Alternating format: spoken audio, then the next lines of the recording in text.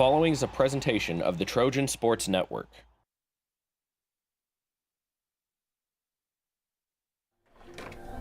Joined here by Taylor head baseball coach Kyle Gould as they get ready to wrap up the regular season today here against Goshen. Little rain came through, but this turned out to be a really beautiful day here at Winter Field.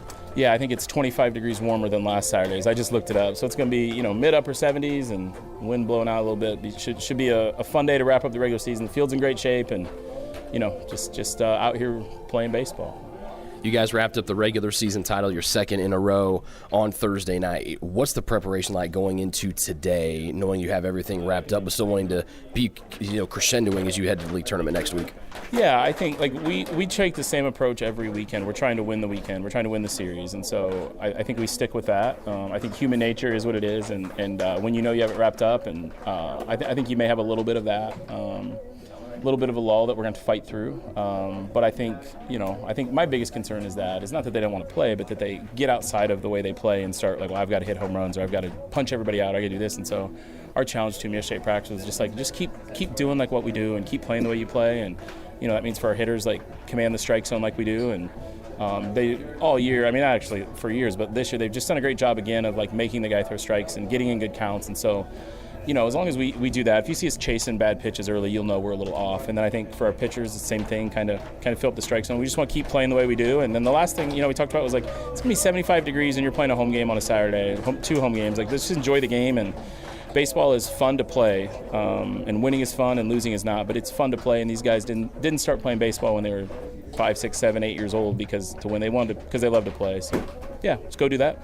They also suffered through 2 months of 45 degrees and windy, so you might as well enjoy a 75 and sunny day, right? I tell my friends in the South and the West, you have no idea what it takes to win the league championship in the Midwest, because you'll play one weekend at 70 and you think, oh, it's all over, and then the next weekend you get canceled because of cold. And so I just, like I said afterwards, I'm just really proud of these guys. It's a 9-week, 4 games, and coming off the year we had in Lewiston, you just get everybody's best shot, and everybody wants to beat you, and you just know every weekend you got to be on and you got to be right. And I'm just very proud of how consistent they've been, and it would be nothing but fearful and kind of ridiculous for me to expect us to come out and do anything but play the way we play and do all that. So, but you'll see some differences. You'll see in the first game we're going to throw a whole bunch of guys, probably 4 or 5 guys, and work our way through it and get ready to go. You guys have sadly been hit by the injury bug and the sickness bug the last couple of weeks, particularly with Caleb Colpine out for the last couple of weeks. Who's really stepped up in his spot in a couple of different spots, even to shift some guys around both defensively and in the lineup? Yeah. Well, you can't replace Caleb. I think he's the best player in our league. I think he's one of the best hitters in the country. And so, that's what we said is even saying step up, I just think guys have to be themselves. And so I know we're talking a little semantics, but when I hear people say step up, I think well, then someone's going to try to do something they can't.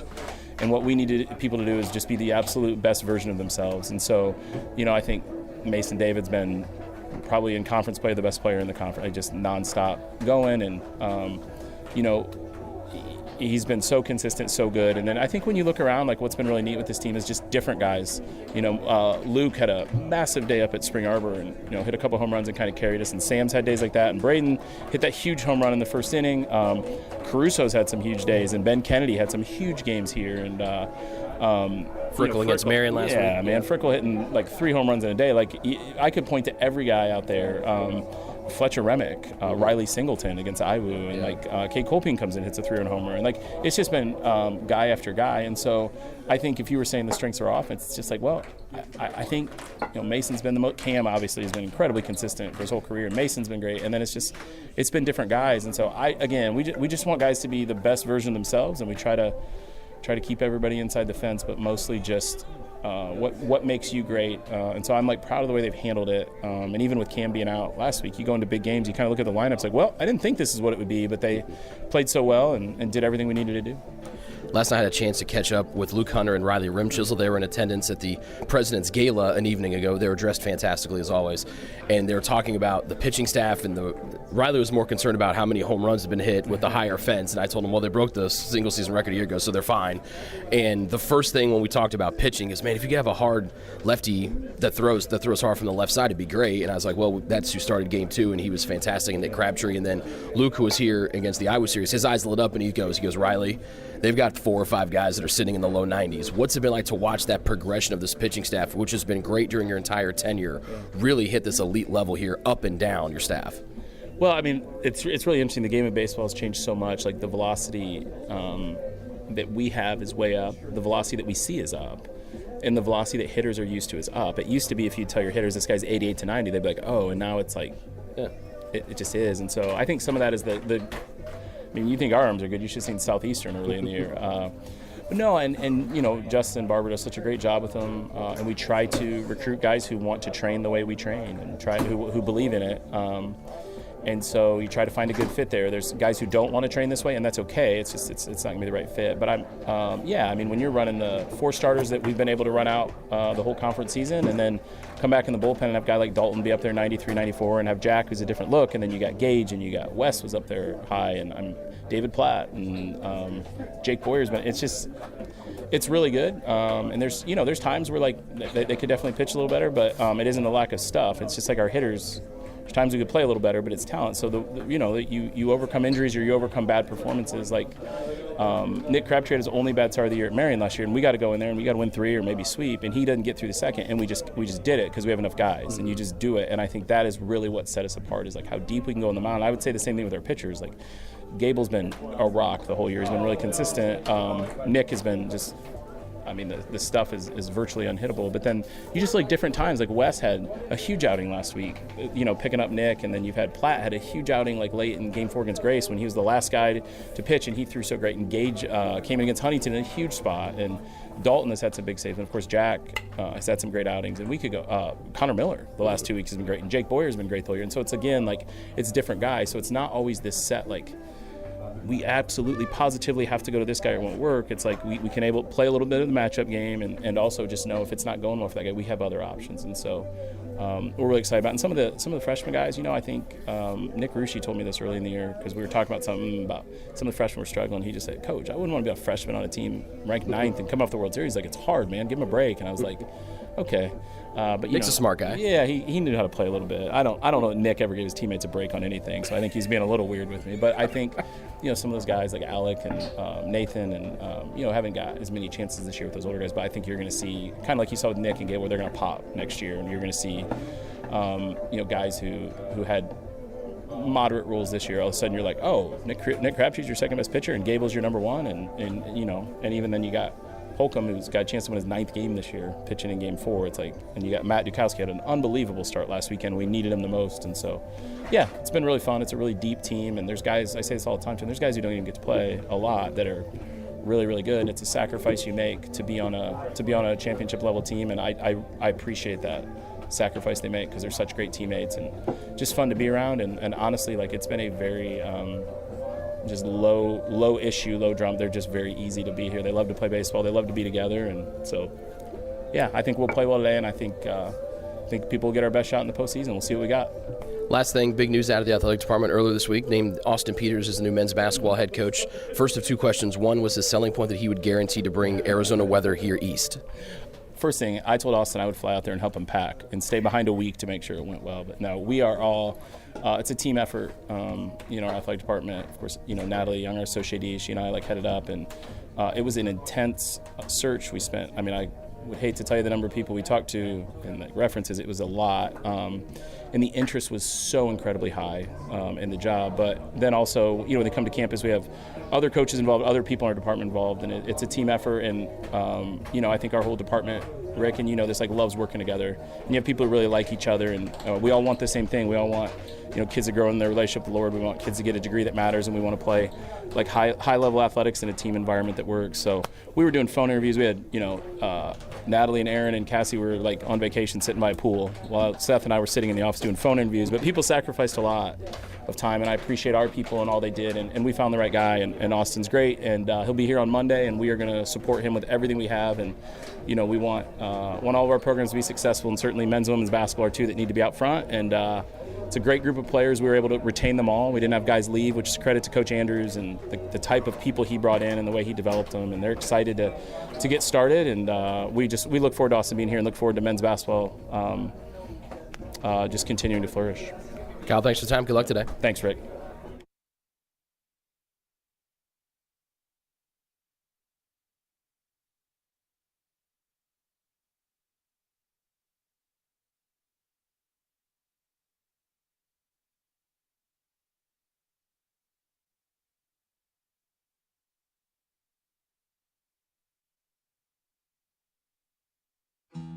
Best One Tire and Auto Care Upland is proud to support Taylor University Athletics. Located at 148 South Main Street, Best One is open 6 days a week. Owner Mike Pearson and his staff offer replacement tires from brands like Bridgestone, Firestone, and Goodyear. Customers can also shop for tires from the comfort of their home by using the online tire finder. When it's time for mechanical repairs, Best One's ASE certified technicians can perform a wide range of services to get their customers back on the road. And those same technicians can do repairs on fleet vehicles as well. Taylor Athletics says thank you to Mike Pearson and everyone at Best One Tire and Auto Care Upland.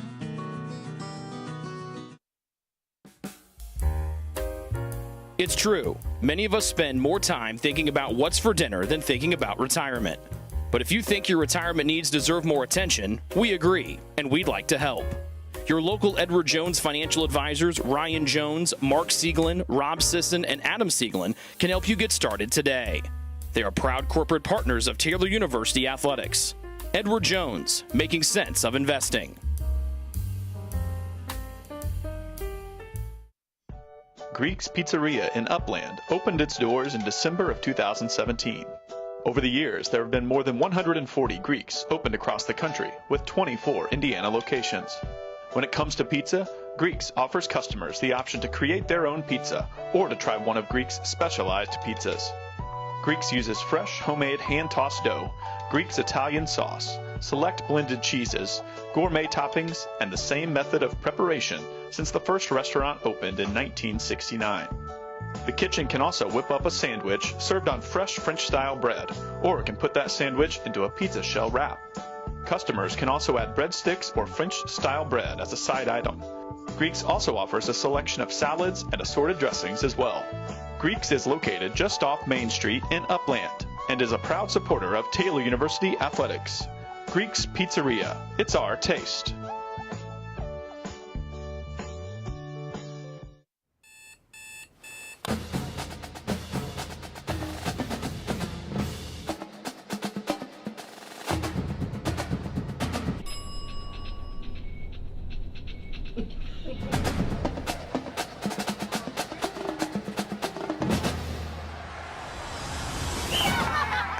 When you need the fuel to be your nephew's #1 fan, Holiday Inn Express. We're there, so you can be too. Ivanhoe's has been serving Taylor students since 1965, when Ivan and Carol Slane purchased the restaurant. Located on Main Street, Ivanhoe's is less than a mile from the Taylor campus and is open 7 days a week. The menu features choices for lunch, dinner, as well as 100 different milkshakes and sundaes. Customers can find other dessert items as well. The staff is proud to support Taylor University and appreciates the support of Ivanhoe's through the years.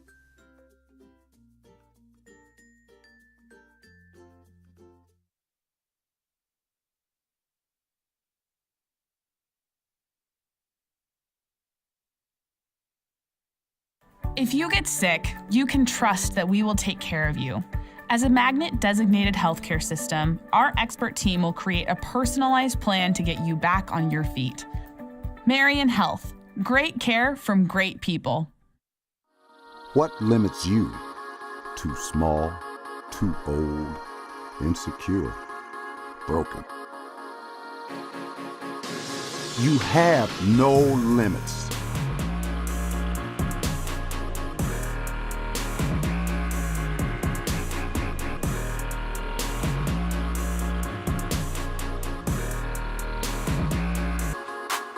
Rethink your limits.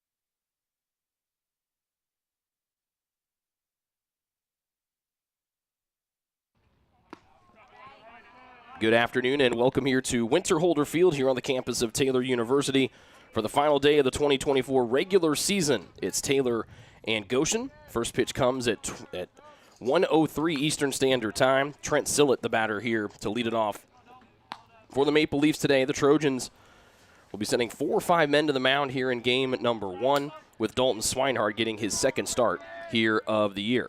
Quickly 0-2. Sillett in the air towards right field. Jogging over is Cam Nepp, who's back in the lineup today, and he's there for the catch in the first out.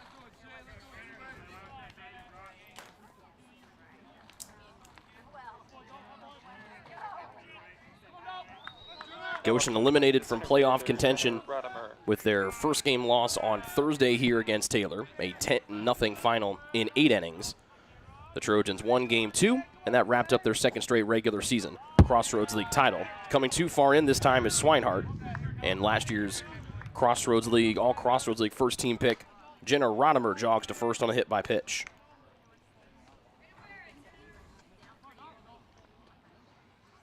The third baseman, Joseph Serta. Swinehart, a 4-4 overall record this year, 7.56 ERA, the team leader in saves with 4, as he has shifted to more of a bullpen role here in his second season in Taylor Purple. Upstairs fastball swung on and missed by Joseph Serta, and it's a strike.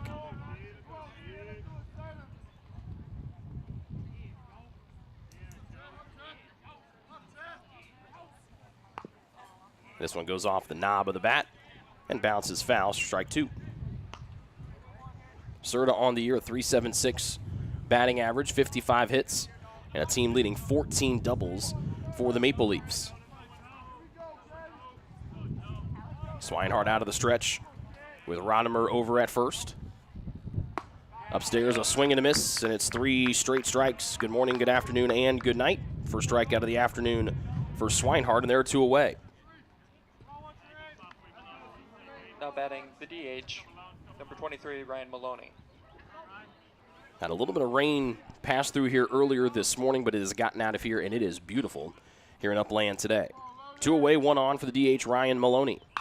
Pops up the first one he gets here, backing out of play. Defense behind Swinehart here this afternoon. Braden Manning in left, Luke Picciotti in center. Cam Nepp, who we've already met, is in right. Fletcher Remick back at third for the second straight game. Mason David, the shortstop. Brennan Frickle at second, Sam Glad at first, and Jacob Caruso is behind the plate.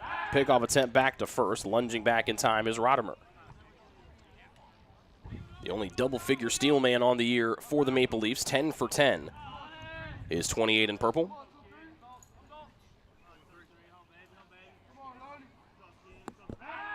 Back over to first once again. Following Maloney will be the catcher Joshua Rubio, the left fielder Chase Smith, the second baseman Nathan Pinedo, the shortstop Curtis Huffman, and the right fielder batting in the 9th spot, Joey Paternostro. 0-1 home. And another one foul, this time up and out of the right by Maloney. He's a senior out of Orland Park, Illinois. Came in as a pinch hitter in Game 1 Thursday. Playing in his 14th game, he's 2 for 8 this year with a double, and he's driven in 3. Wind blows out towards center field here on this Saturday afternoon after blowing in on Thursday. Runner goes on the 0-2. Caruso doesn't matter, throws it down. It's a strike 3 at the plate, and Goshen leaves one on a looking strike 3 here by Maloney. We head to the bottom of the first next on the Trojan Sports Network. Greek's Pizzeria in Upland opened its doors in December of 2017. Over the years, there have been more than 140 Greeks opened across the country, with 24 Indiana locations. When it comes to pizza, Greeks offers customers the option to create their own pizza or to try one of Greek's specialized pizzas. Greeks uses fresh, homemade, hand-tossed dough, Greek's Italian sauce, select blended cheeses, gourmet toppings, and the same method of preparation since the first restaurant opened in 1969. The kitchen can also whip up a sandwich served on fresh French-style bread, or it can put that sandwich into a pizza shell wrap. Customers can also add breadsticks or French-style bread as a side item. Greeks also offers a selection of salads and assorted dressings as well. Greeks is located just off Main Street in Upland and is a proud supporter of Taylor University Athletics. Greek's Pizzeria. It's our taste.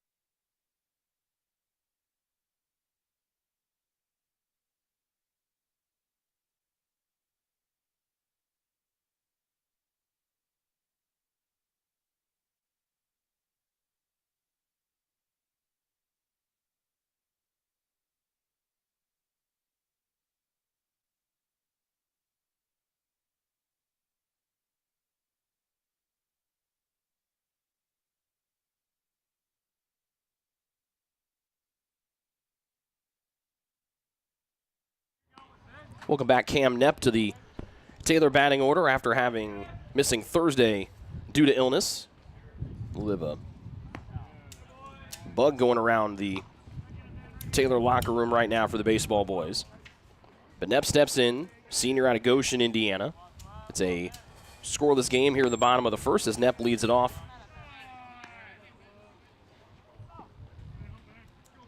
Back-to-back single-season walks records for Knepp. Swings on a 2-1, and it's 2-2. Benjamin Witterstatter, the senior right-hander out of Texarkana, Texas, gets the start today here in Game 3 for the Leafs. And a curveball is chopped to the right side. Stays in play. Trent Sillett, the first baseman's there. And Knepp is retired to start things off here in the first.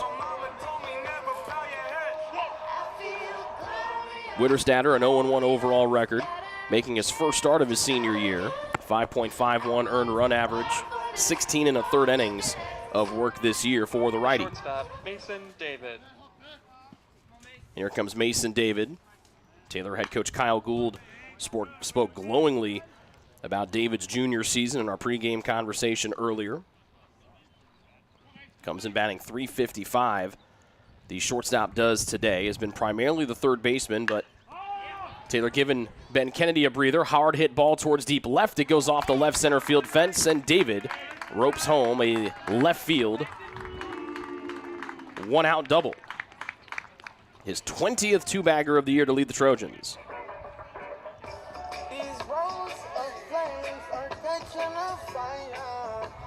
So the first hit, a big one here for TU.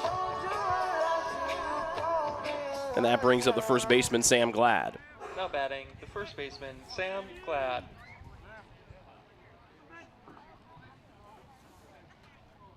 Witterstatter leans in, will set the defense behind him after this pitch. Swing and a miss on a curve by the lefty Glad. Chase Smith in left, Jenna Rodimer, the center fielder, Joey Paternostro, the right fielder. Joseph Serta at third, Curtis Huffman, the shortstop, Nathan Pinedo at second, Trent Sillett at first, and Joshua Rubio is behind the plate. Hard hit up the right side with the wind at its back, going and gone. A big swing there for Glad on an 0-1, and the Trojans strike first with a 2-run bomb here from Aiton White, his team leading 8th homer of the year.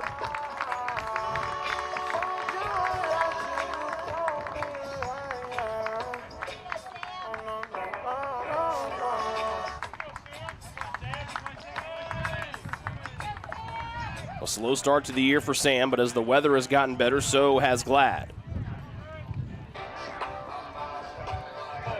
So 8th home run of the year, RBIs number 42 and 43. Also tops on the Trojans. Actually second on the Trojans behind this man, Braden Manning, who leads the Crossroads League with 53 runs batted in this year in just his sophomore season. A ball here. Hard hit up the middle, and the hit parade continues. 3 in a row as Manning takes one up the middle for a one-out single.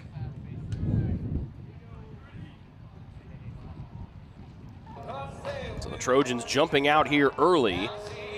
They did that in Game 1 on Thursday. Game 2, they fell behind after the Rodimer home run, but that lead for Goshen was brief as Taylor took the lead right back in the bottom of the first inning of Game 2, and they went on to that 10-2 Game 2 victory.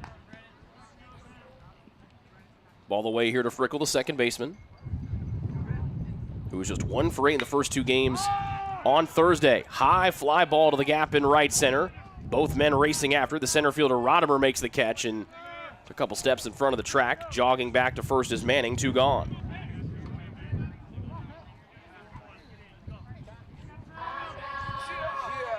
Two away for the center fielder Luke Picchiotti, with Taylor leading 2-0 here in the bottom of the first inning. The center fielder, Luke Picchiotti. 2 away for the lefty Picchiotti, and it's a strike here to start things off for Pick. Luke had a hit in both games, also drove in a run in each game on Thursday, going 2 for 4 in Game 1 and 1 for 3 in Game 2. He's got the count even here, 1-2. as the wind really blows out towards right center field. That's good for lefties like Glad earlier, who homered, and Picchiotti, who also bats from the left side. If you missed our pregame interview with Taylor head coach Kyle Gould, we recommend you go back and listen to that, preferably in between games. You don't want to miss any of the action. 3-1 here now to Picchiotti. But talk glowingly about countless members of his ball clubs. Picchiotti skyrockets a 3-1 into left. Going back now, coming forward is Chase Smith. He dances to his left. It's off the end of his mitt. Dropped. Would have been out number 3. Manning rounds third, running on contact with 2 outs, and he scores on the E9, and Picchiotti is in there safe at second.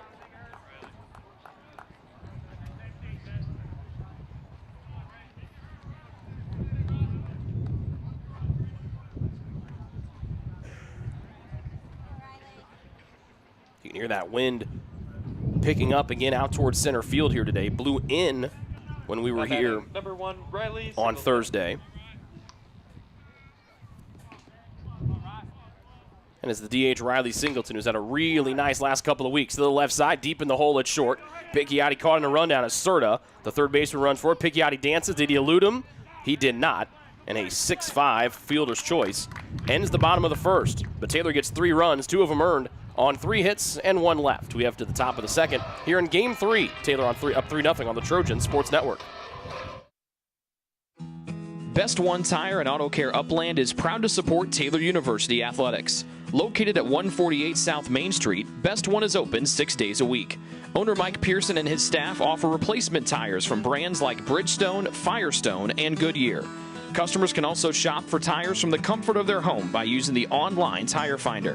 When it's time for mechanical repairs, Best One's ASE certified technicians can perform a wide range of services to get their customers back on the road. And those same technicians can do repairs on fleet vehicles as well. Taylor Athletics says thank you to Mike Pearson and everyone at Best One Tire and Auto Care Upland.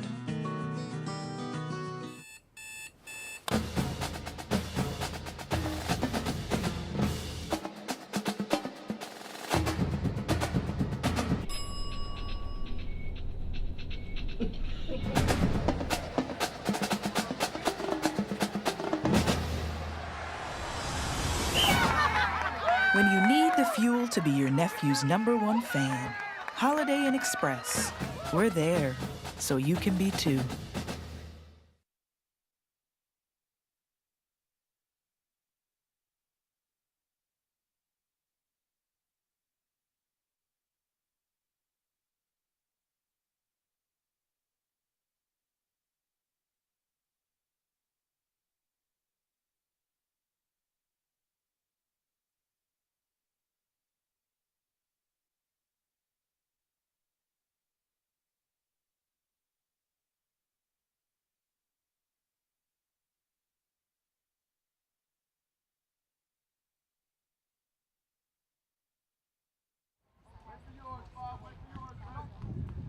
.3-0 lead for Taylor here in the top half of the second. As a swing and a miss here for Goshen's Joshua Rubio. He's got 2-1 on him here. Swinehart threw just 10 pitches there in the first. And the Trojans have that 3-0 lead on the 2-run home run by Glad and a dropped fly ball in left. 3-1 here to the backstop, Rubio. Swinehart, the righty, into the windup and home. Hard hit, but foul out of play. Rubio batting .247 here this year. 3 doubles, 2 homers. He's driven in 15. Bounce back, going 1 for 3 in Game 2 Thursday night. And rips this one up the left field line. If it stays fair, it might get out of here, and it does. A up the left field line home run by Joshua Rubio, his 3rd long ball of the year, and Goshen gets one back here, their 2nd turn at the plate.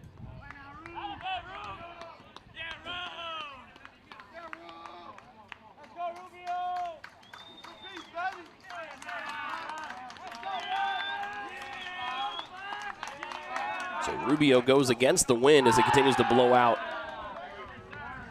towards, now shifting towards left field. It was going out towards right field in the bottom of the first that Taylor used to their advantage. Nobody out, 1 home here for Goshen. A swing and a miss for the left fielder, Chase Smith.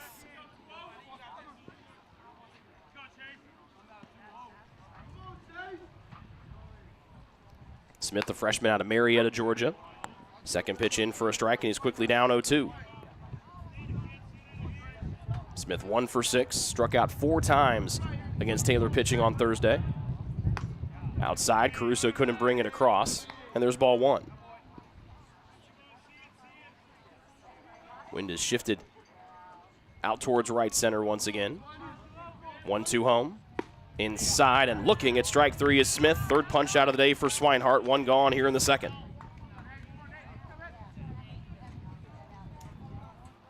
Now up to the plate, second baseman Nathan Pinedo. Just the second start of the year for Swinehart. Comes in with a 4-4 overall record. And a low strike here to the lefty Pinedo.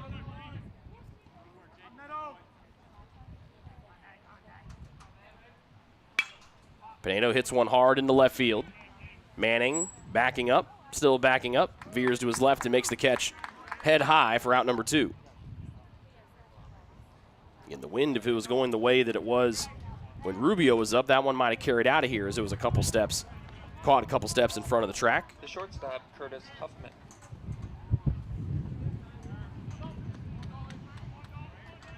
And there's 2 away here for the shortstop, Curtis Huffman. Slider, swing and miss. Huffman 0 for 4, 3 strikeouts Thursday. Batting out of the 8th spot here, comes in with a 172 batting average. Back to the breaking stuff, Swinehart misses low. And it's 1-1. Taylor in the home white jerseys and pants, purple numbers and purple letters. Chopped up the left side, charging forward, scooping his Remick, fields it, fires a low one that Glad couldn't make a ranging pick. It bounces away from him, and Huffman's going to advance to second and extend things here in the top of the second for Goshen as they trail by 2. A slight bobble there from Remick as he was coming forward. As he tried to make the throw, it went to the far right of Glad, who tried to move over to his right to haul it in, was unsuccessful in doing so. And the first error on the board here for TU after they were clean in that category on Thursday. So an error on the throw from Remick. Now batting, the right fielder, Joey Paternostro. And here's Paternostro, the right fielder, batting out of the 9 spot. 3-1 hole for Goshen after the leadoff home run by Joshua Rubio. And it's a ball upstairs to Paternostro. Started game 1 Thursday going 0 for 3.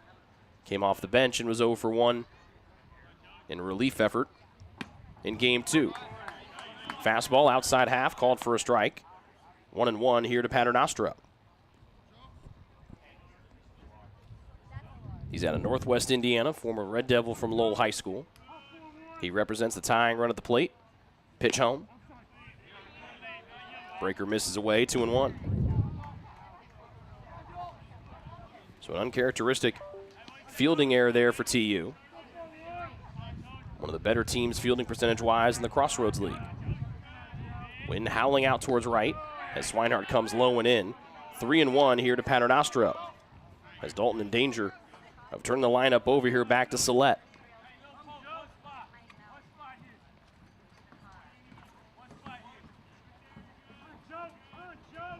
The 3-1 home. Upstairs, ball 4, and the tying runs are on here for Goshen.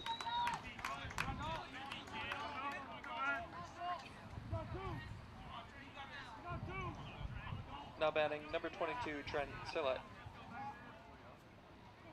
Fans continuing to file in here to Winterholder Field on this beautiful Saturday afternoon.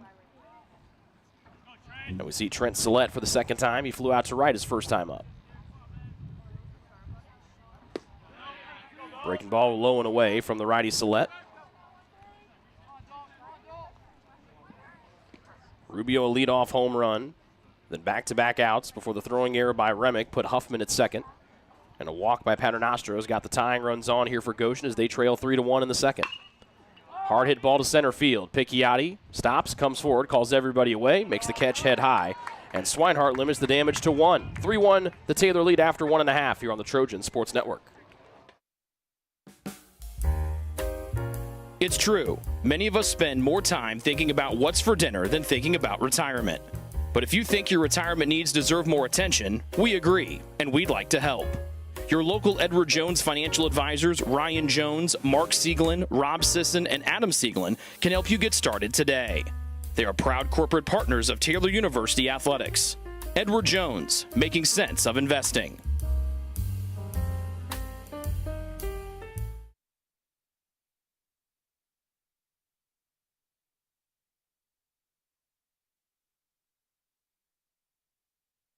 If you get sick, you can trust that we will take care of you. As a Magnet-designated healthcare system, our expert team will create a personalized plan to get you back on your feet. Marion Health, great care from great people.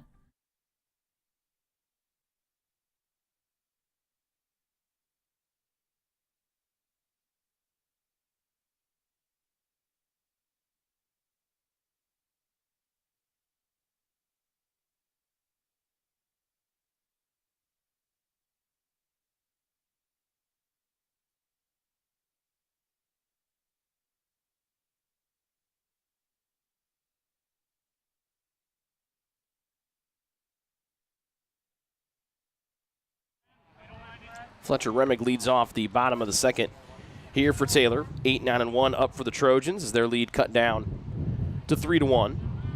Remick, the starting third baseman for the second straight game. He's up 2-0. Missed the majority of last season with injury. Has been a nice pinch hitter as he loops one into right field for a leadoff single in front of Paternostra.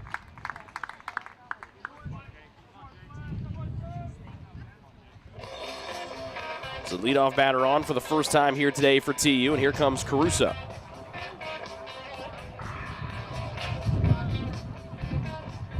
The catcher, Jacob Caruso. Caruso, a good game number one, going 2 for 4. Saw limited time in game 2 as the Trojans jumped out to an early lead. First one, a ball from Witterstatter. Caruso 202 the average. And this one finds the outside half to make it 1-1. Quick moving is Witterstatter. 3-1 the Taylor lead on 4 hits. Witterstatter fires in one high. 2-1 on off speed.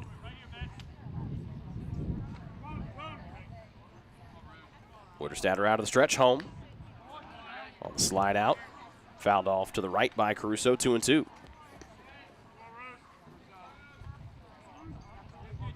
Taylor 15 hits in game 1 Thursday, just 6 of them in game 2. Caruso sits on a breaking ball, pops away from Rubio. Remick takes off and a high throw, and Remick is in safe by a whisker. A delayed go after Rubio had a ricochet off his mitt to the right, and the high throw is what allows Remick to get in there safe on a pass ball. Full count to Caruso. Nobody out, bottom of the second. Here of game 1, set to go 9. Payoff, and Caruso watches a curveball paint the outside half, looking at strike 3, 1 away.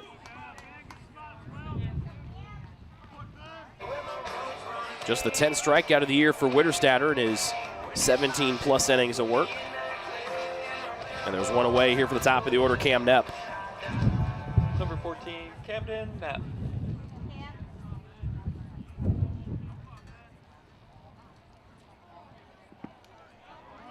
Rubio covers up ball number 1, keeping Remick at second base.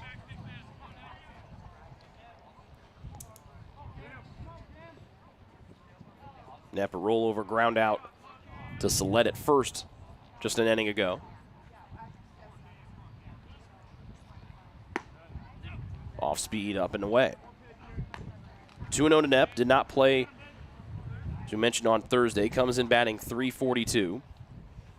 Second on the team in runs scored with 54 behind David, who's added 1 to his total after Glad's home run just a frame ago. Fastball is low, 3-0, excuse me. Knapp trying to get his 49th walk of the year after breaking and then re-breaking. And there's walk number 49, 4 pitches away. After breaking and then re-breaking the single-season walks record as a sophomore and a junior. 2 on the pond here for David.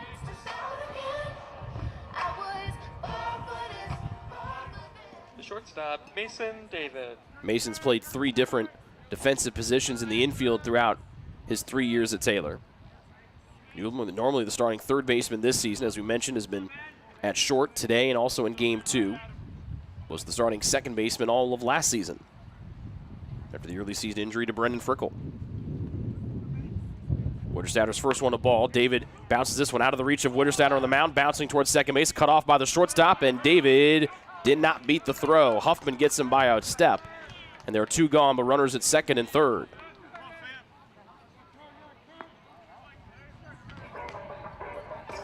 It's probably a good thing that Huffman picked that one up. Pinedo had come over and was covering second base, but with the speedy Knepp barreling down on him, probably would have had Knepp safe, and everybody would have been bases loaded with only 1 out here for Glad. So thankfully for Goshen, Huffman cuts it off and retires David at first. Ball 1 to Glad. And that wind is just screaming out towards center field, enticing Glad to hit it that way.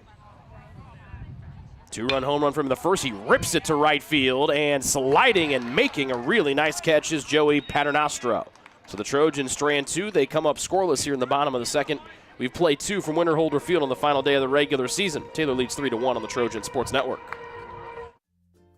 Ivanhoe's has been serving Taylor students since 1965, when Ivan and Carol Slane purchased the restaurant.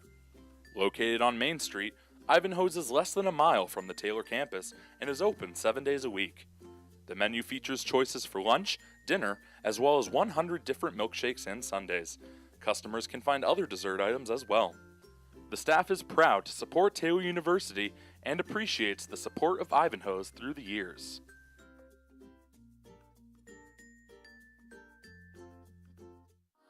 What limits you? Too small, too old, insecure, broken. You have no limits.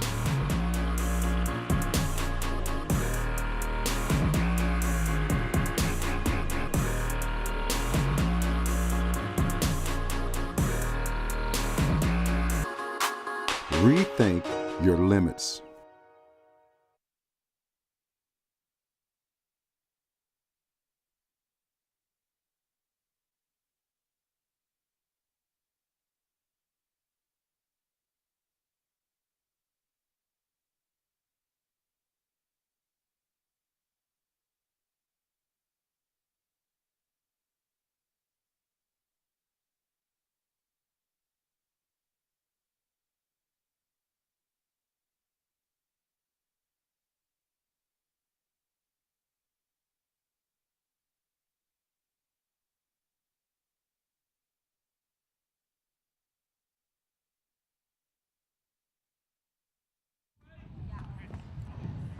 Quick 2 innings of work for Dalton Swinehart, the starter. Gage Gongwer, sophomore right-hander out of Wakarusa, Indiana, comes in and deals the first pitch breaking ball. Strike 1 here to Rodimer. Swinehart, 2 innings, 1 hit, the home run, the only hit he gave up. Struck out 3 and walked 1, hit 1. As the Trojans and their head coach Kyle Gould told us in pregame, as Rodimer smokes one to center. Picchiotti, some room to work. He cuts it off and stops just in front of the warning track by about a step or 2 and makes the catch, 1 away. Trojan head coach Kyle Gould told us that there'd be 4 or 5 pitchers the Trojans would try out here in game number 1. Again, the regular season title already wrapped up for the home team today with their 2 wins Thursday and the game 1 loss by Indiana Wesleyan at Spring Arbor. Foul out of play here from Serta. So the Trojans have already punched their ticket to the national tournament. They'll try to go for the Crossroads League Championship sweep when they host the Crossroads League tournament that starts next Wednesday. Folks craning their eyes, looking at the packed house in the parking lot to our right. Nothing in 2, and no cars hit yet. We did have 1 get hit Thursday. Breaking ball from Gongwer low for a ball, 1 and 2. Gage, a perfect 3-0 record this year, his 13th appearance. ERA just over 7. 23 strikeouts to 21 walks. And the 1-2. Bouncer to the third base side. Remick stabs it, sets his feet, fires a high one that goes over Glad's head, and that's the second throwing error today from Remick. High one as the batter Inserta got collided with Glad after he came around first, and that ball bounced out of play, and so they will give Serta the extra base. He stands at second with one gone. Get some defensive subs again for the Trojans, with David sliding over to short, with Ben Kennedy getting this game off. The DH, Ryan Maloney. One away, one on for Maloney. Tying run of the plate with Goshen down 3-1. Skyrockets one to the clouds. Shallow center field. David circling, and it's going to drop in front of him as Picchiotti might have called him off late. Picchiotti was charging in. David was running back, and it landed between each of them about 2 feet away from both men. So bloop fly high in the air to center, and there are 2 on here for Goshen with only 1 out.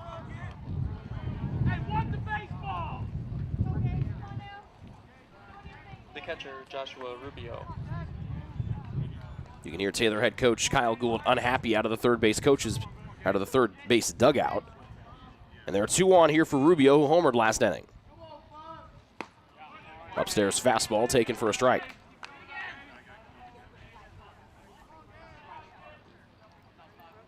One away on Rodimer's deep fly ball to center. Throwing error got Serta to second base, and Maloney with a bloop single here.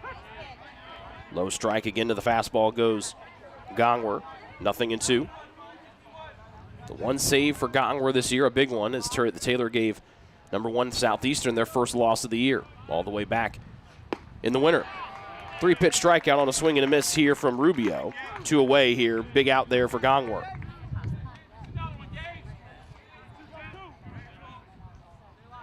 Now batting, the left fielder, Chase Smith. Switch hitter Chase Smith, batting from the left side. Gongwer out of the stretch, a swing and a miss on a breaking ball upstairs. Good little rhythm here from Gage. Older brother Jake spent 5 years pitching for the Trojans, also had a no-hitter during his time here in Taylor Purple. Fastball covered up by Caruso in the turf, and the count evens.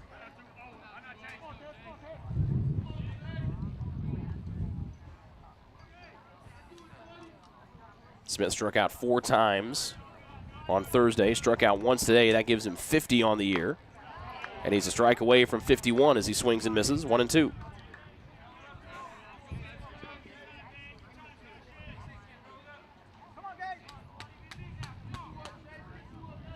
Smith, one of 2 Maple Leafs with at least 50 strikeouts on the year at the plate. Gongwer comes inside with a slider, can't find the zone, 2-2.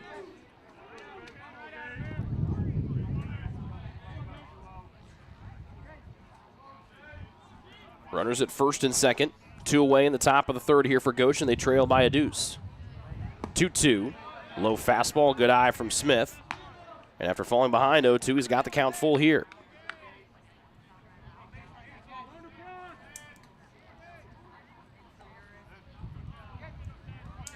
Two on, 2 out. The payoff pitch from Gongwer, runners go, and it hits Smith. And they're loaded up for the Leafs here, down 2.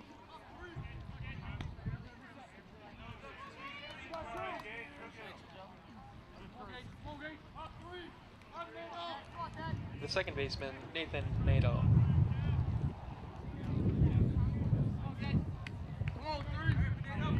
Pinedo, the second baseman, steps in. A big opportunity as the wind howls out towards center field once again, rattling that flagpole with the American flag on it in right center. Tries to ride the wind here, sends it behind home plate. Racing is Caruso, and that lands just in front of the backstop.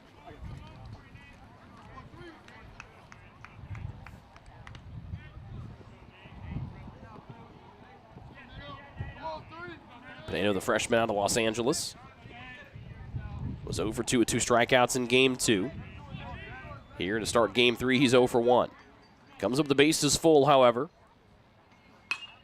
Opposite way pop-up, foul territory. Remick races, loses his cap, and makes the catch on the run. And Remick able to make up for that throwing error here earlier in the frame. Goshen leaves them full. We head to the bottom of the third. Taylor on top 3-1 here on the Trojan Sports Network.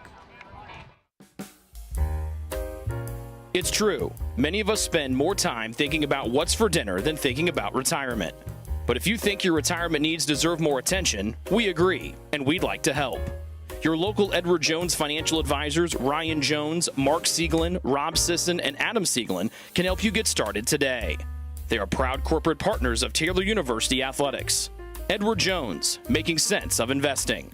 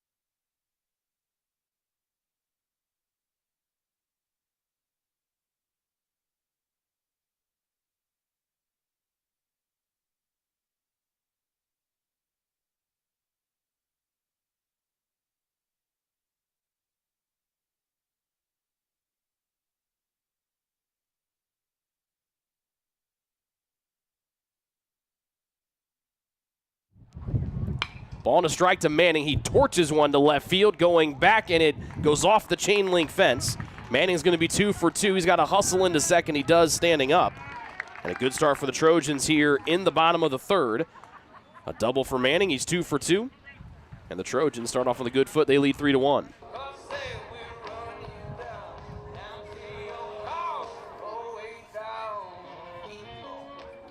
Manning's 62nd hit of the year gives him the team lead over Mason David. And now 15 doubles for the sophomore Manning, who's having a real breakout sophomore campaign. Ball one to Frickle. Manning was named to the all-tournament team at last year's College World Series out in Lewiston, where he went 9 for 18, including tying the single-game World Series record with 3 doubles against Goshen. Frickle hammers one back Smith's way in left field. He twists, he turns. This one falls at the bottom of the fence as well. Manning on his horse as Frickle takes his spot at second. Back-to-back doubles to start off the bottom of the third, and Taylor reestablishes a 3-run lead.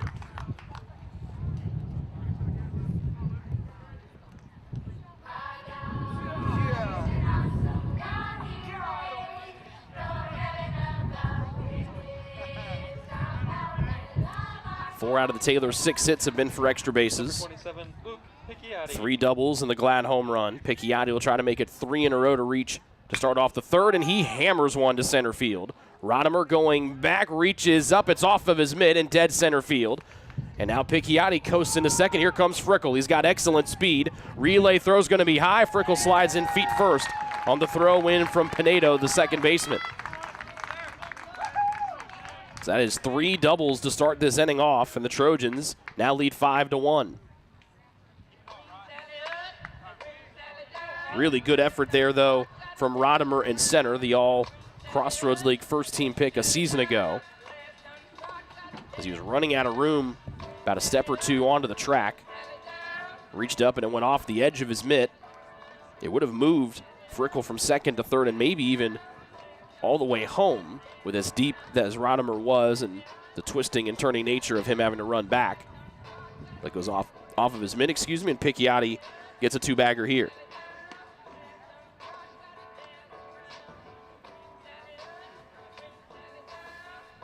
So Manning doubles, scores from Frickle's double.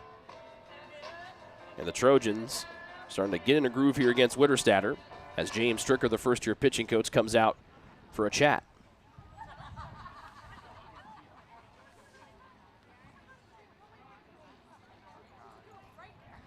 Taylor used just 4 pitchers in the 2 games on Thursday. Goshen started going really deep on their staff. But again, last 2 games of the regular season here for Goshen, as they were eliminated from playoff contention with their Game 1 loss Thursday to Taylor. Trojans have won 7 in a row, starting off with their Game 2 victory here 2 weeks ago against Indiana Wesleyan to split that pivotal series. The Wildcats locked into the 2 seed in next week's Crossroads League tournament. 4-game sweep with the offense flexing its muscles last week in Indy against Marion, and the Trojan offense coming through again here. As in all 3 games here against Goshen, they've had at least 6 hits. 2-0 to Singleton, hit him. He's going to jog to first, and there's still nobody out here for Remick with 2 on the pond.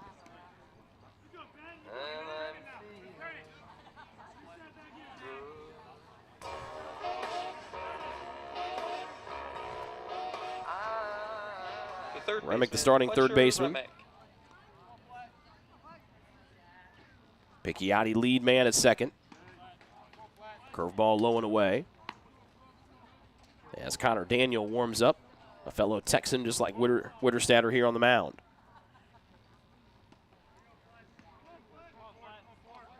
First start of the season for the 6-foot right-hander Witterstatter. Fastball comes in to make it 1-1. A 1-for-1 day for Remick. Singled into right field to lead off last inning. He got to third, so Trojans were held scoreless for the first time today. 3 in the first, 2 so far here in the third, and threatening for more with nobody out. Remick launching it up the left line. Will it stay fair? It does. Home run up the left field line for Remick. That thing just creeped inside the left field foul pole, and Remick goes deep for the first time here this season. Pretty sure that's also his first career home run after that limited action a year ago. As Remick exits stage left. 8-1 Trojans, 5 here in the third.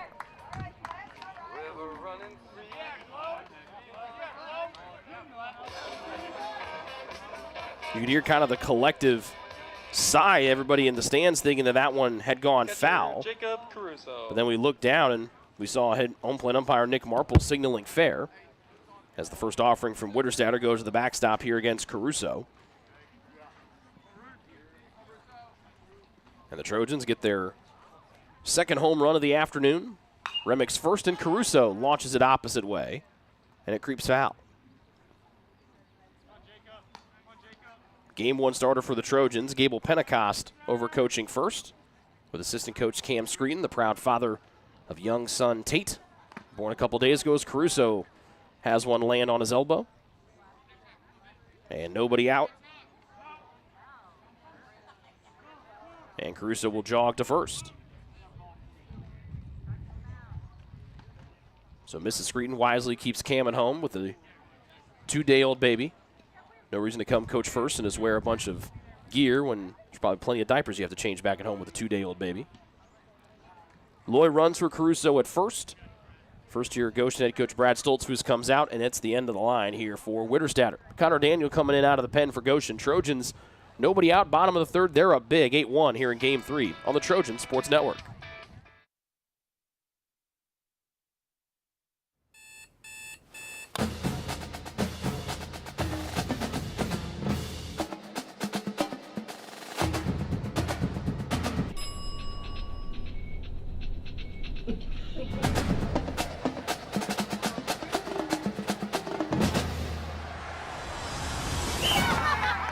When you need the fuel to be your nephew's #1 fan, Holiday Inn Express. We're there, so you can be too.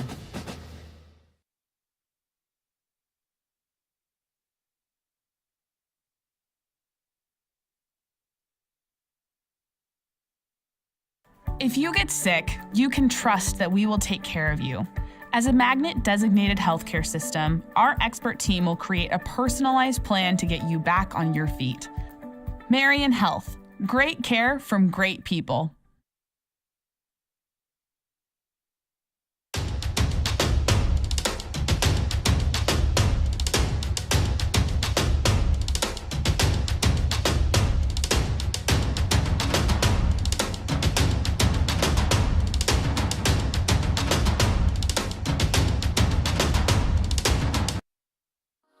What limits you? Too small, too old, insecure, broken. You have no limits.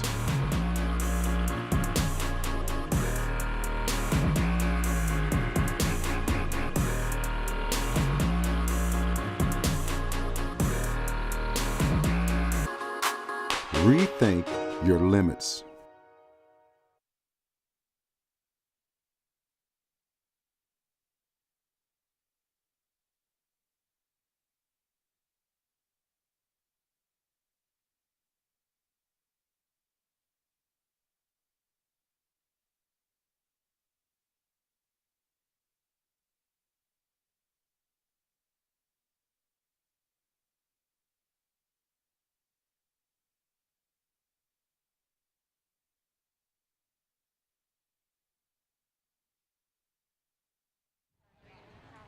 Taylor has busted this thing open here in the bottom of the third. 3-run home run from Remick. Drew Loy runs for the catcher, Jacob Caruso, over at first. And it's a ball to the top of the order and Cam Knepp. New pitcher is Connor Daniels, 6'3 senior right-hander out of Texas. 14th appearance, all in relief. An 0-3 overall record, ERA over 10. 17 strikeouts and 25 walks for 9 in purple. 2-0 to Knepp, batting from the left side. At the plate for the third time, he's 0 for 1. Sits on a curveball that comes inside. Daniel gets a strike to make it 2-1.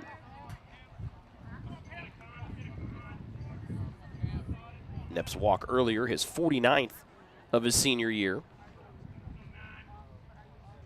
Bright sunshine overhead. And it's 3-1. This one off the outside part of the plate. Taylor run-ruled Goshen 10-0 in the first game. And they're off to a great start here in game number 3 as Knepp walks for the 50th time here this season. 2-1 with still nobody out.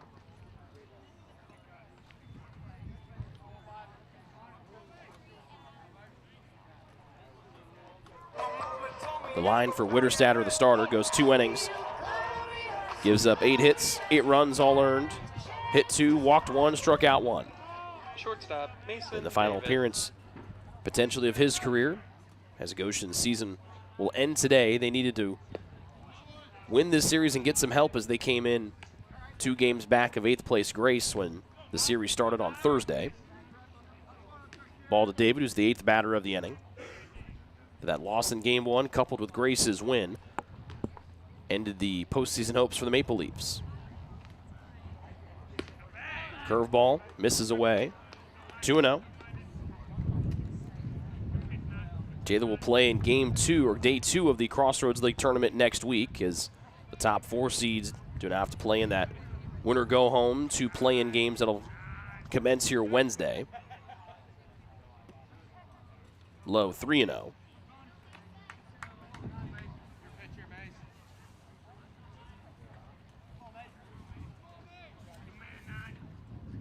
All the seeds are set as David's ahead 3-0, 2 on. Launches it up the right side, but foul.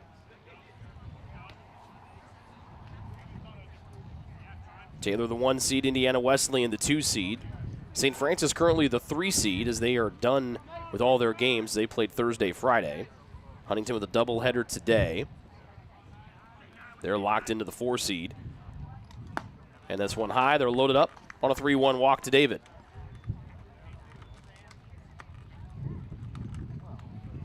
So the 4 teams that'll play in that play-in tournament, or the play-in games next Wednesday. Marion will play Grace, that's the 5-8 matchup, and then Mount Vernon Nazarene will play Spring Arbor. That is the 6-7 matchup. Batting number 8, Sam Glad. Taylor will get the lowest remaining seed. That advances out of there. High. For a ball. So the only team they're guaranteed to not play would be Marion. So they can either see Mount Vernon Nazarene, Spring Arbor, or Grace for their first game of the tournament as it moves to double elimination starting on Thursday with the final 6 teams. Ball away, 2-0 here to Glad. 9th batter of the inning. Loy running for the catcher Caruso at third. Knepp behind him at second. David at first after his walk. A little cloud cover blows in here. 3rd one to Glad. And a breaking ball drops in for a strike, 2-1. 1 for 2 afternoon for Glad. Belted his team leading 8th home run of the year back in the first. Flew out to right field in the second as he's batted in all 3 innings so far today. Tries to go opposite way up the left field line, bending into his own bullpen, and lands just in front of it. Count even. No outs. Bases full of Trojans. Here in the bottom of the third, Taylor has scored 5 times. Or scored 5 runs, I should say, here in their third turn of the plate. They lead 8-1 against Goshen.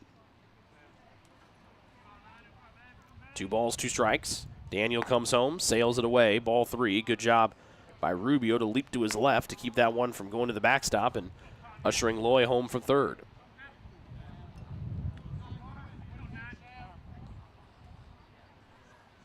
Daniel readies. Infield plays back with nobody out. Bases juiced. And that hit Glad. And he'll jog to first. An RBI hit by pitch, and it's 9-1, the Taylor lead.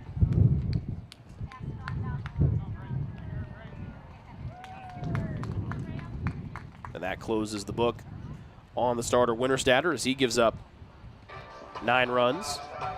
Goshen head coach Brad Stoltzfus comes out. Might want Marple and Kreider to talk about potentially,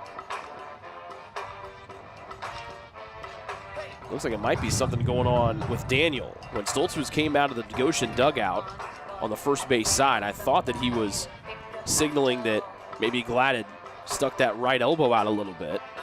He was actually trying to figure if everything was okay with Daniel, his pitcher.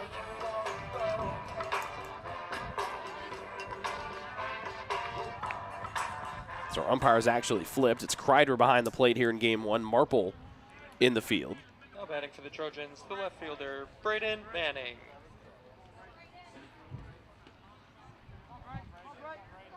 And here's Manning batting for the second time. Led this inning off with a double off the left field fence. Base is still full of his mates. Nobody out here in the third. And a ball away here to Manning. Was ranked as the number 3 first baseman and the 76th player overall coming out of Minnesota for the class of 2022 by the folks at Perfect Game. Has shifted to a outfielder here since a year ago.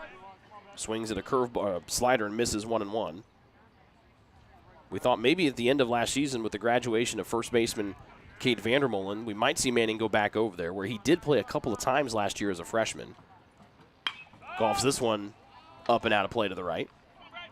2 strikes on Manning.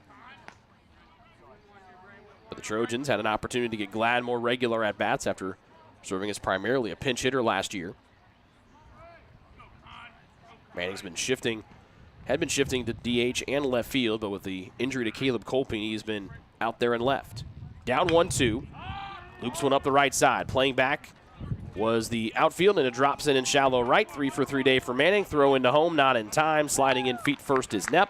And it's a 10-1 Taylor lead with still nobody gone here in the bottom of the third.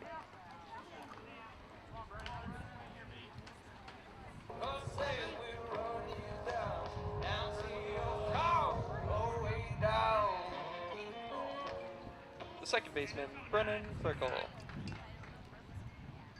Frickle started this run parade here earlier in the third. Was the second of 3 straight doubles.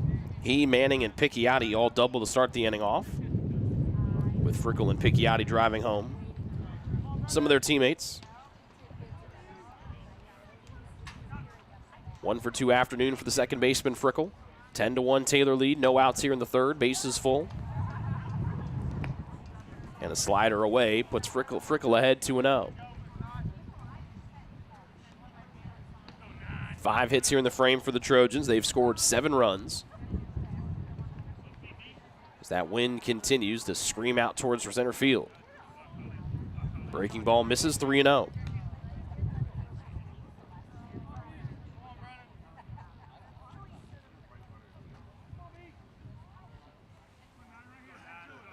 Daniel trying to avoid his second free pass to the bases full. 3-0 fastball is away, and a bases loaded walk puts Frickle on and brings in David to score to make it 11-1 Taylor.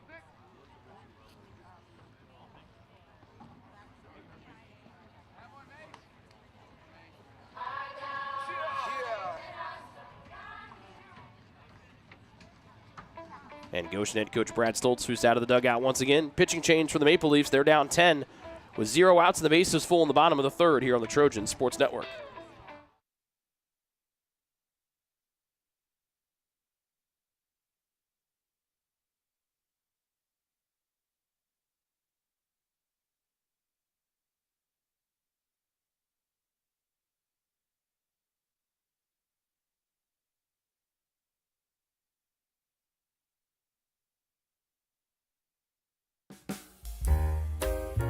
It's true. Many of us spend more time thinking about what's for dinner than thinking about retirement. But if you think your retirement needs deserve more attention, we agree, and we'd like to help. Your local Edward Jones financial advisors, Ryan Jones, Mark Sieglin, Rob Sisson, and Adam Sieglin, can help you get started today. They are proud corporate partners of Taylor University Athletics. Edward Jones, making sense of investing.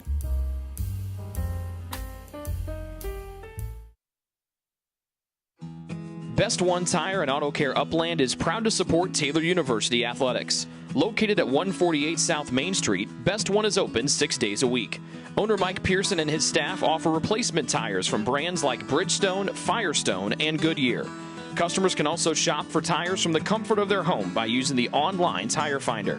When it's time for mechanical repairs, Best One's ASE certified technicians can perform a wide range of services to get their customers back on the road. And those same technicians can do repairs on fleet vehicles as well. Taylor Athletics says thank you to Mike Pearson and everyone at Best One Tire and Auto Care Upland.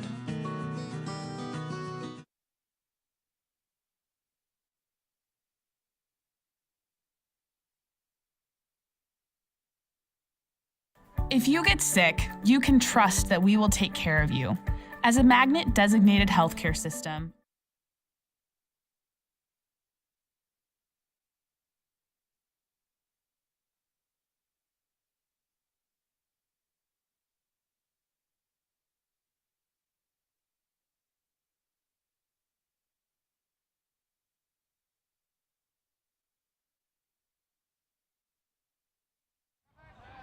Swing and a miss here for Luke Picchiotti.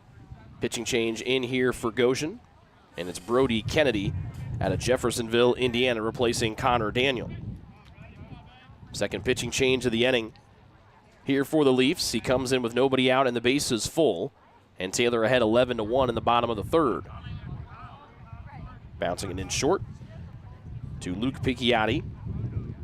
Daniel faced 5 batters. He walked 3, hit 1, and gave up the RBI single to Manning. That run was charged to the starter, Benjamin Witterstatter.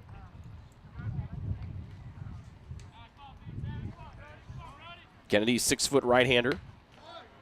His 4th appearance of the year. In just 2 1/3 innings, he's allowed 11 runs all earned. Has walked 6 and struck out 1.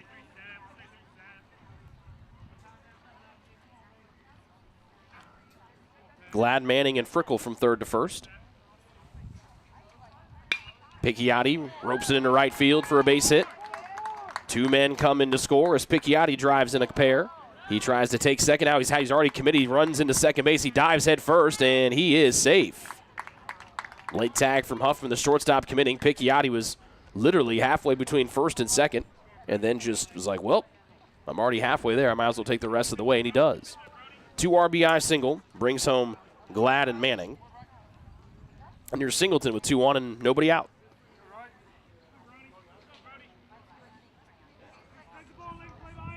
The DH, Riley Singleton. And the batter is the DH Singleton, who's been on a tear since that Iowa series here 2 weeks ago when he stepped into the DH role. He and Remick had been shifting back and forth in that spot. And Singleton has taken a stranglehold on it now.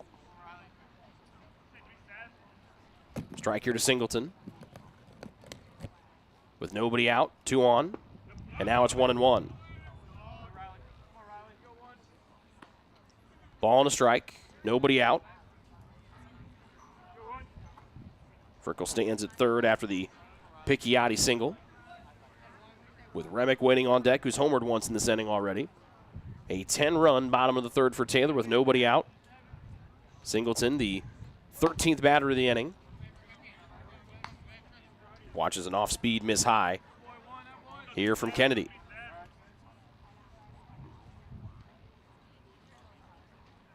It'll be interesting to see what the Trojans do pitching-wise. They were already planning on using 4 to 5 guys, like we mentioned from our conversation with head coach Kyle Gould in our pregame show. Low 3-1 to Singleton. But with this long bottom of the third that will only get longer with still nobody out, you wonder if Gongwer might be sitting too much to come back in here and pitch.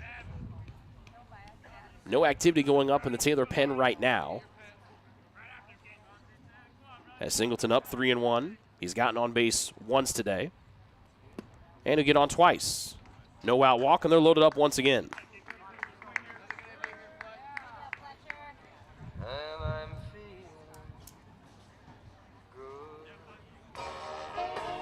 Like we mentioned earlier, from a pitching standpoint, the Trojans used just 4 arms on Thursday.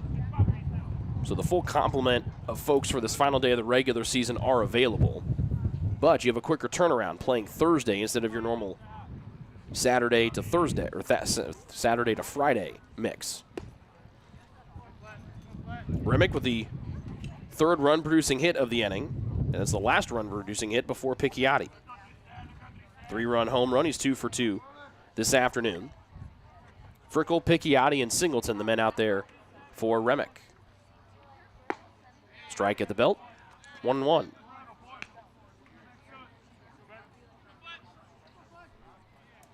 Kennedy, the 3rd different pitcher of the inning here for Goshen. Remick batting for the 2nd time. Low, 2-1. Single and a home run for Remick here this afternoon.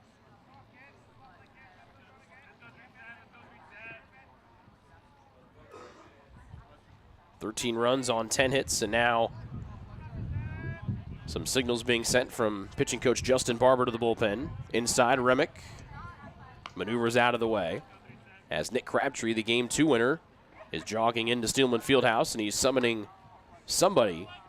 And maybe that's where Gongwer had been living at.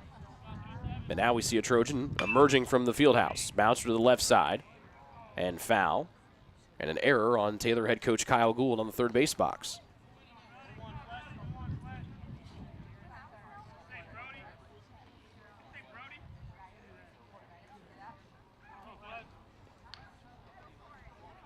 So it's Matt Dutkowski that was in the Stillman Fieldhouse. He is now up and going to get warm. The normal Game 3 starter, but the Trojans going with a platoon effort today. And Remick gets a bases loaded walk, and it's 14-1 Taylor with still no outs.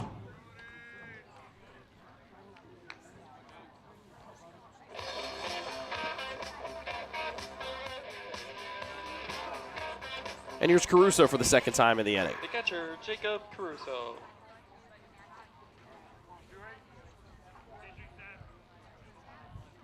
Caruso in search of his first hit today. And that offering lands right on his lower back. It is now 15-1 Taylor. They've scored 12 runs here in the 3rd, and still a 0 in the out column.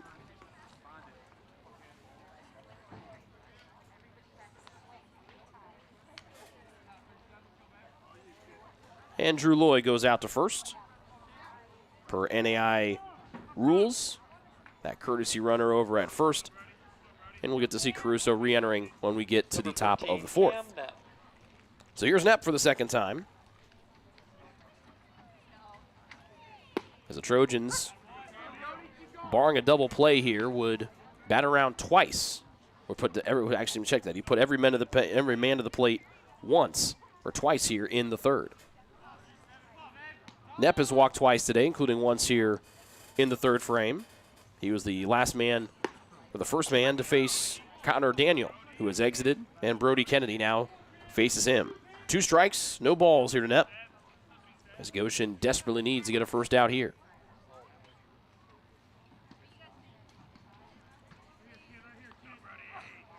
$15-1 the Taylor lead here in Game 3. Fastball off the plate, 1-2.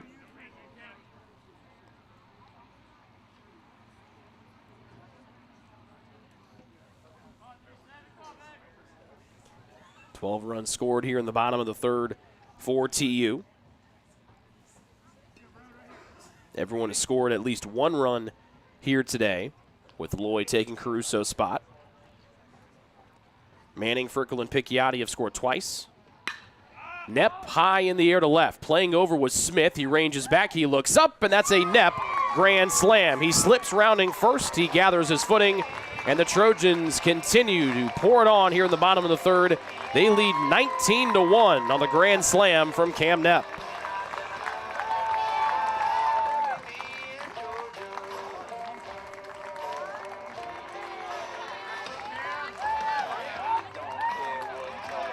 First home run of the season for the senior Knepp, as Gage Gongwer comes in, has a chat with head coach Kyle Gould. And so Gongwer, jersey off. Shortstop, Mason. His afternoon is over. And the bottom of the third continues to roll on with 0 outs and 16 runs scored. David to the air and right. Paternostro on the warning track, and he makes the catch for the first out.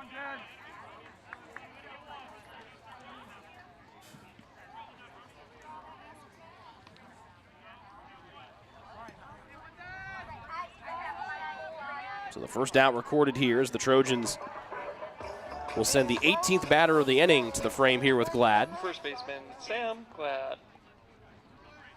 Glad hit the first of now 3 home runs for TU this afternoon. Away for a ball.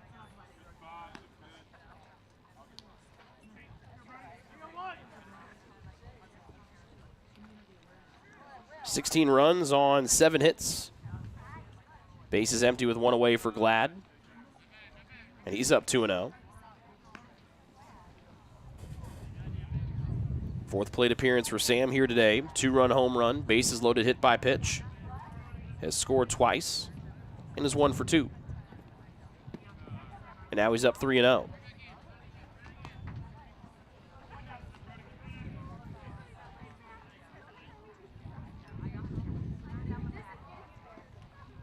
Drew Miles, who we saw on Thursday, warms up in the Goshen pen.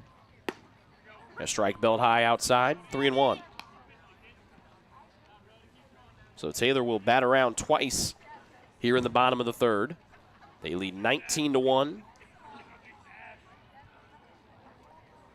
And Glad drills it to dead center field, and he's going to leave the park for the second time today as he hits this one right off the Trojan logo on that batter's eye in center. 4th home run for Taylor today. 20-1 the Trojan lead, as everybody except one has scored twice here in the third.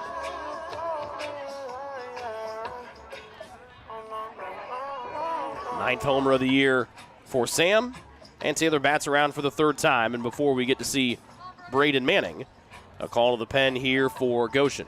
Taylor has scored 17 runs in the bottom of the third on the back of 8 hits. New pitcher coming in for Goshen. Taylor on top big here in Game 3 here on TSN.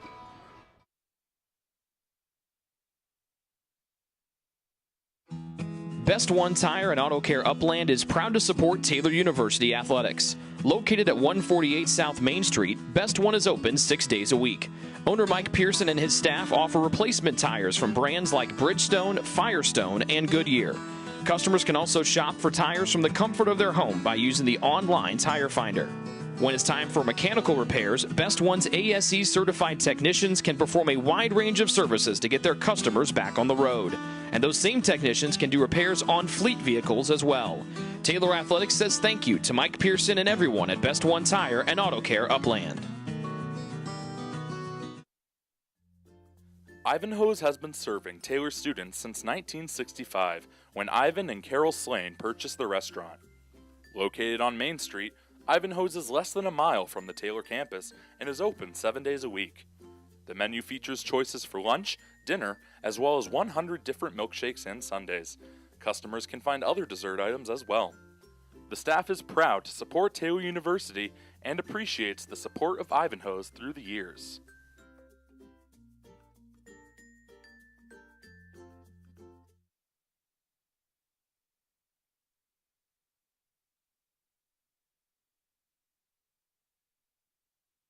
If you get sick, you can trust that we will take care of you. As a Magnet designated healthcare system, our expert team will create a personalized plan to get you back on your feet. Marion Health, great care from great people. What limits you? Too small, too old, insecure, broken. You have no limits.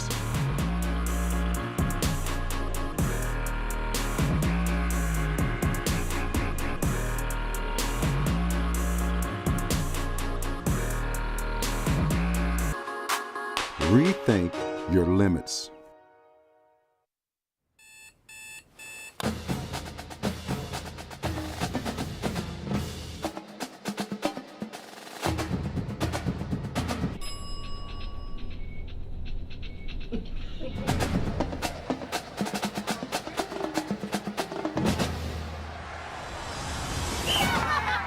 When you need the fuel to be your nephew's #1 fan, Holiday Inn Express. We're there, so you can be too.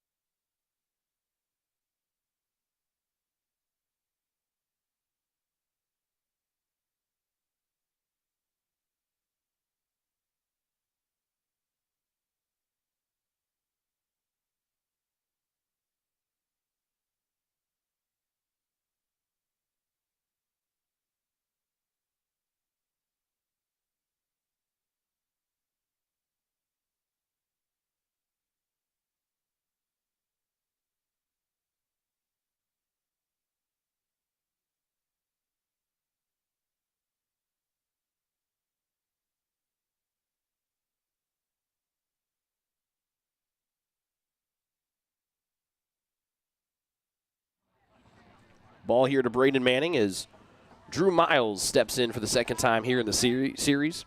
17 runs in the bottom of the third and another hit for Manning. His third here of the frame, his fourth overall. He's 4 for 4, and there's one away in the bottom of the third, and it rolls on here for TU.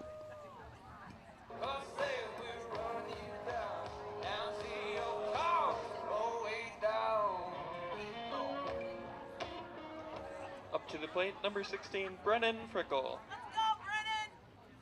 Frickle up for the third time here in the third.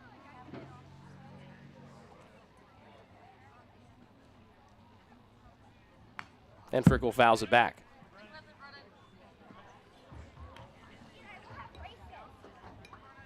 One for two afternoon for Frickle. Miles pitched in game 2 Thursday night, went 3 2/3. Gave up 2 hits and 3 runs.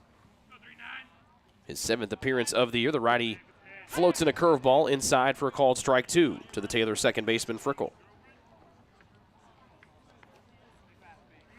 RBI double and a bases loaded walk for Frickle here in the third.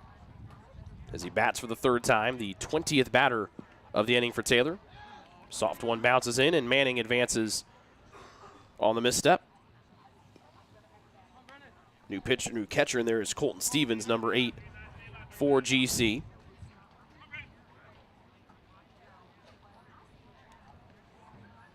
And a wild pitch in there from Miles.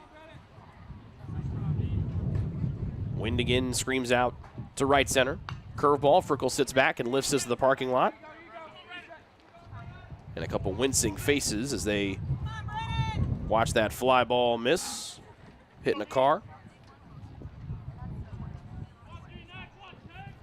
20 runs on 13 hits for the Trojans. Runner at second, one away. 1-2, and Frickle fights it off on the hands, and it lands on top of the Goshen dugout. Picchiotti on deck. Matt Dudkowski has stopped warming up in the left field corner. Again, Gage Gongwer was the man on the mound when we got to the bottom of the third for Taylor, but with his elongated inning with 20 batters and more to come as Frickle gets hit on the arm and only one gone. I was going to say he leaned into it. And Frickle called out by home plate umpire Brent Kreider, saying that Frickle didn't make enough of a move to get out of the way or maybe even lifted his arm, but Frickle is out on strikes. And they're 2 away here for Picchiotti as Brennan comes in and talks with Brent Kreider trying to get that explanation.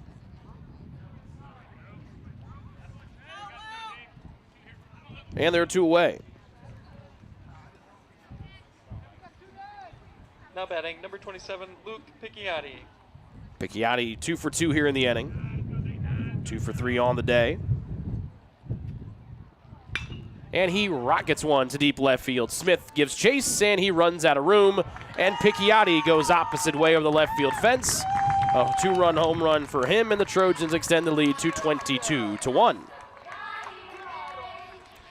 4 runs batted in by Picchiotti alone in the 3rd inning. His 6th home run here of the year. That's the Trojans' first hit with 2 outs today, by the way. The DH, Riley Singleton. And here's Singleton for the 3rd time.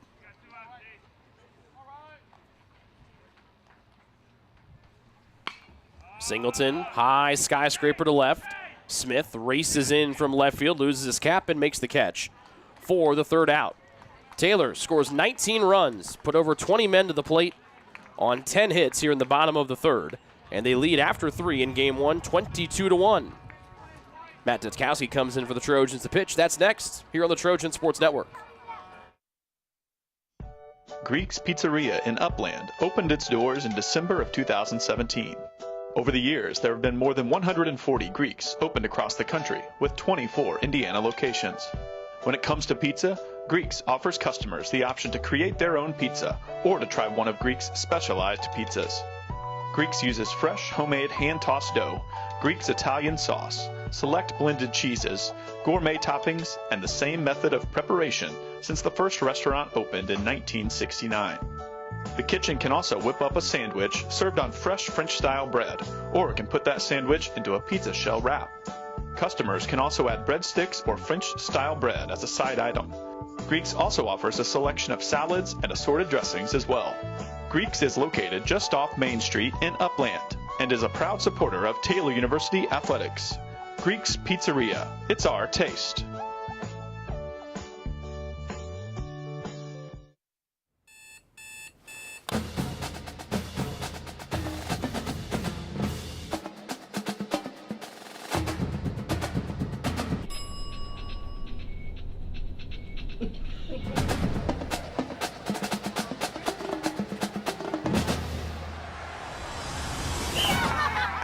When you need the fuel to be your nephew's #1 fan, Holiday Inn Express.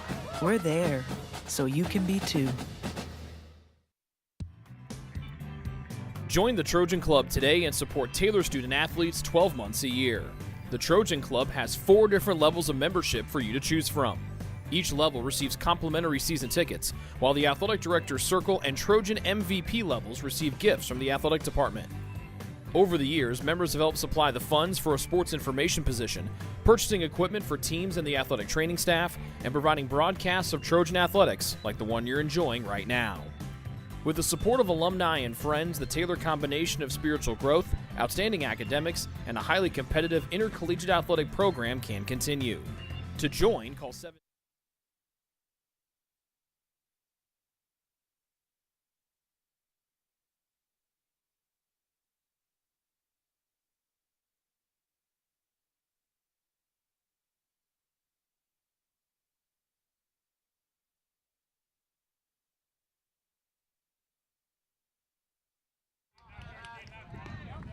So after a 22 batter, bottom of the 3rd for Taylor where they score 19 runs and lead 22-1, Matt Detkowski comes in here for TU. And a bevy of subs all over the place here for the Trojans. Cade Colpine, the new left fielder. Drew Loy, the new center fielder outside of Detkowski on the mound. Joe Lokos is also the new catcher here for TU. Detkowski 1-1, gets a strike low, makes it 1-2 here on Curtis Huffman. 8-9-1 coming up for the Leafs here in their second to final game of the regular season. Lokos slides to his right. And it's ball 2. Matt on the year, first team All Crossroads League pick last season. Was the Game 1 starter for the Trojans in both the Crossroads League tournament, the opening round, and the World Series. And he fires in a fastball here, looking at strike three on the outer half. Strikeout for him. 0 for 2 day here for Huffman. The right fielder, Joey Paternostro.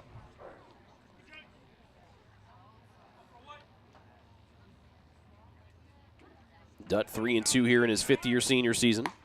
Checks the swing up high, and it's a strike here at the plate here by Paternostro. ERA for Dutt, 6.39, higher than he would like. But when you get to the postseason, you want 20 on the mound if you're the Trojans. Comes inside with the fastball, backing out of the way, Paternostro with strike two. Normally starts game 3, but Taylor going to the platoon pitching approach here this afternoon, so Dutt makes the relief appearance, and a screamed 0-2 goes out of play. 14th appearance of the year for Matt, his first one in relief. Was a two-way guy back his first 2 seasons here at Taylor, starting his offensive seasons as a freshman and a sophomore with RBI triples. He got a big RBI hit in the Iowa series a couple weeks ago. 2-strike pitch again, and right down the middle. Fastball looking at strike 3 is Paternostro, and there's 2 strikeouts here in the fourth here for Dutkowski. The first baseman, Trent Sillett. Tough break for Gage Gongwer, who goes just 1 inning. The Trojans probably wanted him to get at least 2 out of his showing here this afternoon. He's had a real nice sophomore season. He, like Dutkowski and Alec Holcomb, who will be the starter in Game 4, all graduates of Northwood High School. To the top of the order we go for Goshen and Trent Sillett. Sillett 0 for 2. Ball 1 from Dutt, and a belt high strike 2 on the outer half. Swinehart went the first 2 innings for TU. Gongwer pitched the third. Gave up 1 hit, hit 1, and had a strikeout. Backdoor breaking ball, high bouncer, third base side. Remick cuts it off on his run to the left, and he fires over to first for the third out. 3 up, 3 down here in the top of the fourth. Taylor ahead by 21 as we head to the bottom of the fourth here on the Trojan Sports Network. It's true. Many of us spend more time thinking about what's for dinner than thinking about retirement. But if you think your retirement needs deserve more attention, we agree, and we'd like to help. Your local Edward Jones financial advisors, Ryan Jones, Mark Sieglin, Rob Sisson, and Adam Sieglin, can help you get started today. They are proud corporate partners of Taylor University Athletics. Edward Jones, making sense of investing.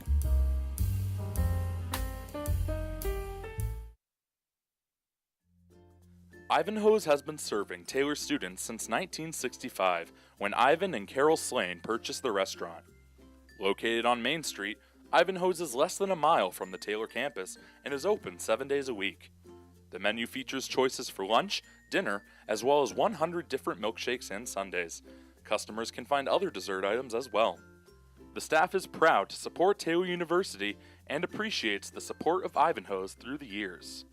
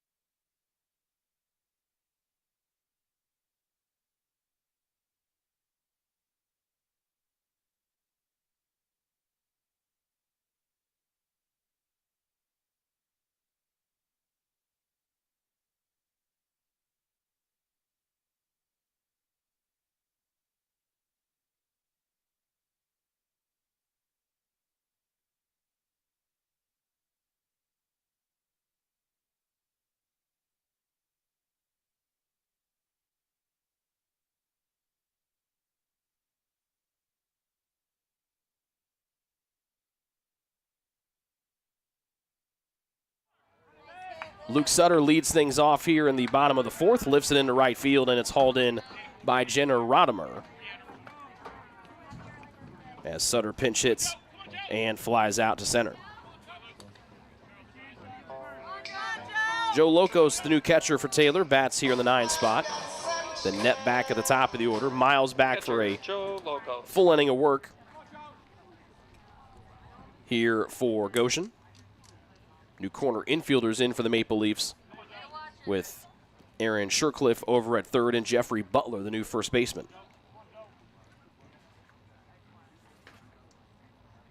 The ball to Joe Locos, a home run here in his senior season, batting .250. Righty bat out of Maryland. Puts this one up to the clouds right side. Pinedo veers over from second. He reaches up and makes the catch. And there are 2 up and 2 down here in the fourth for the Leafs and for Taylor.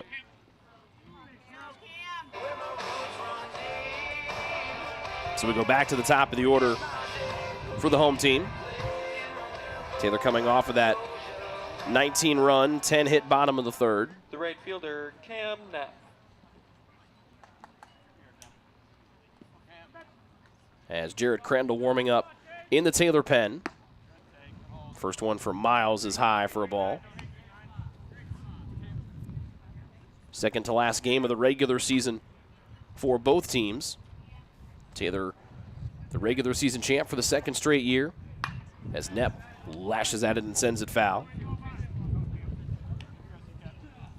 The 2 wins today, by the way, would give Taylor a 30-6 Crossroads League record for the second straight year, matching the program record for league wins in back-to-back campaigns. And an off-speed strike called for strike 2.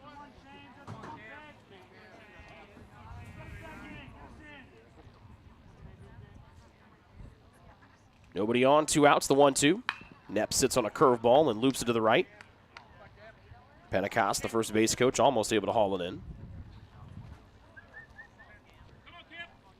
Gable dynamic on Thursdays. He picked up his 7th win of the year. Knapp down 1-2. High and away, 2-2. The regular season title this year for the Trojans, the 10th in total under the direction of Kyle Gould between both regular season and tournament titles. That's an average of a title every other year during his time here leading his alma mater. Trojans with an opportunity to sweep both titles. Last time they did that, they did back in 2016. And a low full count pitch puts Knapp on with his 3rd walk here of the afternoon. 3 walks and a grand slam for Knapp today. And the pinch hitter is Matthew Roederer.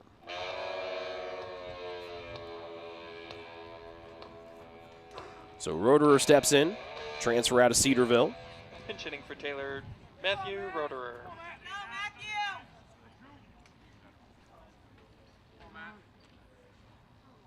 He bats here in place of David. Fly ball up the right side towards no man's land, but coming over making the catch is Pinedo for the 3rd out. Bottom of the 4th, Taylor leaves 1. We head to the 5th. Taylor up by 3 touchdowns here on the Trojan Sports Network.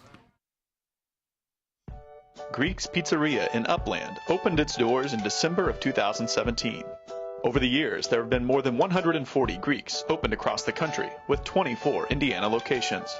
When it comes to pizza, Greeks offers customers the option to create their own pizza or to try one of Greek's specialized pizzas. Greeks uses fresh, homemade, hand-tossed dough, Greek's Italian sauce, select blended cheeses, gourmet toppings, and the same method of preparation since the first restaurant opened in 1969. The kitchen can also whip up a sandwich served on fresh French-style bread, or can put that sandwich into a pizza shell wrap. Customers can also add breadsticks or French-style bread as a side item. Greeks also offers a selection of salads and assorted dressings as well. Greeks is located just off Main Street in Upland and is a proud supporter of Taylor University Athletics. Greek's Pizzeria. It's our taste.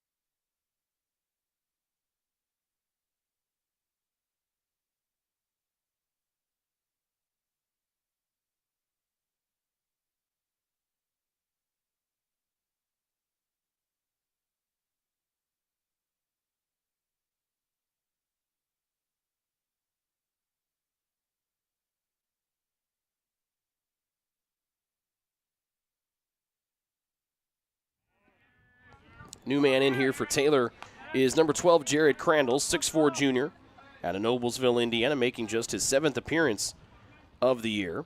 He squares off here with Jenna Rodimer. 2 balls and a strike as we're on the top of the 5th. Crandall comes back in with an off-speed pitch, and he evens the count at 2-2. Jared had both the regular season clinching strikeout last year at Goshen and the opening round strikeout here on this field for Taylor last year as a sophomore. Has a slider. Did he go? And Nick Marple at first says yes. Rodimer upset, but he's down on strikes, and Crandall retires the first man he faces here. He takes over for Matt Dudkowski, 4th different pitcher Taylor has used today, as a new third baseman that came in last inning for the Leafs, and Aaron Shercliffe bats for the first time here. So Shercliffe, one of the 2 defensive subs last inning for the Leafs. And it's a ball here.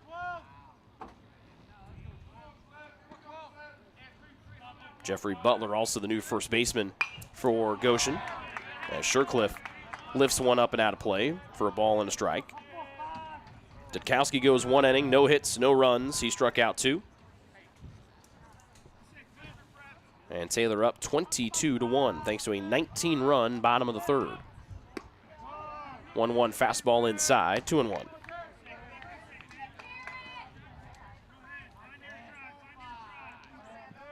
Alec Hirschberger, the freshman lefty, getting loose in the Taylor pen as well.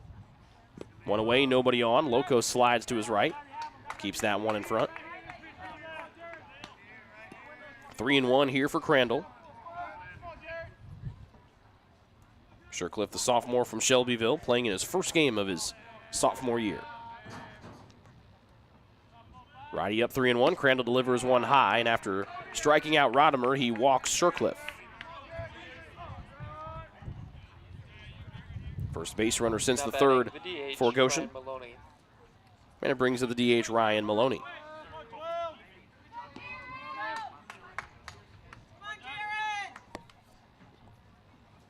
This is just the 7th at-bat for Goshen today with runners on the bases. A low one from Crandall. Ball. 1 for 2 is Maloney today. Bloop single that he put between David and the then center fielder Luke Picchiotti. That came back in the 3rd. 2-0 here from Crandall.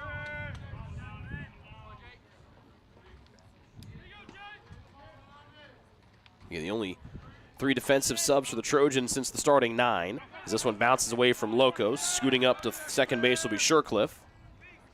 3-0 here to Maloney at the plate. Is Cade Colpian left, Drew Loy in center, and Locos behind the plate as they're on their respective spots for the 2nd straight inning.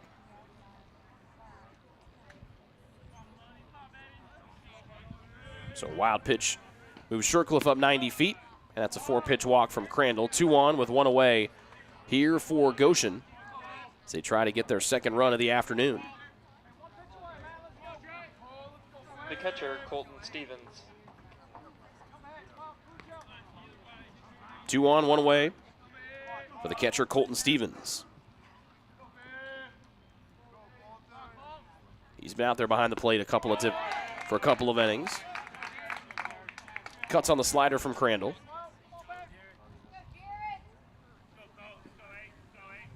Stevens, 6'1 senior out of Kirkland, Indiana.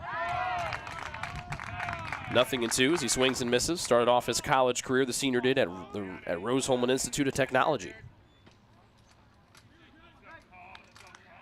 Crandall out of the stretch, the righty home, the 0-2, swing and a miss. 3 straight swings and misses from Stevens, and Crandall punches out his 2nd man here in the frame. 2 gone with 2 on here in the 5th. The left fielder, Chase Smith. 22-1, the Goshen deficit for the switch-hitting left fielder, Chase Smith. Wind is calmed slightly, now shifting out towards left field. Good breaking ball coming inside to the lefty from Crandall. Strike 1 on a swing. Smith batting for the 3rd time. He's 0 for 1. This time comes across the inner half, and Smith looks at strike 2. Crandall hit into a rough patch, walking both Shercliffe and Maloney back-to-back. But he's a strike away from throwing up the 4th zero of the afternoon. High and away, Locos pops up to stab it. Ball 1. Smith struck out in the 2nd, was hit by a pitch in the 3rd. He was the last man to get on base before Shercliffe worked that one-out walk earlier. 1-2 home. Opposite batter's box again, 2-2 for the switch-hitting Smith, batting as a lefty against the right-handed Crandall.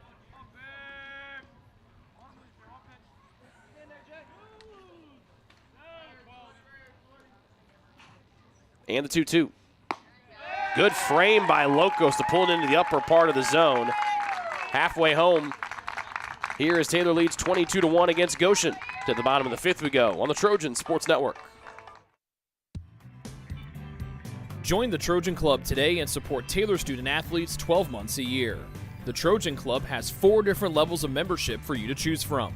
Each level receives complimentary season tickets, while the Athletic Director's Circle and Trojan MVP levels receive gifts from the athletic department.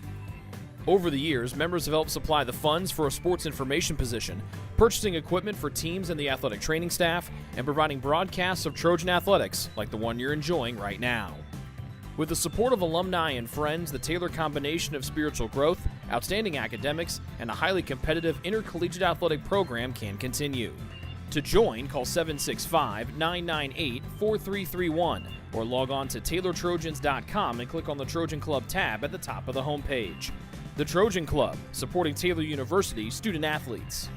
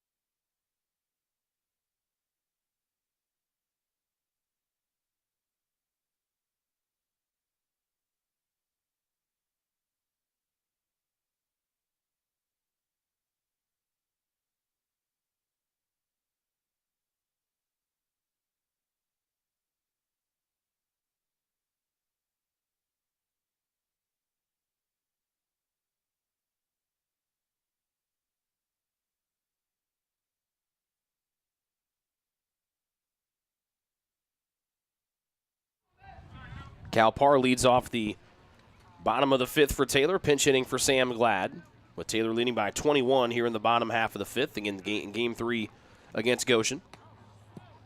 Strike 1 from Miles, second one's a ball. Alex Brito, the new first baseman, that bumps Jeffrey Butler out into left here for the Leafs. Taylor has out-hit Goshen today 14-2.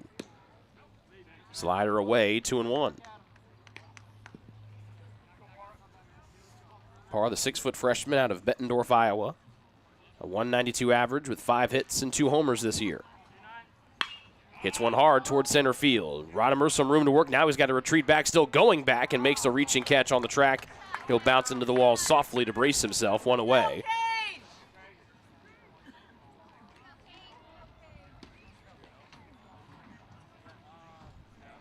Someone down below started to reach for an umbrella. Some clouds have moved in here. We thought there might be a pop-up rain shower coming up between 2 and maybe 3:30 and 4. Here's Cade Colping, the left fielder. Hit his first career home run on Thursday, a 3-run shot over the left field fence. Takes a strike on the inner half here. This one too low from Miles, ball 1.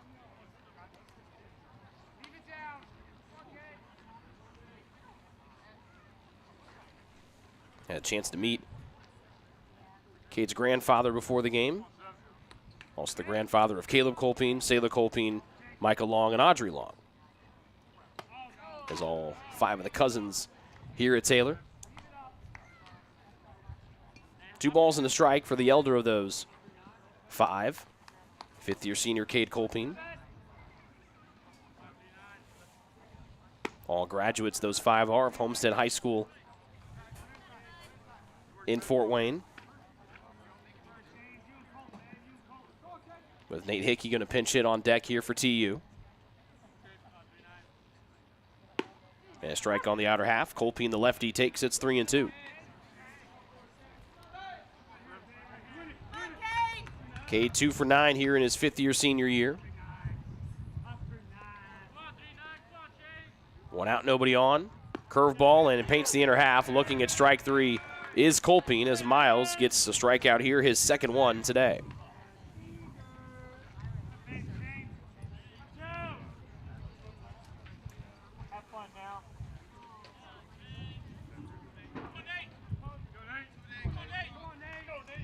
And the pinch hitter is Nate Hickey.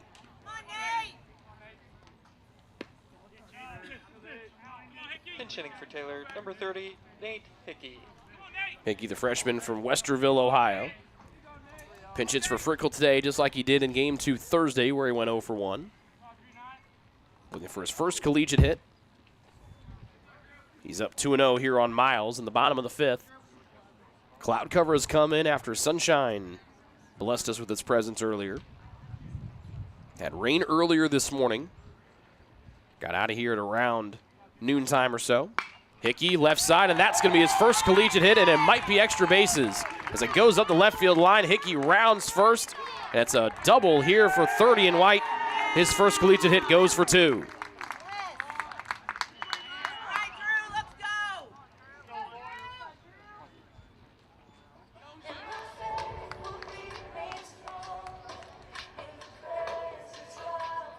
10 extra base hits for Taylor today, 5 doubles and now five home runs and now 5 doubles for TU. So Hickey gets that first collegiate hit, and here's Drew Loy.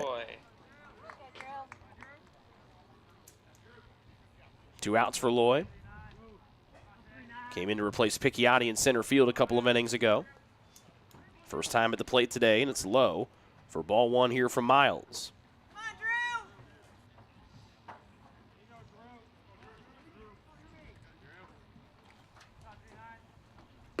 Michael Long waits on deck as Loy swings and misses, 1-1.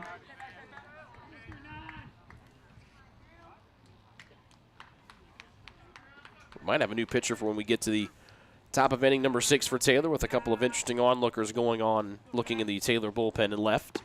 Swing and a miss on an off speed from Miles, and Loy's down 1-2.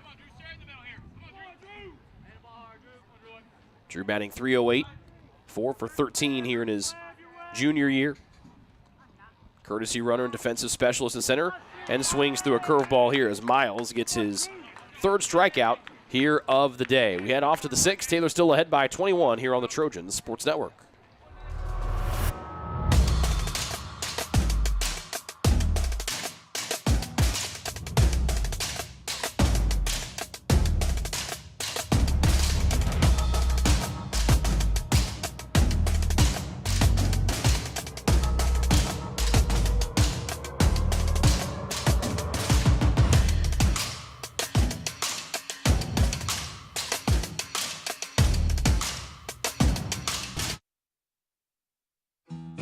Best One Tire and Auto Care Upland is proud to support Taylor University Athletics. Located at 148 South Main Street, Best One is open 6 days a week.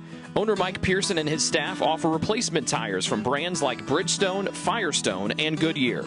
Customers can also shop for tires from the comfort of their home by using the online tire finder. When it's time for mechanical repairs, Best One's ASE certified technicians can perform a wide range of services to get their customers back on the road. And those same technicians can do repairs on fleet vehicles as well. Taylor Athletics says thank you to Mike Pearson and everyone at Best One Tire and Auto Care Upland.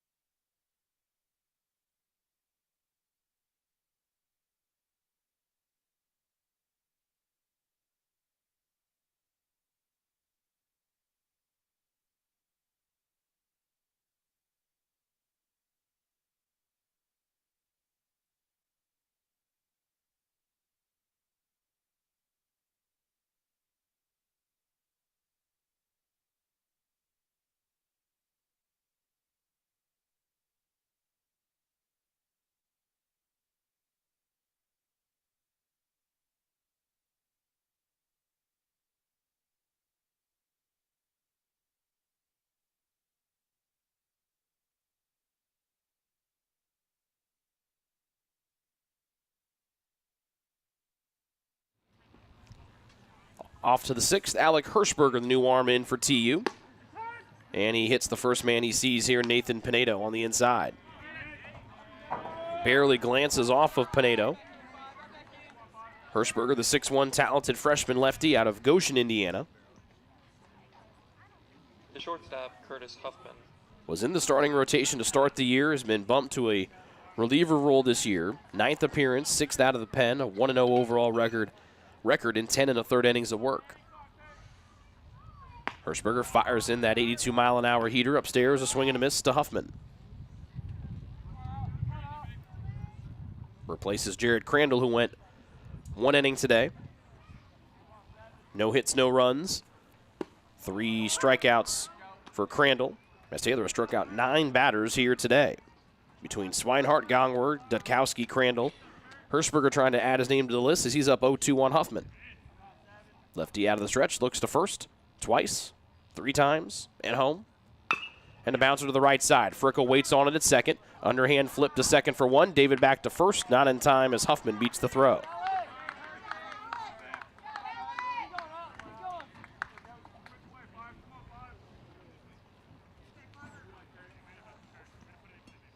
The right fielder, Joey Paternostro. One away for Paternostro.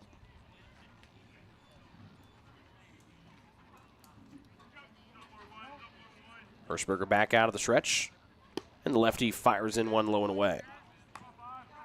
Paternostro today, a walk and a single for the starting right fielder. Calls Lowell, Indiana home, came into the day batting 6 for 53. Fastball, belt high, strike on the outside, 1-1.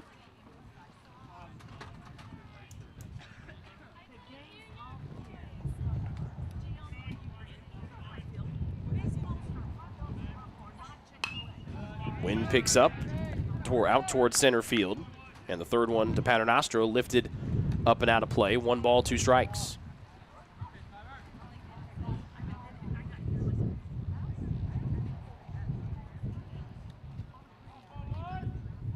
Hirschberger readies the 1-2 home, and backing out of the way is Paternostro as he almost had that one land on his right hip.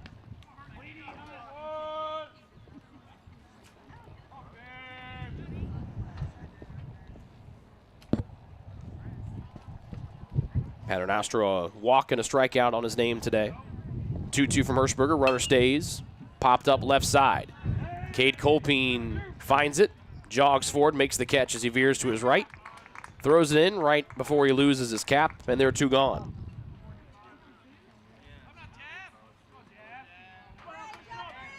And to the top of the order going Jeffrey Butler, the new left fielder.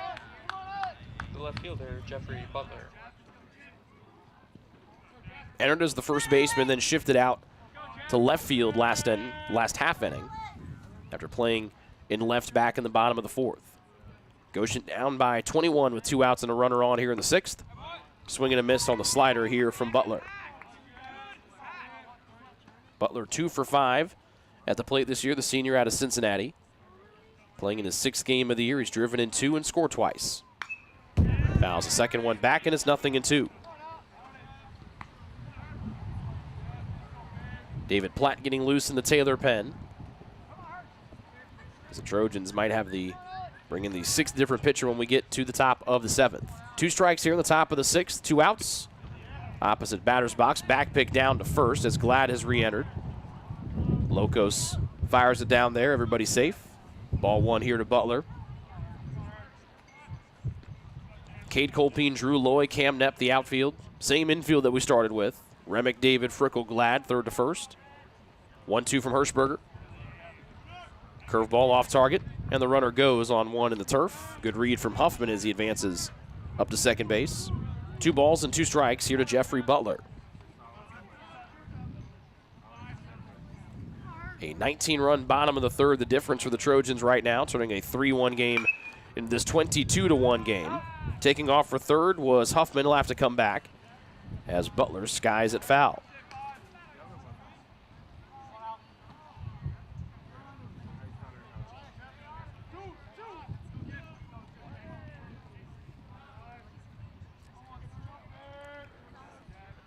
Hirschberger looks back to Huffman at second, who has a healthy lead. Infield play straight up, the 2-2. Sitting on one and lifting it out of play is Butler on a half swing. Game 3 of the series, game 1 of our doubleheader today. Taylor knows their fate. They're the number 1 seed in the Crossroads League tournament next week. They're already into the opening round, punching their ticket with that regular season title. Goshen's season ends today. 2-2 is high, and Hirschberger, with the sun starting to creep back out, is in danger of putting a man on here with Rodimer waiting on deck.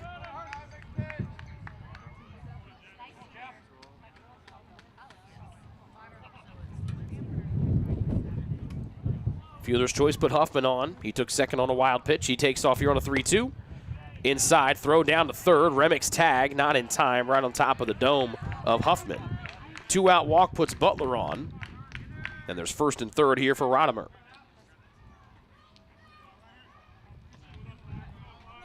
Center fielder Jenner Rodimer.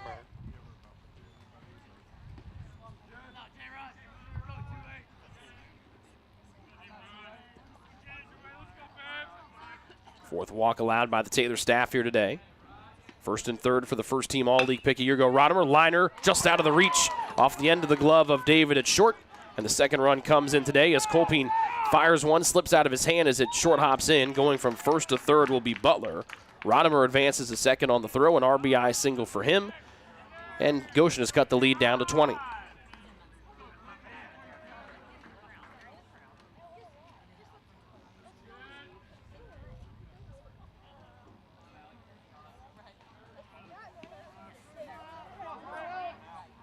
Number 33, Aaron Shercliffe. So David just a hair away from ending that on a line out to short, but it turns it over here to Aaron Shercliffe. Third baseman playing in his first game of the year. Backdoor slider on the outer half for a called strike. Second and third here for Goshen. 2 outs in the top of inning number 6. They trail 22-2. Hirschberger low, and the count evens on the second one.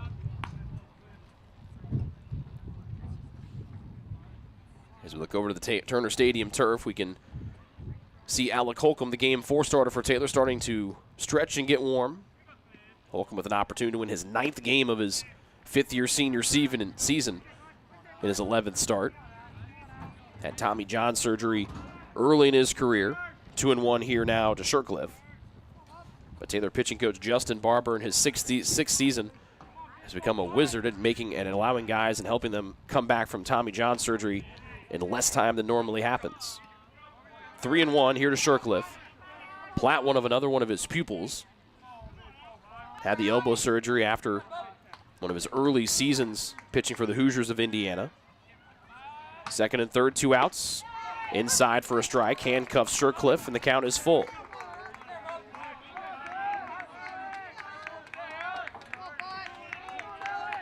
Second and third, 1 home in the top of inning number 6 for Goshen. Alec Hirschberger's first inning of work. 3 balls, 2 strikes, 2 outs. The pitch inside just misses for ball 4, and they're full here for Maloney.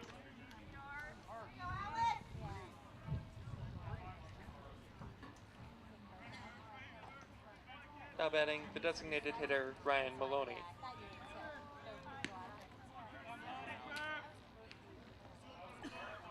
Two outs, bases full. Last 3 men have reached in a row here for Goshen for Ryan Maloney.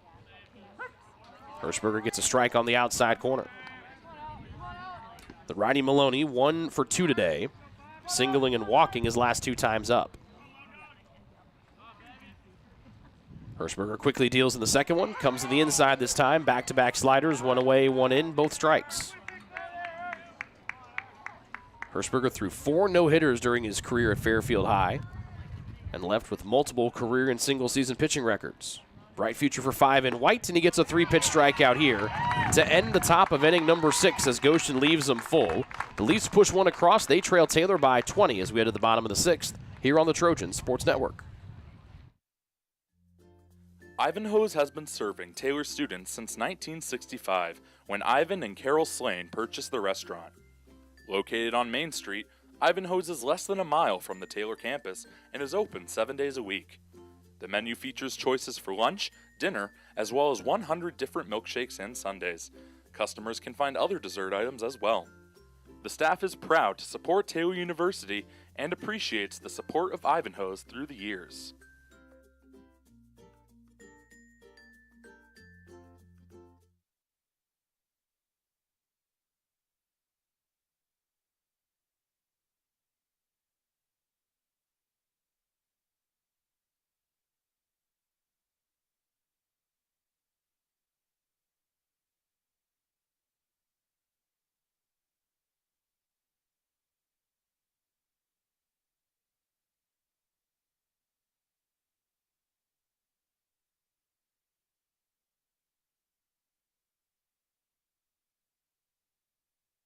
If you get sick, you can trust that we will take care of you. As a Magnet designated healthcare system, our expert team will create a personalized plan to get you back on your feet. Marion Health, great care from great people.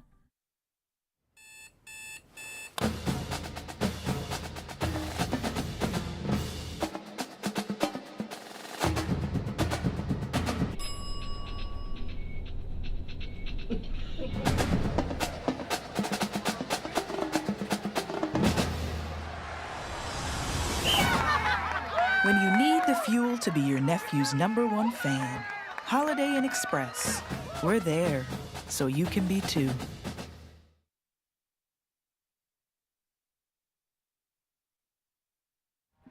New catcher for Goshen is number 38, Owen Tyers, as Drew Miles fires an upstairs curveball. Here to the pinch hitting Michael Long for Riley Singleton.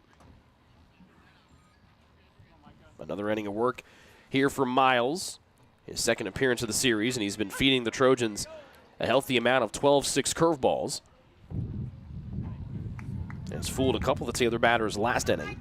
He's got it 1-1 here on Michael Long, who's 3 for 6 here in his junior year with a couple of homers, both of which coming here at home.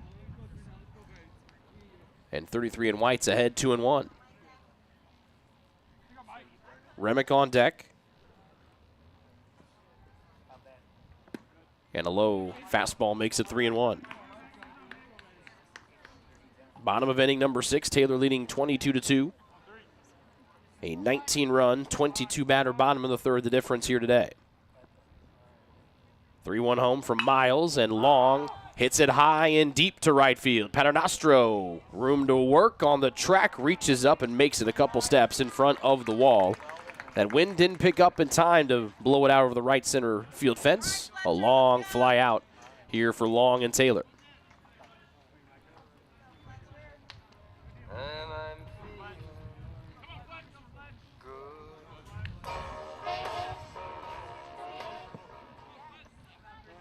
Third baseman, Fletcher Remick. One away for Remick.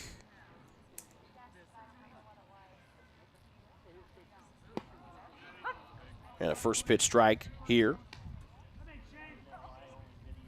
One for 2 day for Fletch. Three-run home run in that big bottom of the third is highlighted today. Curveball, 12-6, floats in, 0-2. These curveballs from Miles, look at that first big drop on a roller coaster. Start really, really high above the Trojan batters, and they just drop right into the zone. Goes to the heater here on the hands, backing away as Remick for ball 1.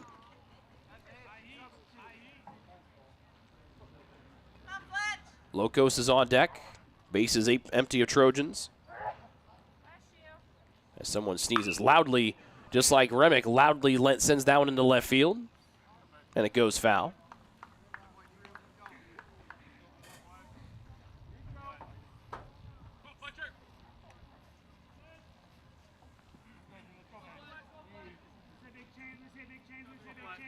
Winterholder Field eerily quiet with a good crowd on hand today. Home team on top, 22-2. Off speed, misses off the plate, 2-2. Remick, the starting third baseman today, has had some pretty good success in his first full season healthy, missing most of his freshman year with injury. He turns out of the way of an inside curveball, 3-2. Start of the day, 21 for 43 with 7 doubles. Has now added to that with 4 runs batted in. A 3-run home run and the bases loaded walk. Payoff from Miles, and Remick launches it into left field. Butler turns, and Remick hits this one off the left field fence. He'll get a double here, his 8th one of the season. And Remick now a triple shy of the cycle here with one away in the bottom of the 6th.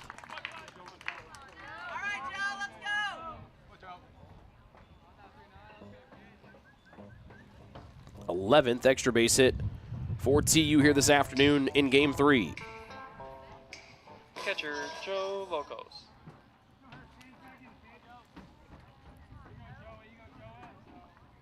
Locos batting for the second time. He's 0 for 1. Low, 1-0. A win here by Taylor will move them to 36-13 on the year, 29-6 in the Crossroads League. They've only lost twice here on the home field all year, both to Indiana Wesleyan. Strike at the belt, 1-1 here to Locos.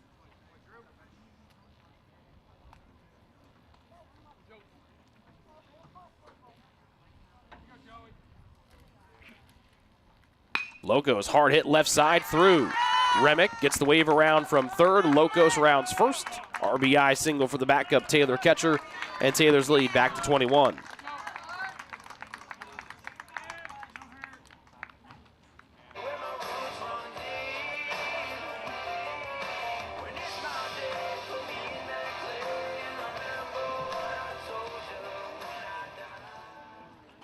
The right fielder, Cam Knapp. Cam Net batting for the 6th time here today.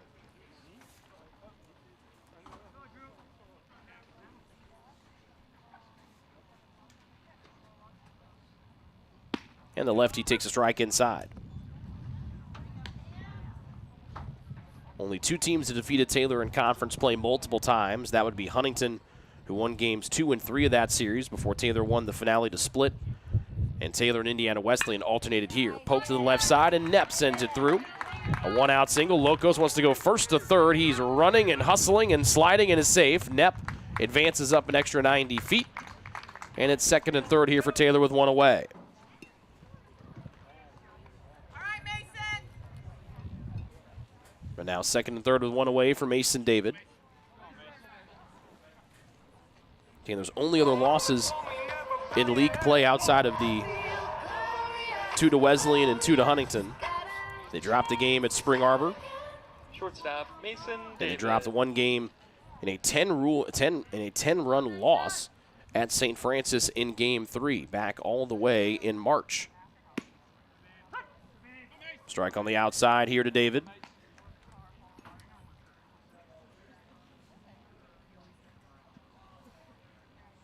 Mason today is 1 for 3, scored twice.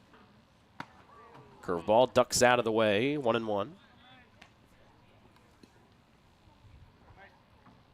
23 runs on 18 hits for the Trojans today. Here as they bat in the bottom of the 6th of Game 3. Good cut there from David, and a better snag on the bounce. The limboing back is Glad on the on-deck circle. 2 strikes here on David as Sam Glad's fan club cheers him on.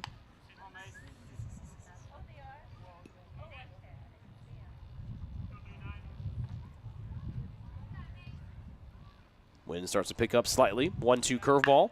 And David turns on it, hammering it to center field.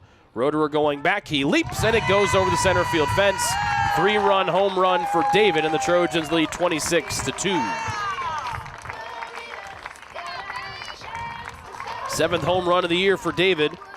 He's now driven in 43 here in his junior year.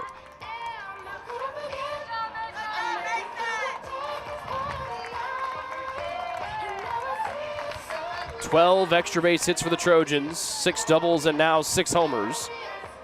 As Drew Miles comes out to have a chat here with his head coach, or Brad Stolzfus comes in to have a chat with him.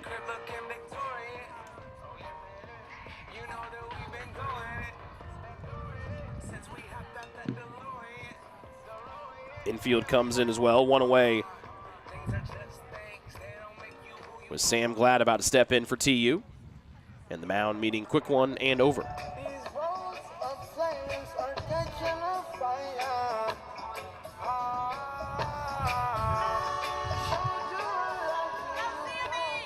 first baseman, Sam Glad. And here's Sam Glad.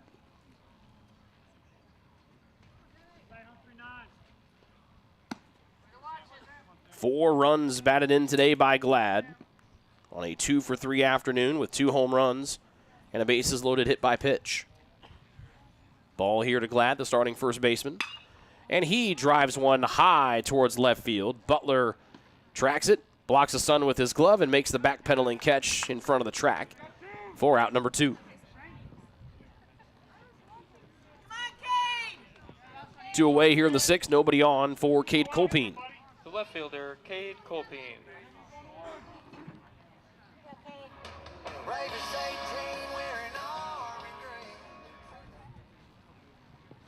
Second at bat for Cade here this afternoon. Checks his swing up high for a ball.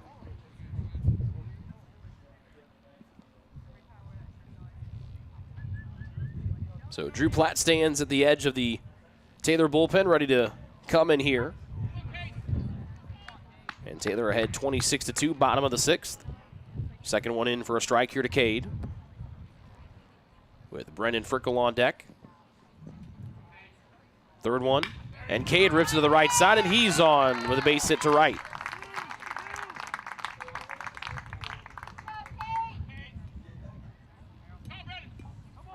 Hit number 20 on the afternoon for the Trojans.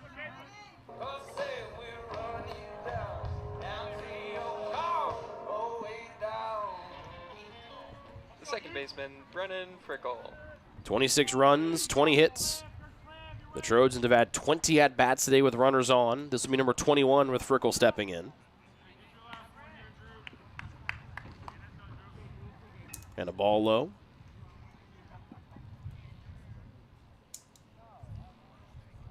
Taylor 10 for 16 today, by the way, with runners in scoring position. Offense has been stellar today. Hit into the clouds towards center field by Frickle. Rodimer races in from center. It drops between him, Paternostro, and Pinedo.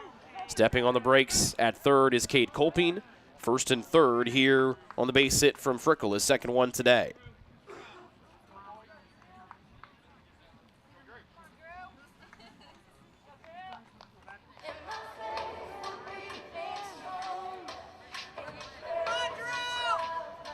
Loy, the 9th batter here for Taylor in the bottom of the 6th. Center fielder, Drew Loy. The Trojans have batted around once today. That was that 19-inning bottom of the 3rd. Change up high for a ball. Loy 0 for 1 today, a strikeout swinging.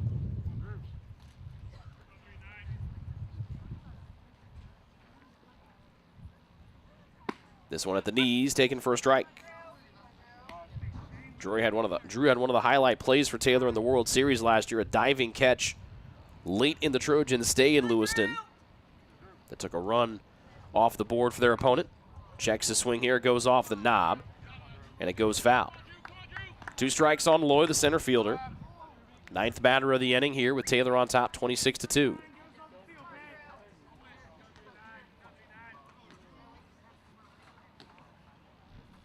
Miles readies and deals. Loy skies it. Right side of the infield. Brito called away. Dancing, circling, and catching is Pinedo at second base. Taylor adds 4 here in the bottom of the 6th.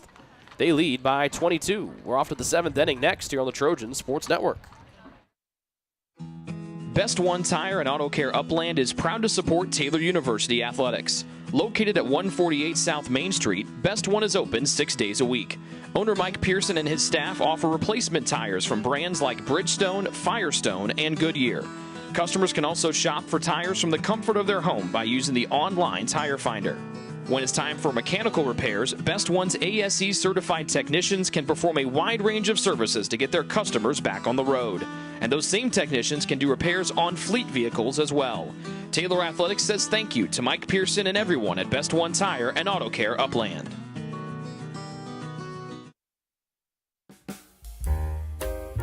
It's true. Many of us spend more time thinking about what's for dinner than thinking about retirement. But if you think your retirement needs deserve more attention, we agree, and we'd like to help. Your local Edward Jones financial advisors, Ryan Jones, Mark Sieglin, Rob Sisson, and Adam Sieglin, can help you get started today. They are proud corporate partners of Taylor University Athletics. Edward Jones, making sense of investing.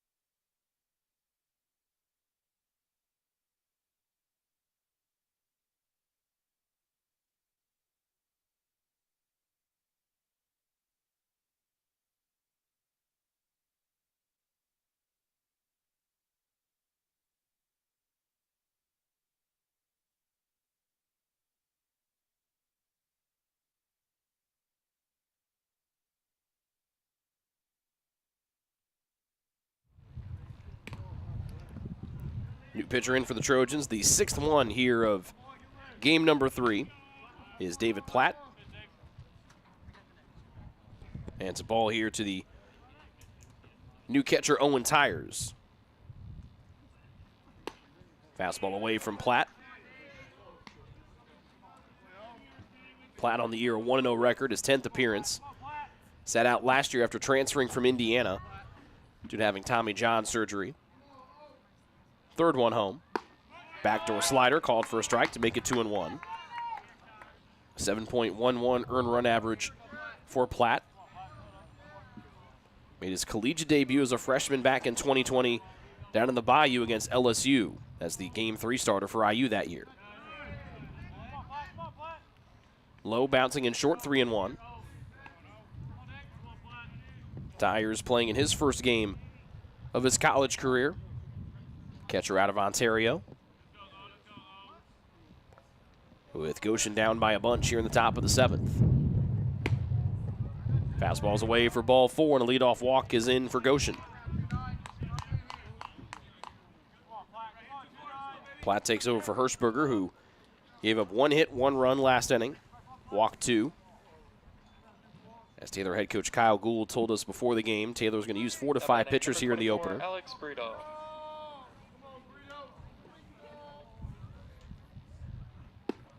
And the slider misses low here from Platt. A ball to Alex Brito, freshman from Santo Domingo in the Dominican Republic. Platt, the 6'4" righty, out of the stretch. Inside for a strike. First at bat for Brito here today. He bats in the 6th spot in place of Chase Smith, who is 0 for 2. Nobody out, 1 on, top of the 7th. That one snaps away from Platt all the way to the backstop, and moving up 90 feet will be Tyers here on the wild pitch.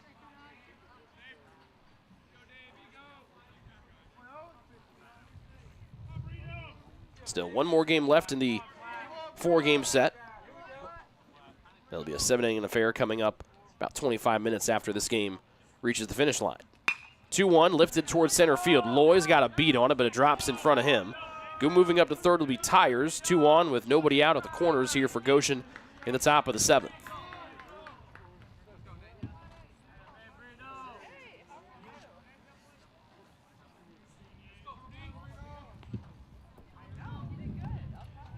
The second baseman. Nobody out here for Nathan Pinedo.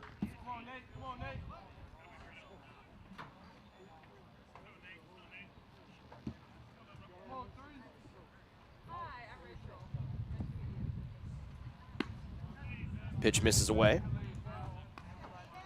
The lefty Pinedo today is 0 for 2 with a hit by pitch.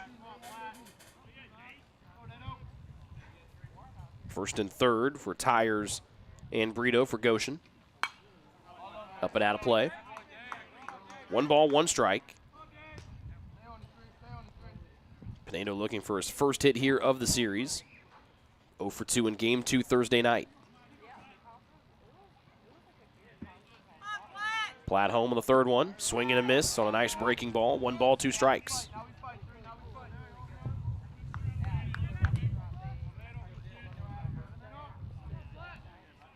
Righty on lefty matchup. First 2 men have reached here in the 7th for Goshen as they trail by a bunch. Swing and a miss, and there's strike 3.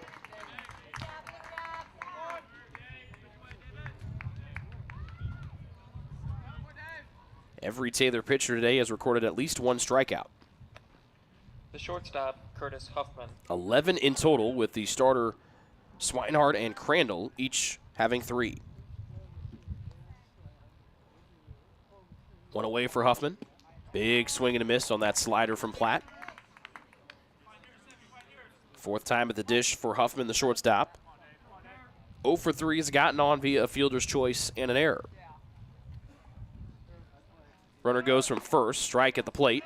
Throw down there, Frickle tag, and Locos got him. First runner thrown out by Locos here as a senior. And they're 2 away. 2 strikes on Huffman, with Goshen down 26-2 here in the 7th. Platt readies, looks, and fires. to the parking lot foul.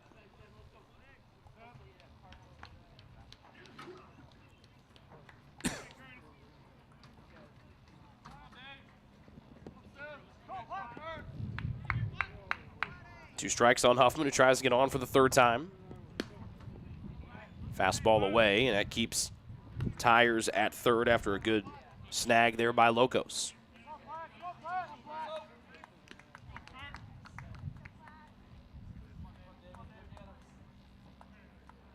The 1-2. Backdoor slider looking at strike three. And the Trojans win game one in convincing fashion, 26-2. 26 runs on 21 hits, 2 errors for the Trojans here today. They leave 7 stranded. Goshen leaves 12 stranded, 2 runs on 4 hits and 1 error. Game 4 in the regular season finale comes up in about 25 minutes here on the Trojans Sports Network.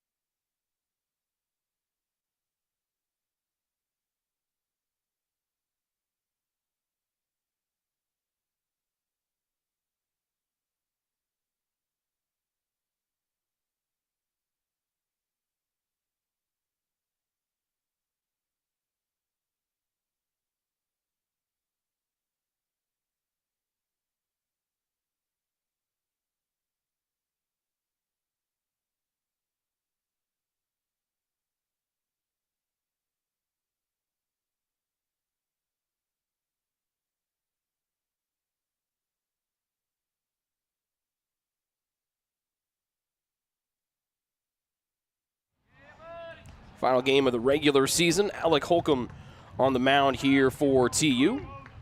And he deals in the first pitch here. It's a ball upstairs at 4:01 p.m. Here to Trent Sillett, righty first baseman for the Leafs. Holcomb an 8-2 overall record, 3.66 ERA. This one hits him on the arm, and 2 pitches and a base runner on here against Holcomb. That's the 9th batter that Alec has hit here in his 5th-year senior season. The center fielder, Jenner Rodimer. The Trojans victors in game number 1 by a 26-2 final. Run time was 2 hours and 21 minutes. And here's Jenner Rodimer. He's been the best player in this series for the Maple Leafs. 336 the average. First team all Crossroads League last season.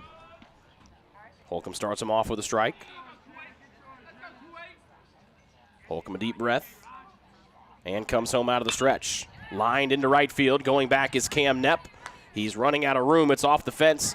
An extra base hit here for Rodimer. Going from first to third is Sillett. And at second and third here, 2 batters in. Here to the top of the first for Goshen as they try to win their final game of the season.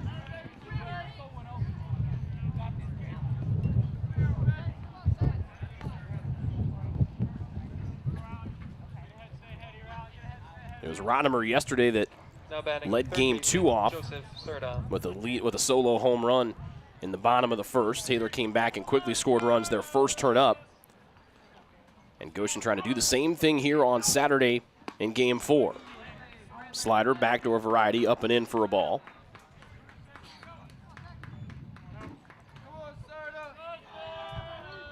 Two on the pond, nobody out. Here for Goshen, the first liner up the left side and foul. Wind is picking up in intensity here in game number 4. Defense behind Holcomb. Manning in left, Picciotti in center, Knepp in right. Remick at third, David at short, Frickle at second, Glad at first, and Cal Parr, the freshman backstop, the only change defensively for Taylor from game 3. 0-2 foul down. Or 1-1 foul down, still now 1-2. First 2 men have reached here for Goshen. In the top of the first of game 4, and a high fly ball up the left field line. Racing after it is Manning, and it lands about 2 feet foul.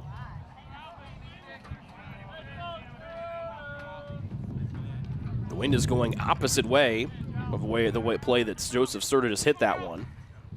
Hard out towards right center as he went slightly into it up the left line. Sillett, the lead man at third. Rodimer behind him after a double. 1-2 from Holcomb again. Fouled off this time, sawed off to the right. Holcomb a 3.66 ERA, second team all Crossroads League last year. 42 strikeouts to just 17 walks. But he's hit a man and given up a double here the first 2 batters in the bottom of the first of game 4. Off the end of the bat to the right and foul.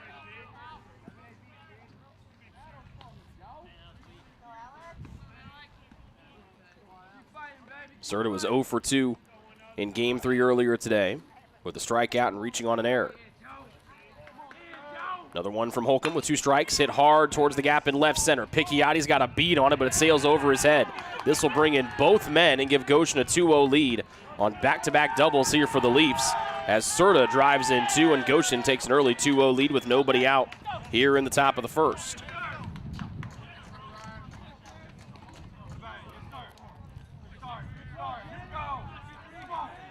The designated hitter, Ryan Maloney.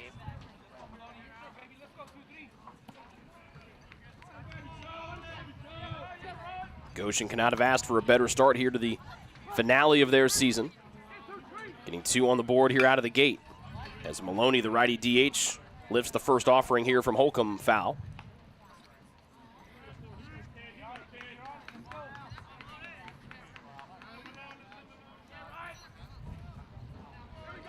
Another good start to the back end of a doubleheader for the second time this series here for GC.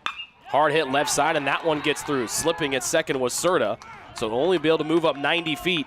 But the first 4 men have reached, 2 have scored, and 2 are at the corners. Here on a picturesque start to the top of the first for GC.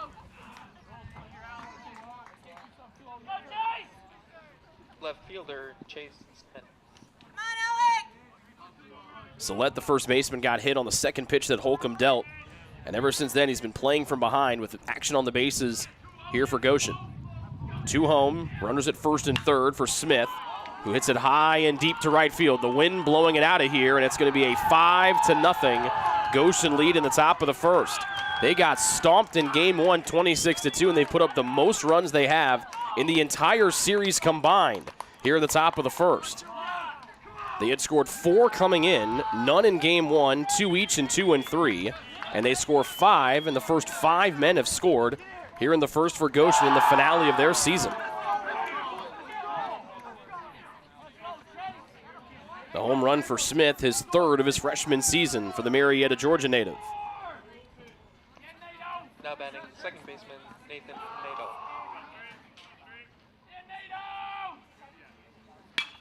And this one hit well out to left.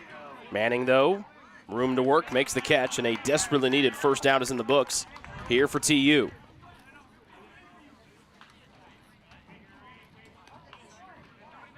As Pinedo flies out to left. Up to the plate, the shortstop, Curtis Huffman. Here's Curtis Huffman, the shortstop.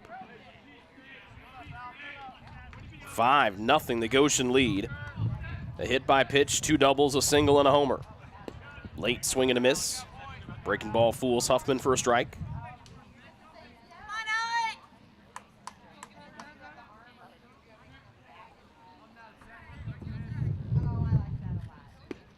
Back to the slider, going around. As Nick Marple behind the plate says it's strike 2.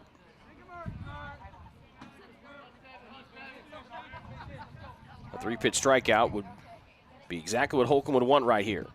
0-2, and he gets it.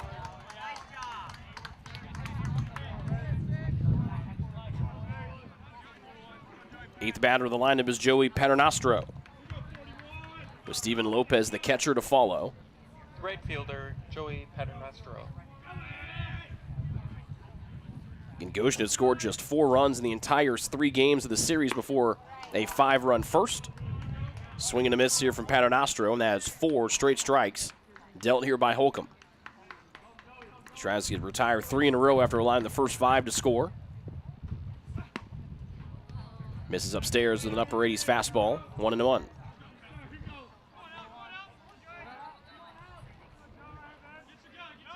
Paternostro got on once in game 3 with a walk. Bases empty, 2 away. 5 have scored for Goshen. Late bunt. This one sails and catches the backstop netting for strike 2.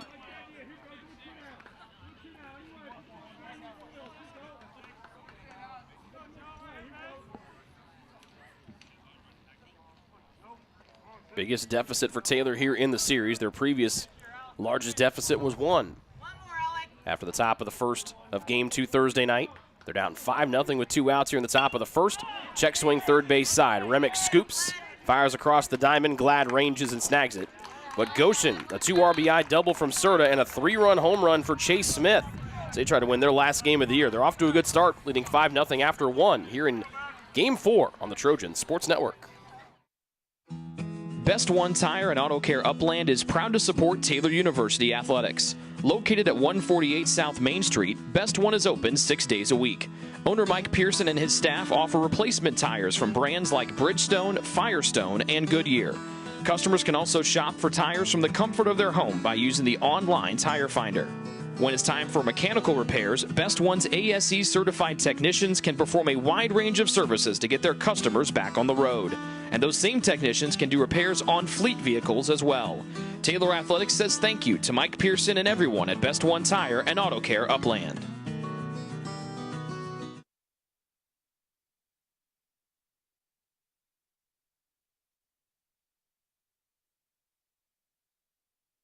If you get sick, you can trust that we will take care of you. As a Magnet-designated healthcare system, our expert team will create a personalized plan to get you back on your feet. Marion Health. Great care from great people.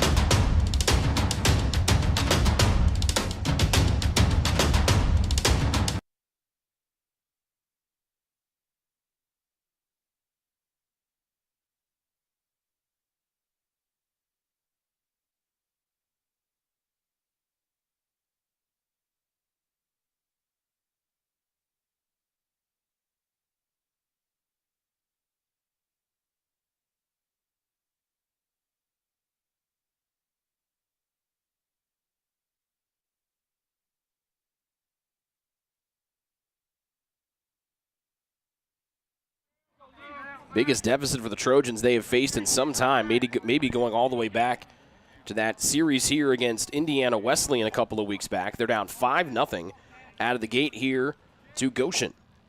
They come in, the Maple Leafs do 12-35 after dropping game one 26-2. And the first pitch ball here to Nepp from David Lopez, the 5'8 junior right-hander out of Pomona, California. 8th start, 10th appearance. An overall record of 1-2. ERA is just above 7 as he misses with ball 2. In 38 2/3 innings, 32 strikeouts, and 26 walks. Speaking of walks, Nepp did that plenty in game number 1, walking 3 different times. And an inside strike here called to the Taylor right fielder Nepp.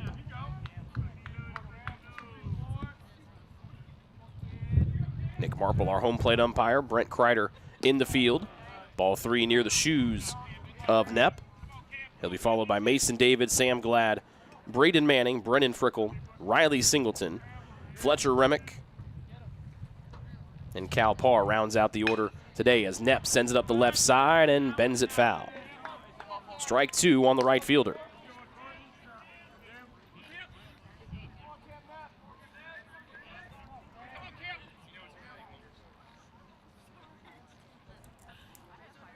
Make it Picchiotti batting out of the 6th spot. And Singleton batting out of the 7 hole. Full count here for Nepp as he tries to get on. Taylor down 5-0. Bottom of the 1st of the regular season finale. Lopez, the righty out of the stretch, kicks home, and Nepp pulls it up the right side and bends it foul.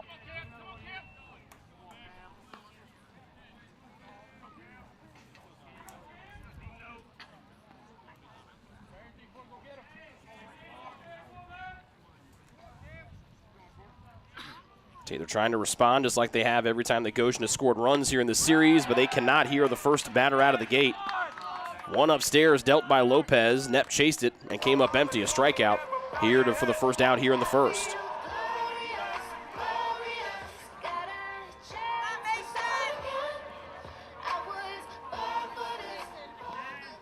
The shortstop, Mason David. And the shortstop is Mason David. Batting out of the 2 spot here for TU. And the offering. Hard up the left side, but foul.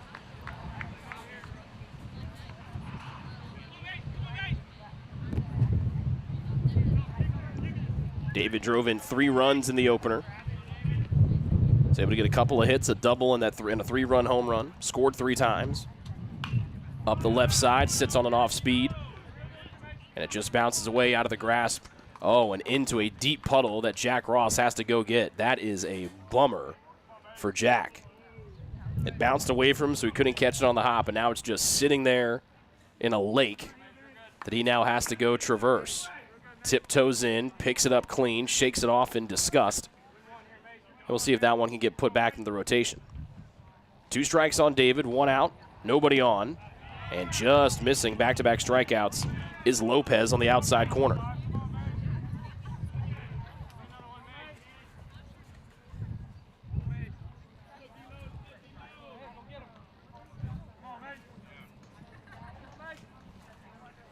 Taylor down 5, 1 out.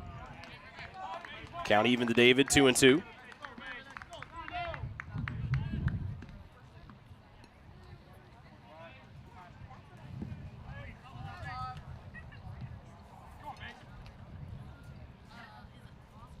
Two from Lopez, and he gets David to pop it up to the clouds. Curtis Huffman, the shortstop, backs up 3 steps, now backs up even more and makes a hurried catch in shallow left field. 2 up, 2 down.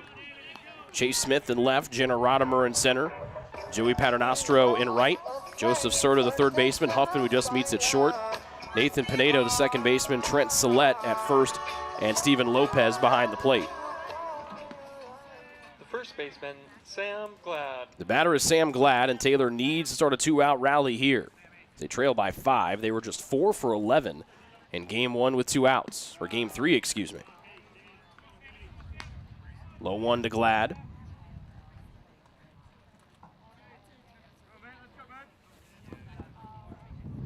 Sam launched 2 different home runs in game 3 earlier, going 2 for 3, driving in a total of 4. slow start out of the gate here for Taylor. 2 hits have scored 5 runs for Goshen, their first turn at the plate.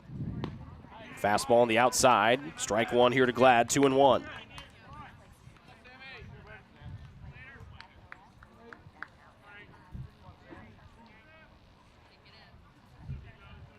Lopez, the righty, would love a 1-2-3 bottom of the first with his team ahead by 5. And leaves the 2-1 high.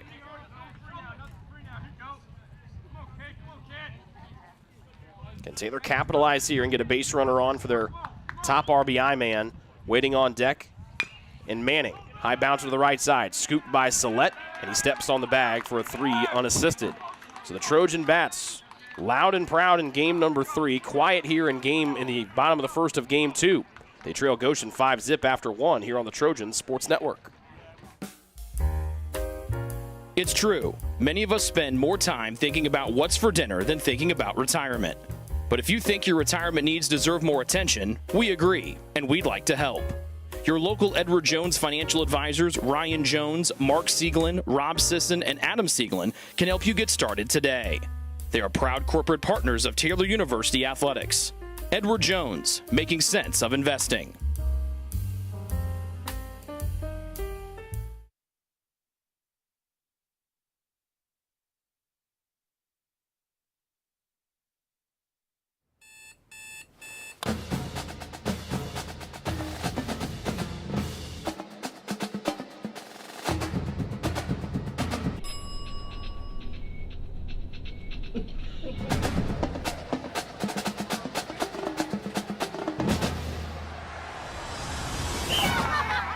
When you need the fuel to be your nephew's #1 fan, Holiday Inn Express. We're there, so you can be too.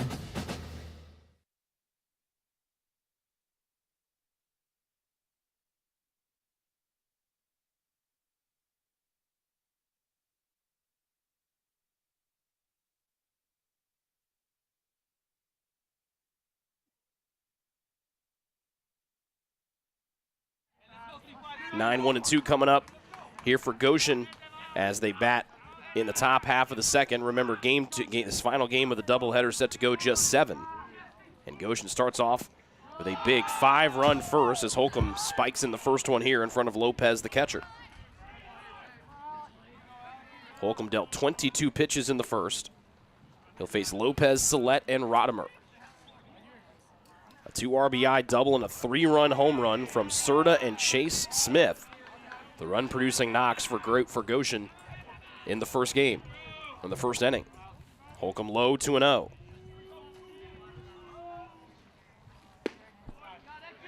And at the knees, a called strike here. And some folks now jogging to the bullpen in left field. It'll be Connor Miller getting warm as Lopez, the catcher, skies it out of play to the right. 2 balls, 2 strikes.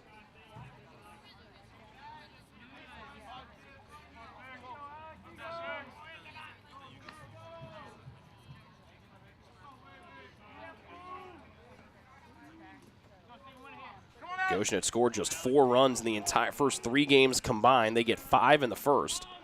They're trying to get the leadoff man on for the second straight inning. 2-2 home. Up the middle, bouncing its way into center field, and Lopez is on with a hit. And that is 5 hits through the first inning and change here for Goshen.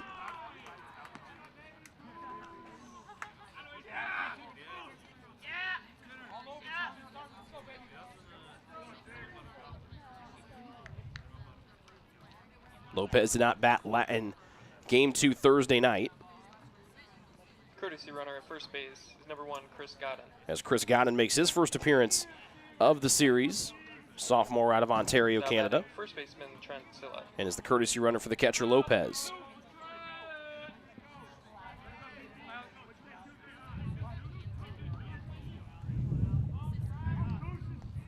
Sillette, the first baseman. Low and away. Good job by Parr to smother it up. And keep it reasonably close to make sure that the runner stays at first. Sillette was hit on the second pitch that he got from Holcomb, and that started that 5-run first. Off speed down the middle from Holcomb. Called for a strike to make it 1-1. Goshen a perfect 4 for 4 today with runners on base. As we're a batter into the second. Slider is high, 2-0. So let's score it on that double by Serta to get Goshen on the board before Smith left the park to score 3 on a homer. Pickoff back to first. Just off the edge of the glove of Glad. With a guy on the runner there, he's 7 for 8 on stolen base tries here this year. 5-0 Goshen lead, top of the second. As they try to salvage a win here in the regular season finale. Fly ball into right. Knepp saunters in, keeps running forward, veers to his left, hauls it in for the first out.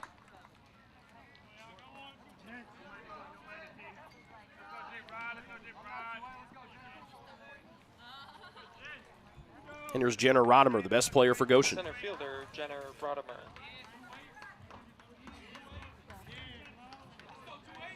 Rodimer second on the team in average, but mainstay here in his senior year for the Leafs. Righty on righty. Big swing and a miss that spins Rodimer around.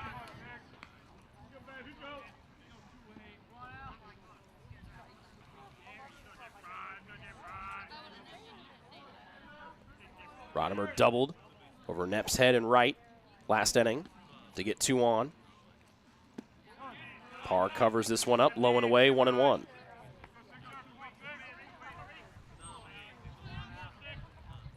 Leadoff single for Lopez up the middle. Godin runs for him at first, with a courtesy runner in effect here in the NAI for the catcher. So let's 0 for 1. Rodimer bouncer left side. Remick fields, trying to get the force out at second. Does. Frickle turns, and beating the throw there is Rodimer. It just clips away, and he scampers back into first as he turned into the field of play. As Holcomb came over to cover just in case Rodimer kind of leisurely made his way back to the bag. The Trojans will get the lead man out, 2 away on a fielder's choice.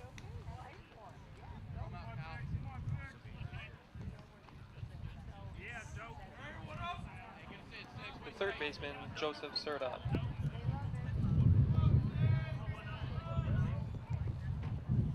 And here's Serta, who started the run party for Goshen last inning with the double. Fastball high, 1-0. Serta the best batter this season for Goshen. Team leading average at 367, 56 hits now, and 15 doubles. Golfs this one out of play to the right. Serta reached on an error for his only time on base in 2 plate appearances in Game 3. He's a junior out of Miami. Trying to get the first 2-out hit for Goshen here this afternoon of Game 4. Runner stays, Holcomb deals. Liner into left, Manning playing back because of the wind. He catches it on the bounce. And it's a 2 for 2 showing for Serta. And there's the first Goshen 2-out hit, 2 on here in the second, leading by 5.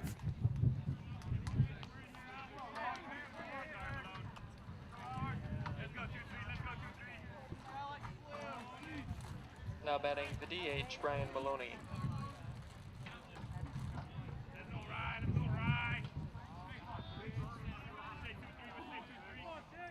Maloney 0 for 1, did not start either Game 1 or 2. Starting as the DH here in 3 and 4, cuts on an off speed and comes up empty.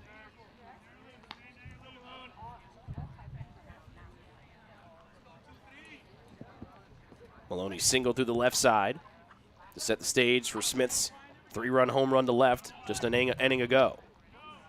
Backs away from a breaker, 1 ball, 1 strike. Leadoff single by Lopez. His courtesy runner, or the pinch runner, was thrown out trying to go to second.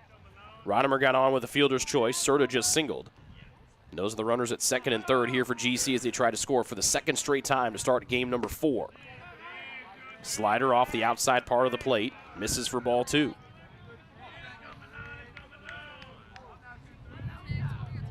Maloney, the senior out of Orland Park, Illinois, entered the series going just 2 for 8. Was 1 for 3 in Game 1, or Game 3.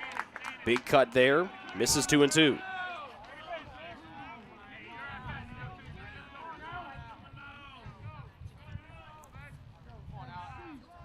Holcomb trying to throw up a much-needed 0 here in the second.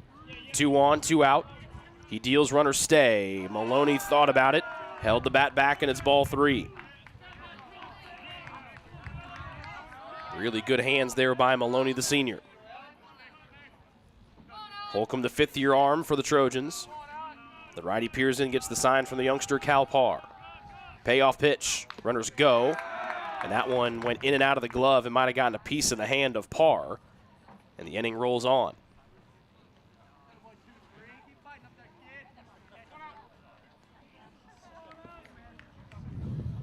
Foul ball for Parr.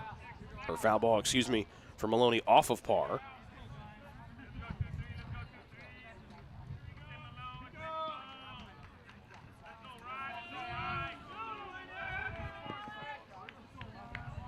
A 2-out hit a batter ago from Serta was the first of game 4 for Goshen. Holcomb looks back to second, deals another 3-2 home, and a swing and a miss. Ends the top of the second. Goshen strands 2, no runs on 2 hits, no errors, and 2 left. Goshen leads Taylor 5-0 as we head to the bottom of the second on the Trojan Sports Network. Greek's Pizzeria in Upland opened its doors in December of 2017. Over the years, there have been more than 140 Greeks opened across the country, with 24 Indiana locations. When it comes to pizza, Greeks offers customers the option to create their own pizza or to try one of Greek's specialized pizzas. Greeks uses fresh, homemade, hand-tossed dough, Greek's Italian sauce, select blended cheeses, gourmet toppings, and the same method of preparation since the first restaurant opened in 1969. The kitchen can also whip up a sandwich served on fresh French-style bread, or it can put that sandwich into a pizza shell wrap. Customers can also add breadsticks or French-style bread as a side item. Greeks also offers a selection of salads and assorted dressings as well.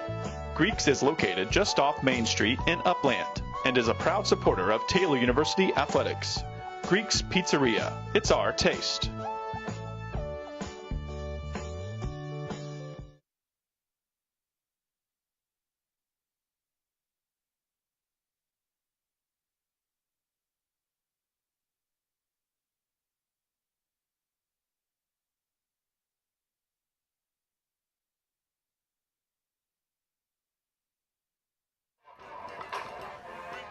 The leader in RBI in the Crossroads League, Braden Manning, leads it off here for the Trojans. Here in the bottom of the second as they trail by their biggest margin here of the Goshen series, down 5-0.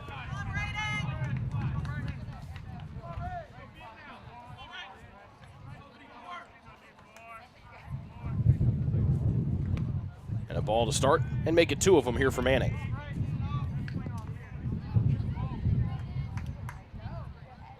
Taylor retired an order in the first with Frickle and Picchiotti to follow. Pitch low, trying to frame it up was Lopez, 3-0. Here to the athletic Manning. Braden a field day in game number 3 earlier, going 4 for 4. 3 singles and a double. He scored all 4 times. Trying to be Taylor's first base runner here of game 4. They'll have to wait one more pitch as Lopez able to find the bottom of the zone for strike 1.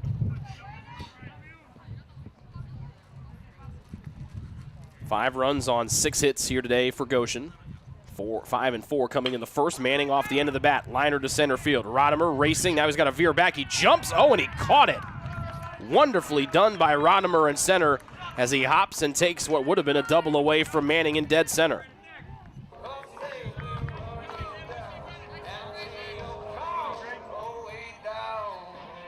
First well-struck ball here for Taylor against Lopez this afternoon. Baseman Brennan Frickle. And it brings up Brennan Frickle.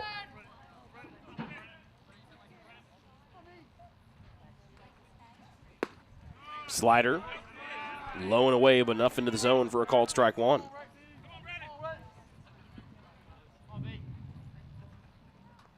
Frickle 1 for 3, an RBI double earlier. This one hits him on the arm. And this one will count as a hit by pitch. Remember earlier, Frickle had one go off of his left elbow back in game number 3. They said that he didn't make enough of a move to get out of the way, so it was strike 3 because there were 2 strikes on him. Here he gets on here with a hit by pitch on the left arm.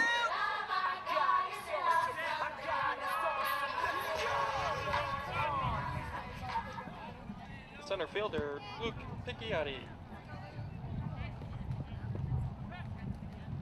Wind howling for the left fielder, Luke Picchiotti, for a pull swing for the Taylor center fielder.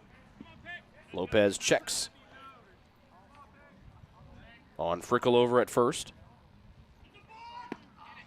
And there's a balk here called by field umpire Brent Kreider. So move Picchiotti, or move Frickle up 90 feet on the balk. And then emphatic balk call by Kreider in the field.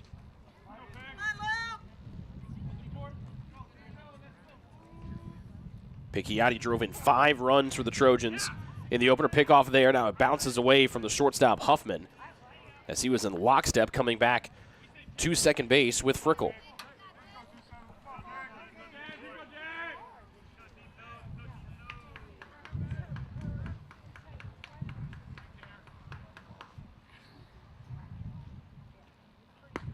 Fastball, good frame over by Lopez. Strike one here to Picchiotti.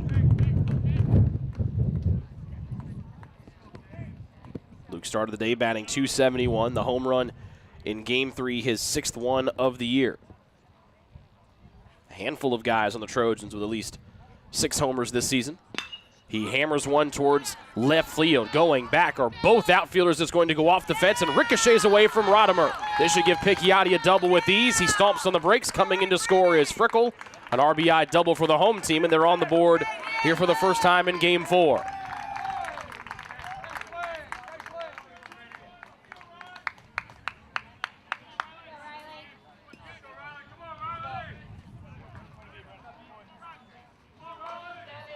Picchiotti hit that one into the wind. And here comes Goshen head coach Brad Stoltzfus to chat with home plate umpire Nick Marple. The pitcher David Lopez talking with the field umpire Brent Kreider.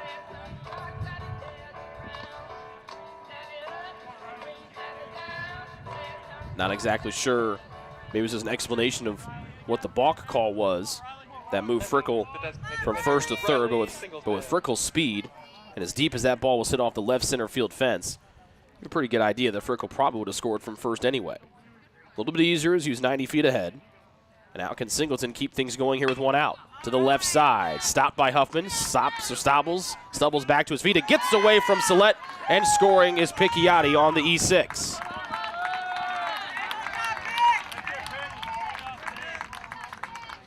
And Taylor now down by 3 as Singleton puts one into play.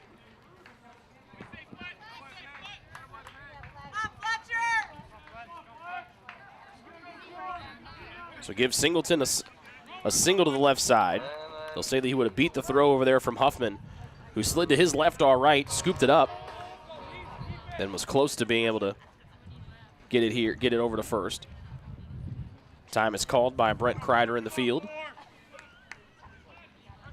as a thick blanket of clouds have rolled in here and the wind has picked up considerably. Slider, ball 1 to Fletcher Remick. Batting out of the 8th spot here today for TU. Fletcher, first home run of the season back in Game 3. Skies this one to the right side. Playing way back was Paternostro.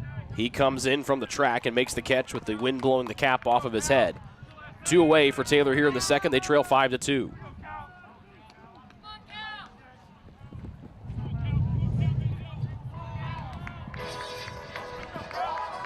Freshman catcher Cal Parr, number 11 in your programs, number 1 in some people's hearts. Well, in everyone's hearts, really. Bats here with 2 away in the second. Pickoff attempt to first. And Singleton back with time to spare.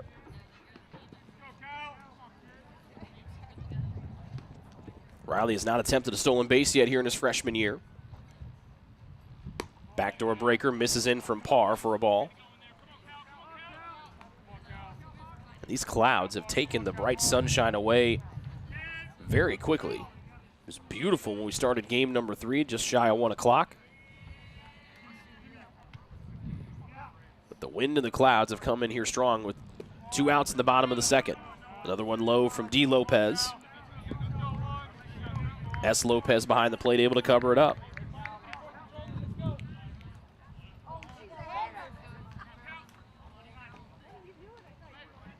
Parr flew out to center in his only at-bat of Game 3 earlier. He cuts on the 2-0 here and comes up empty, 2-1. Bottom of the second, Taylor, an RBI double from Picchiotti.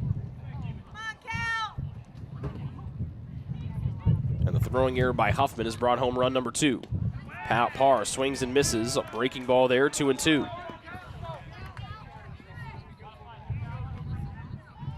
Lopez, a striker, a ground ball away from getting out of Zemming as an inning with Goshen still ahead by a healthy amount. 2-2 home. Trying to frame it across. The fastball was Steven Lopez. He could not. And it's a full count to Parr as he tries to turn the lineup over to Knepp.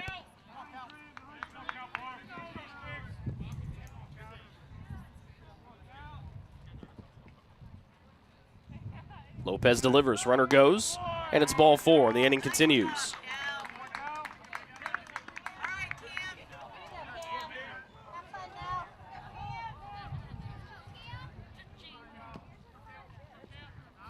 First free pass allowed by David Lopez. Courtesy runner at first base, number 25, Drew Loy. As Drew Loy, the courtesy runner, comes in for the catcher, Parr.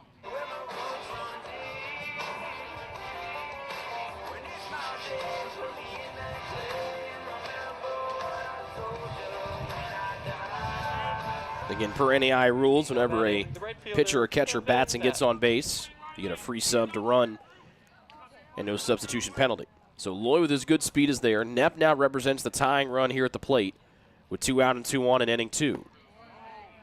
D. Lopez away, and it's 1-0 to Knepp.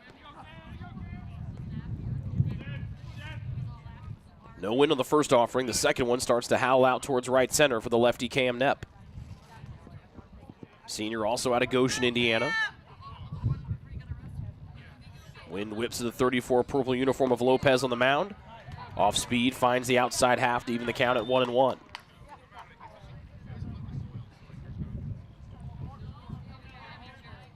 A win by the Trojans would tie the single season record for Crossroads League wins at 30 that they set just a season ago on their way to the World Series. Third one. Good effort from Steven Lopez to try to frame it in for David Lopez on one high. Couldn't do it. It's 2-1. Knepp 0 for 1. Scored 3 times in the opener on the back of 3 walks and 2 hits. Turns on one, but swings and misses 2-2.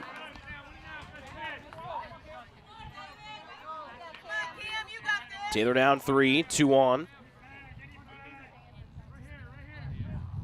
Here in the bottom of the second inning of Game 4.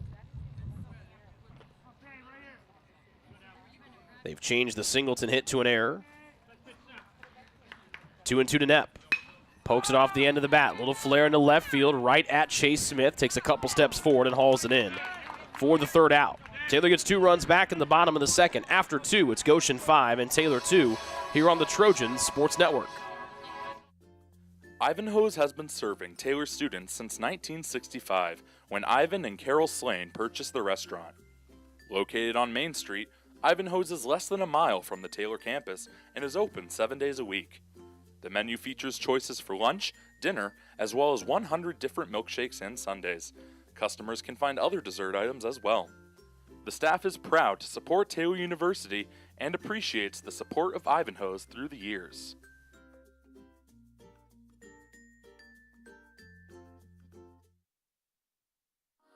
What limits you? Too small, too old, insecure, broken. You have no limits.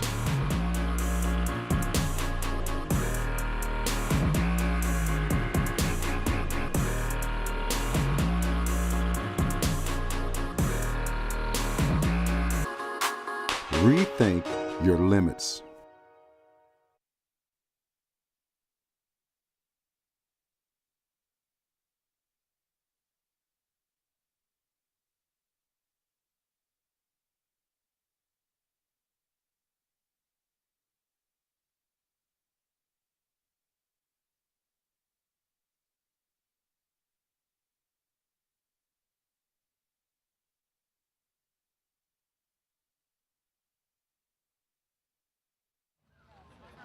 Chase Smith, who just made the last out in the bottom of the second, gets the top of the third going with a foul ball straight back. His 3-run home run the difference right now, as Taylor scored 2 in the bottom of the second inning to draw to within 5-2. Smith, Pinedo, and Huffman coming up. Off speed, Holcomb comes inside, strike 2. 6 hits for the Leafs, 1 off of tying their most in a single game in this series against Taylor. 0-2, and that's looking at strike 3. Good morning, good afternoon, and good night.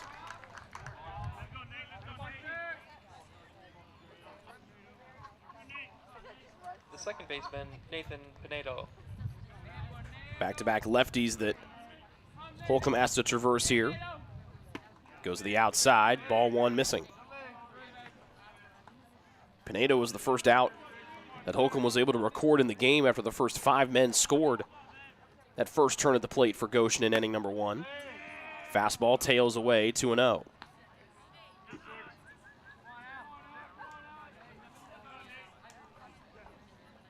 Pinedo 0 for 3, was hit by a pitch back in game 3. Roll over to the right side and foul. And missing it is Goshen head coach Brad Stoltzfus. Didn't make a lot of those errors during his playing days for GC. Beard was not to Billy Gibbons' level like it is now, but was still quite healthy as a collegian. 1 away, nobody on. Cloud cover overhead, top of the 3rd. Hard hit to the right side, and that finds some space and dances into right field. Pinedo with a 1-out knock as Goshen tries to build on their 5-2 lead.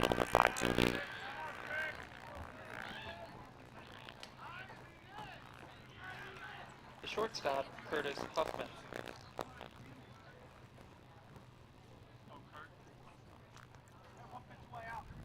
Connor Miller is sat down from warming up in the Taylor pen. Jack Ross, the All-American, is now up and getting warm.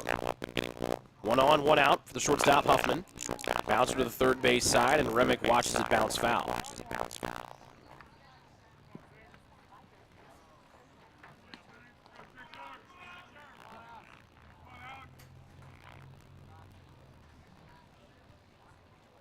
And time is called as Huffman comes over to talk with his head coach, Brad Stoltzfus. Normally we see the head coaches coaching third base. The Goshen head man coaching first. Michael Walker, his assistant, is over coaching third. Walker, his 3rd season at Goshen. Stoltzfus is named the interim head coach after former coach Alex Childress stepped down at the end of last season to spend more time with his family. And then Stoltzfus given the permanent title of head coach in the early summer. A strike on Huffman. 3-run advantage for Goshen. And Alec comes in low and finds the bottom part of the zone, strike 2.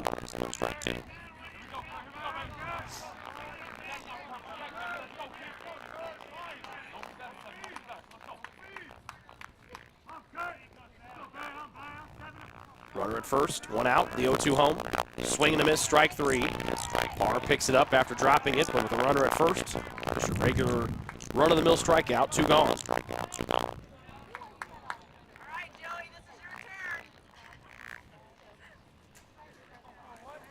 And the batter is Joey Paternostro.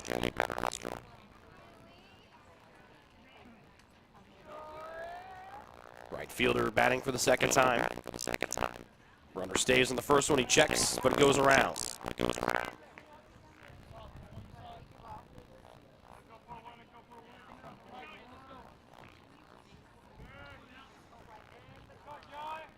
Holcomb has found a nice rhythm after giving up those 5 runs from the first 5 batters in the first. Swing and a miss, Paternostro, 0-2.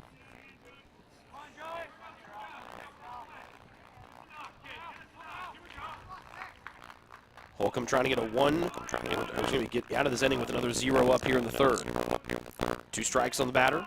Comes home. Hit hard to Picchiotti in center. He's playing back. He races forward, dives, and he catch it. He did! A wonderful diving catch from Picchiotti.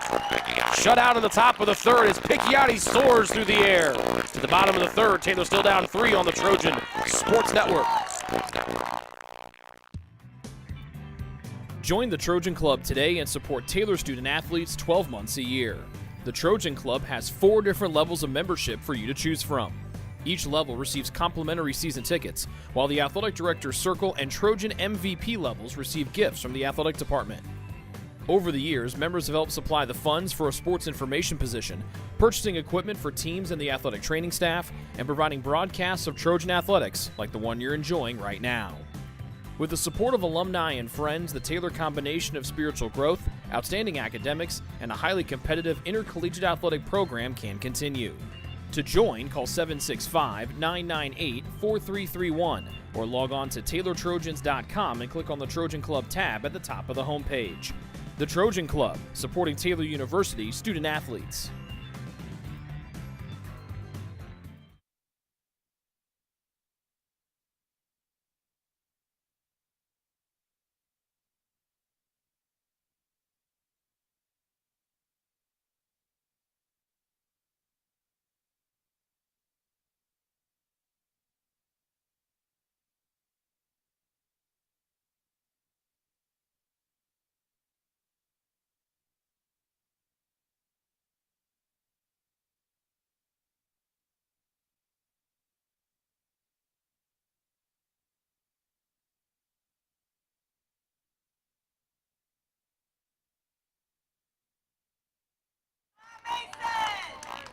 Two, 3, and 4 coming up for Taylor here in the bottom of the third. Can they use the Picchiotti diving catch to spark the offense here?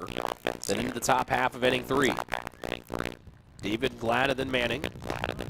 Curveball in for a strike here from D. Lopez. Taylor's been limited to just 1 hit here this afternoon in game 2. The RBI double from Picchiotti. Curveball to the outside this time, misses for a ball.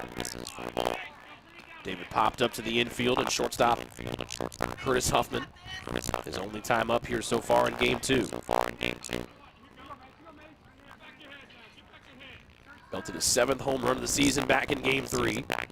Fastball bounces in the turf from D. Lopez, ball 1. As Jack Ross saunters in from the Taylor bullpen, looks like he'll be the one coming in to pitch when we get to the top of the 4th. Taylor down 5-2. They would love to give the lead before the second-team All-American enters here before we get to the 4th frame.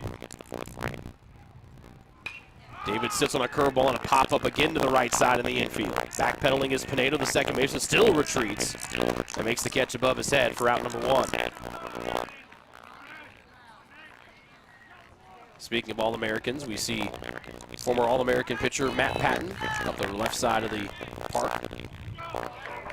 Patton, the first Taylor pitcher to record 100 strikeouts in a single season his senior year. The first baseman, Sam Glad. And with 1 away, it brings up Sam Glad. Glad homered twice in the game 3 earlier. Backdoor breaker cannot find the zone as D. Lopez deals ball 1. Taylor's been out hit today 7-1. They got out hit game 2 Thursday night 7-6, but they had 10 runs to show for it. Here just 2 as they trail by 3. Low fastball bouncing in short, and Glad's up 2-0. He had a hitter's count 3-1 on Lopez with 2 away in the first before grounding out to first base. Here he's got 1 away in the third. Right in the wheelhouse, fouls it down, 2-1.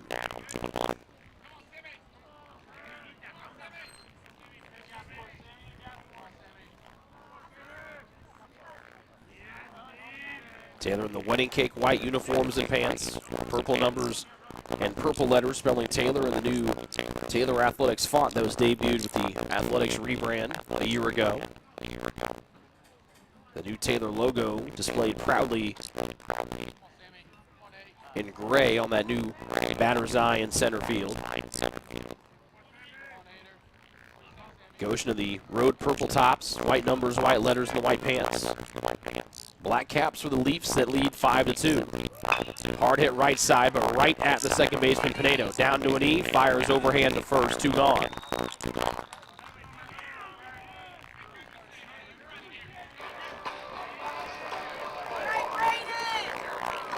Two-out hitting has been an issue for Taylor here today against Goshen. 0 for 2 here so far in Game 4, just 4 for 11 in the opener. Left fielder, Braden Manning. Manning with a 1 RBI out of his 4 for 4 showing in Game 3. League leading 54 on the year, as D. Lopez bounces one away from S. Lopez.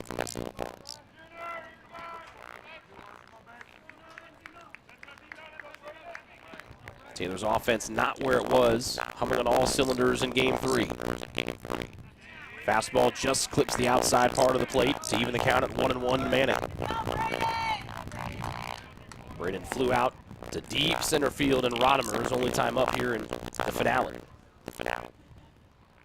Backdoor rips it up the left side, but foul on a breaker.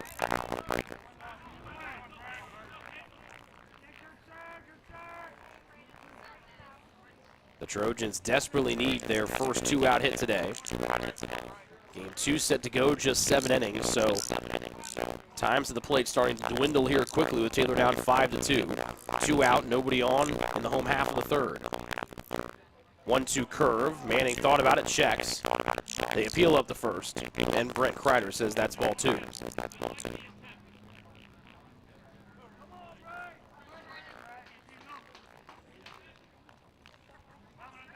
Holder Field eerily quiet with a good crowd on hand here as their team down 5-2. The majority Taylor crowd. 2 balls, 2 strikes, Lopez home. Manning right back up the middle, diving stop off the hand of Pinedo.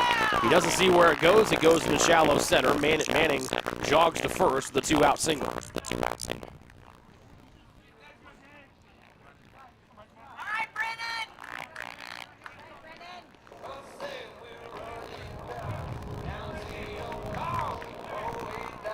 Frickle was the hottest man smoking in Indianapolis last week, belting 3 home runs all in the same day to cap off that 4-game sweep of Marion last Saturday.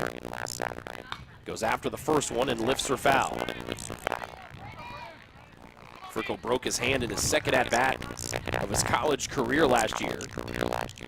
Missed about a month and a half before being slowly worked back in, before finally seeing time late at the plate in late April and early May when the postseason rolled around. Curveball called for a strike on the outer half, 0-2.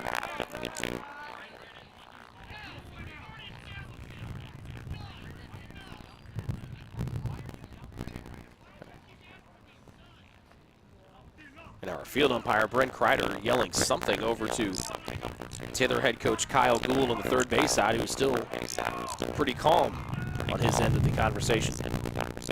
2 strikes to Frickle at the plate, 2 outs. Taylor down 3. And Frickle pops another one up. It's been the telltale thing for Taylor here in Game 4, as the pitcher Lopez looks over and glares at the Taylor head coach on the third base side, and Lopez continuing to glare into the Taylor dugout. Gets the infield pop out as Taylor leaves one stranded. We played 3 of Game 4. Goshen on top 5-2, trying to salvage their season with a win here in the finale of 2024 for them.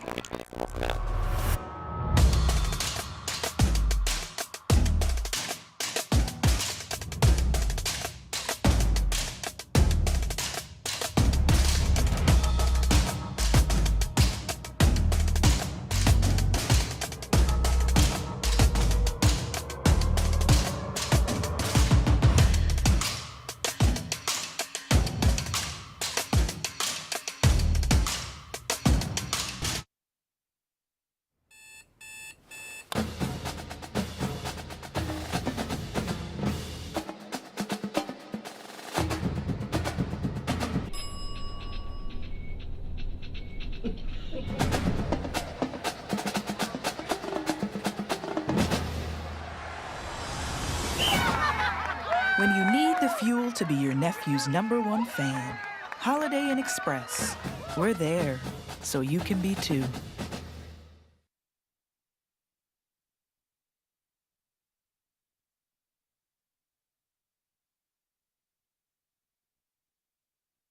If you get sick, you can trust that we will take care of you.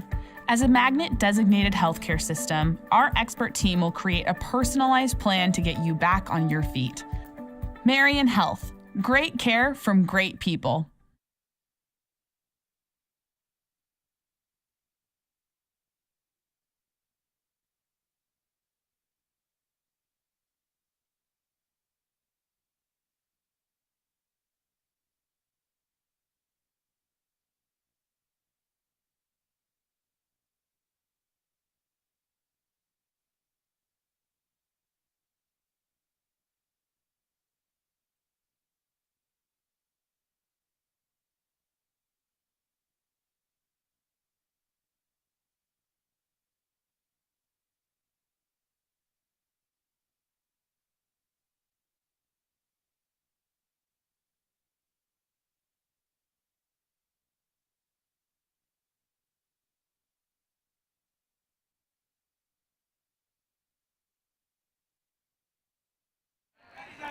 The second-team All-American Jack Ross deals in a first pitch strike here to Steven Lopez.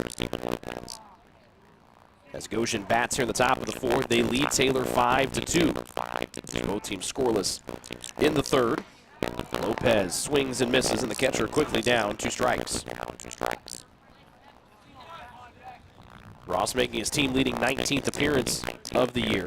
1-2 overall record, 3 saves. An ERA over 5. 2-strike pitch, belt high, but off the plate, 1-2.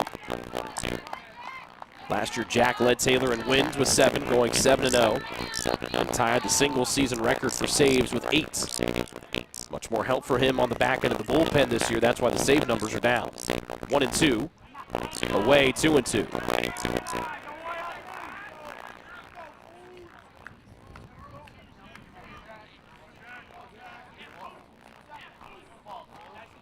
2-2 to Lopez as Goshen bats with the lead here, 5-2, top of the fourth. And this one hits him on the arm. Fastball from Ross runs inside. Lopez hopping and skipping and egging on the Goshen dugout on the first base side as they've shown their first signs of life here in this 4-game set.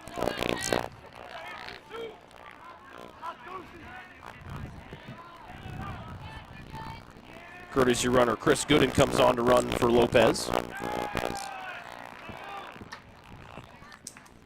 Holcomb, the starter, goes 3 innings, allowed 7 hits, 5 runs, all of them earned.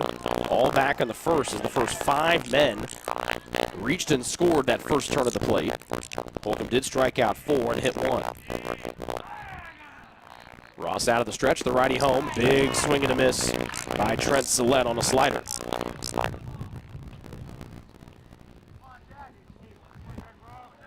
For 1 day for Sillett, batting out of the leadoff spot.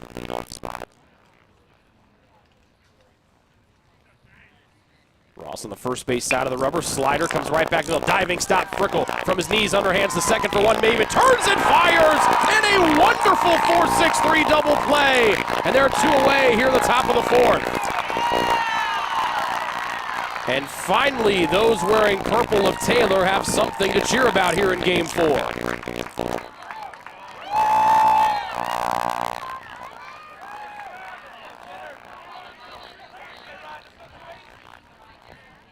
Ross almost had it come back to him, or it did come back to him. He almost caught it, but Frickle jives a 1.5 feet off of the ground, goes parallel with it, stops it, throws it from his belly, and David pirouettes and fires a strike to Glad. They're quickly 2 gone, and Ross starts off Rodimer with a slider on the corner for strike 1. The Trojans have had no real juice here in Game 4 after getting hit in the head with a hammer with 5 runs in the top of the first here against GC. And that double play sparked things here as Taylor tries to sweep back-to-back series to end the regular season. 1-1 to Rodimer. It was 1 for 2 today, reaching both times. Third one, inside and high, 2-1. Double and a run scored, reaching on a fielder's choice. Rodimer's 2 times to the plate here in Game 4. Nobody on after the twin killing by Taylor. 4th offering from Ross, down the middle, slider makes it 2-2 on a called strike. The Trojans have gotten 2 highlight defensive plays their last 2 turns in the field. Diving Picchiotti in center to end the third. The double play here. That has slowed an early rally here for Goshen. 2-strike pitch. Good eye from Rodimer, and he's got the count full.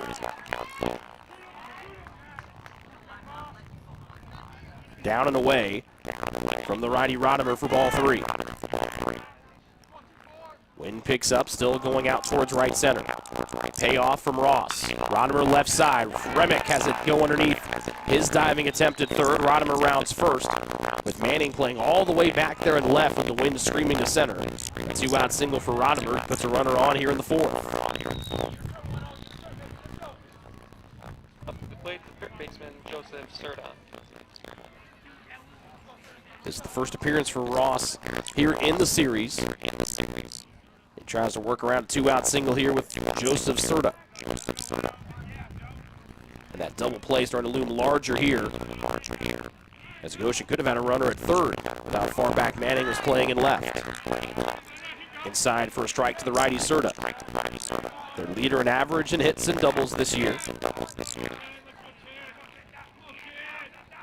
Game 3 was the first time he's been hitless all series. 2 for 2 here in the finale. With a double and a single, Ross pick off to first, almost threw it out of the reach of Glad. But Sam able to reach over and stab it with that gloved left hand.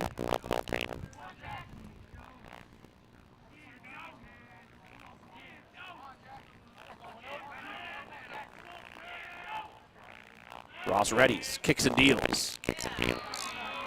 Ooh. Very close on ball 1.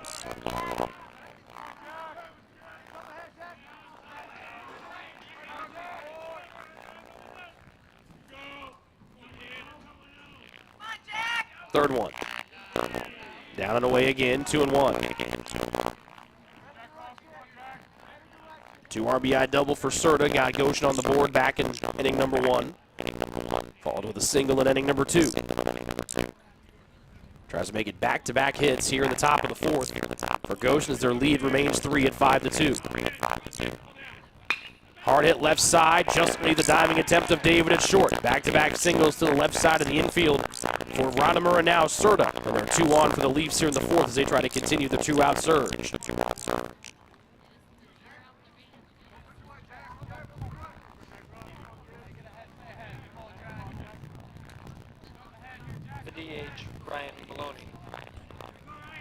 First and second for Ryan Maloney, the cleanup man, the DH today here in Game 4.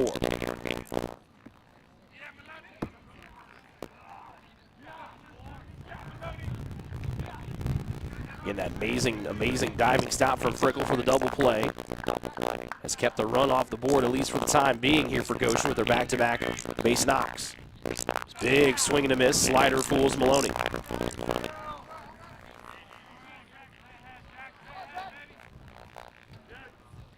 Maloney batting for the 3rd time. A single and a run scored and a strikeout. 2 on the pond here. Goshen tries to build on their 5-2 lead over the jumping Remick at third. It rolls in the shallow left. Coming around to score from second will be Rodimer. 3 straight 2-out hits here for Goshen, all singles, and their lead is up to 4 at 6-2.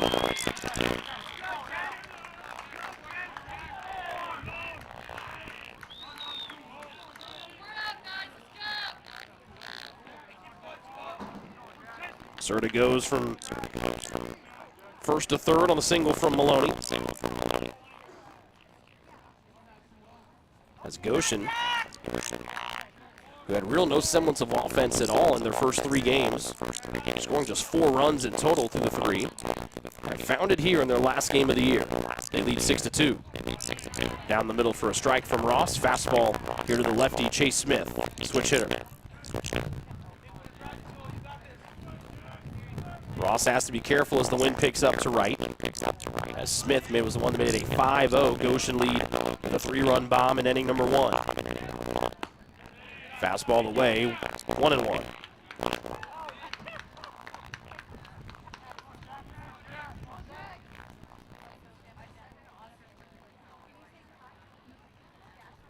First and third here for the left fielder Smith. Hard hit to the right side. Frickle waits on a couple hops. Sidearm flip to David at second for the force out. But 3 straight hits with 2 outs brings home the 6th run of the day for Goshen. Taylor's got to get the bats going here. Halfway home in game 2. 6-2 the Goshen lead here after 3.5 on the Trojan Sports Network. Greek's Pizzeria in Upland opened its doors in December of 2017. Over the years, there have been more than 140 Greeks opened across the country, with 24 Indiana locations. When it comes to pizza, Greeks offers customers the option to create their own pizza or to try one of Greek's specialized pizzas. Greeks uses fresh, homemade, hand-tossed dough, Greek's Italian sauce, select blended cheeses, gourmet toppings, and the same method of preparation since the first restaurant opened in 1969. The kitchen can also whip up a sandwich served on fresh French-style bread, or it can put that sandwich into a pizza shell wrap. Customers can also add breadsticks or French-style bread as a side item. Greeks also offers a selection of salads and assorted dressings as well. Greeks is located just off Main Street in Upland and is a proud supporter of Taylor University Athletics. Greek's Pizzeria, it's our taste.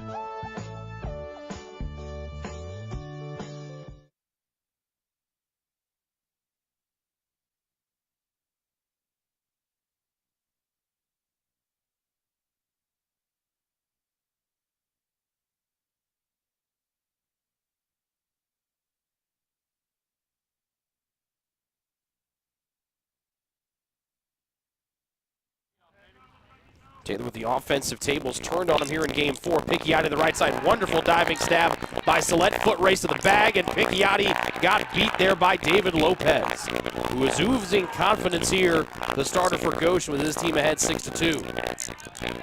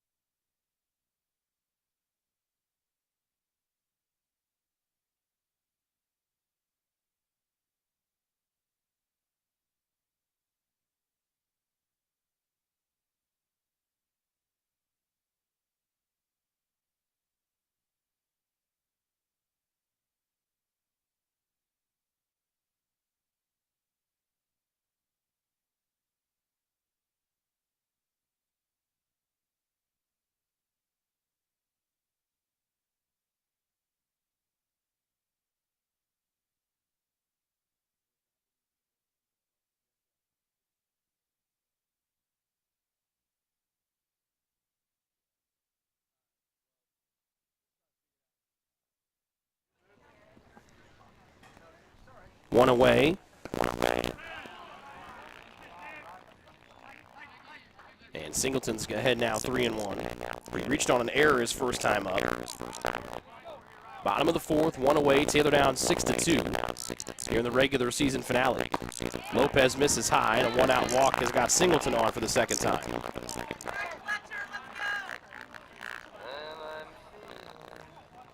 Taylor's been out hit today 10-2 here in game 4.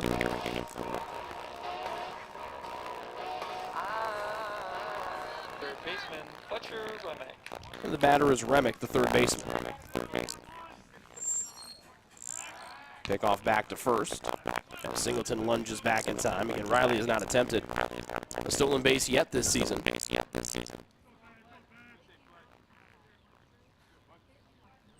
Remick hit his first home run of the season back in game 3 earlier today. Taylor won 26-2, but Goshen's offense has come to life in their last game of 2024.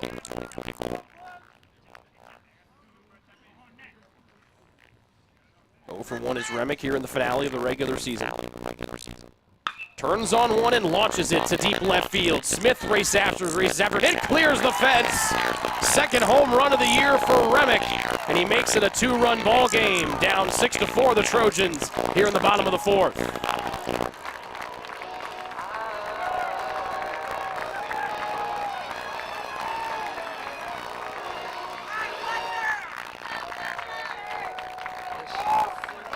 Just the 3rd hit for Taylor here in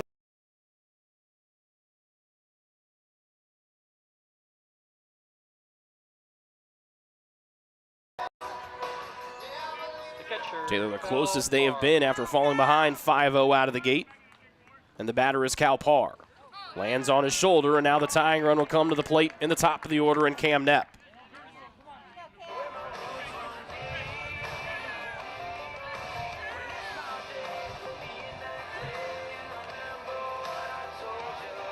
Drew Loy in to run.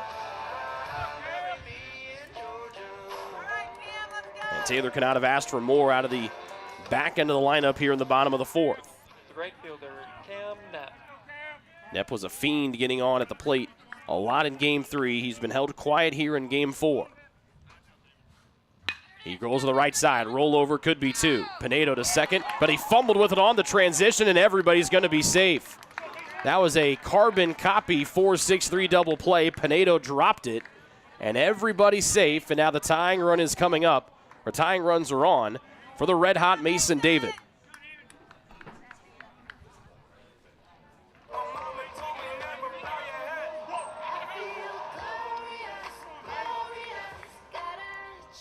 Time is called as Steven Lopez walks out of a chat here with David Lopez.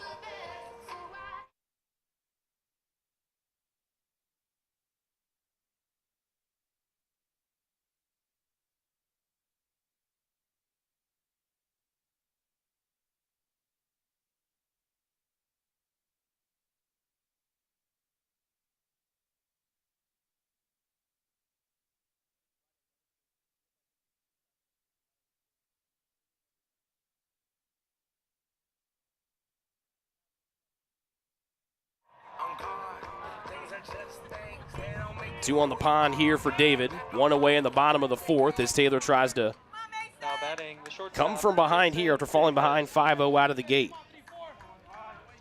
So a drop by Pinedo at second as the tying runs on. And time is called by home plate umpire Nick Marple. 0 for 2 day for David after launching a home run and doubling in Game 3. Has had a hit in every game this series except so far here in Game 4 as David Lopez fires one low. Activity starting with just stretching in the Goshen bullpen. Taylor, the regular season Crossroads League champs. They're on to the league tournament next week. Goshen's season done when the final out's recorded here. Lopez comes back. He finds the outside corner. It's 1-1. Time is called as the pitcher D. Lopez steps off the mound. Might have been called by his battery mate S. Lopez behind the plate.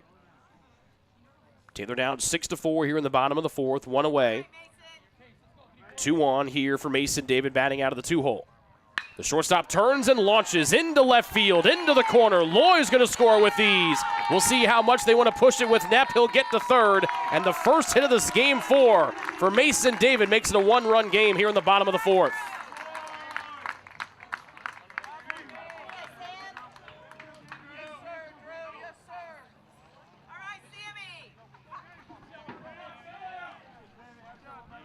The Trojans haven't had a lot of opportunities against Lopez today, but they've cashed in on him here in the fourth.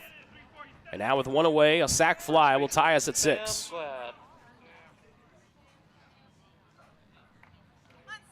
Gladys had a hit in all but one of the games of the series so far. He's 0 for 4 today here in Game 4. Until now, that ties the game at 6, and David will get the wave around from third, and the Trojans take a 7-6 lead. It's like we drew it up with Glad at the plate.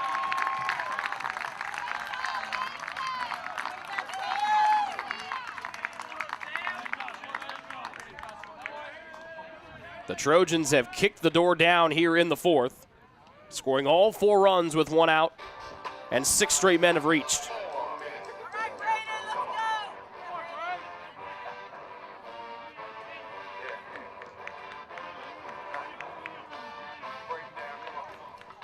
Goshen could have been out of this inning on that ball that Knepp hit to Pinedo at second. He dropped it, and the inning continued, and Taylor has made it hurt. Low for a ball to Manning, who's the 8th batter here of the frame.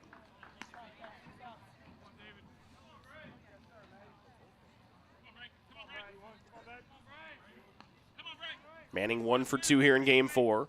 4 for 4 in Game 3. Has had a hit in all but one of the games of the series so far, going 0 for 3, but did walk and score in Game 2 Thursday night. 2-0 as Lance Wilson starts to warm up in the Goshen pen. Taylor has finally got to David Lopez here in the bottom of the 4th.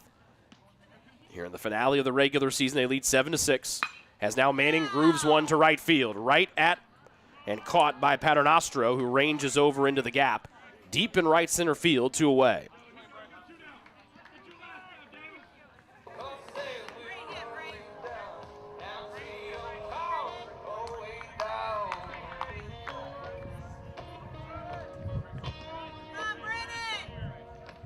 Second baseman, Brennan Frickle.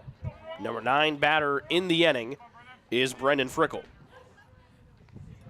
Taylor not barreled anything up really outside of that Picchiotti double in the second until this frame here. A slow-moving breaking ball clips the outside, strike 1. Bottom of the 4th, Taylor has scored 5 to take a 7-6 lead here against Goshen. Wind howls out to center. A low one makes it 1-1 for Frickle.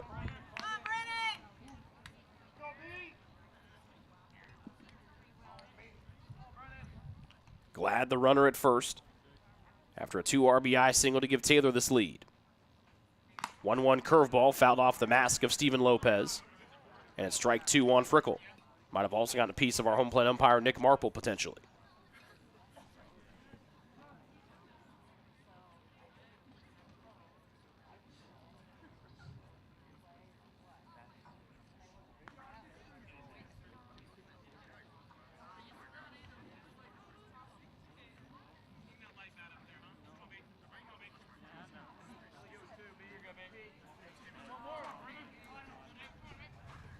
Two strikes on Frickle with a runner at first, 2 away. 5 runs on 3 hits here for the Trojans in the bottom of the 4th. Lopez, the righty starter, out of the stretch against the righty Brendan Frickle. 1-2, low fastball evens it up.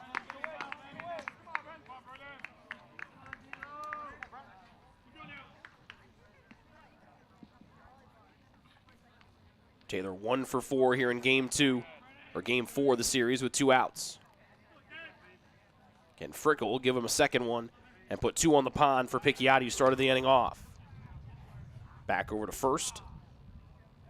And Glad back in time.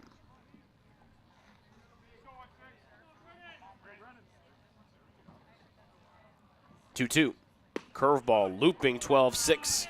Lopez strutted off the mound thinking it was going to be strike 3, but it's ball 3.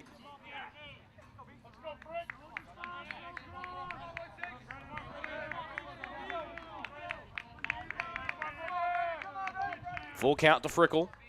9th batter of the inning. Payoff here from Lopez. Runner goes, and Frickle swings and misses. 4 strike 3. But the Trojans score 5 in the bottom of the 4th. They lead by 1 after 4 on the Trojans Sports Network. Best One Tire and Auto Care Upland is proud to support Taylor University Athletics. Located at 148 South Main Street, Best One is open 6 days a week. Owner Mike Pearson and his staff offer replacement tires from brands like Bridgestone, Firestone, and Goodyear. Customers can also shop for tires from the comfort of their home by using the online tire finder. When it's time for mechanical repairs, Best One's ASE certified technicians can perform a wide range of services to get their customers back on the road. And those same technicians can do repairs on fleet vehicles as well. Taylor Athletics says thank you to Mike Pearson and everyone at Best One Tire and Auto Care Upland.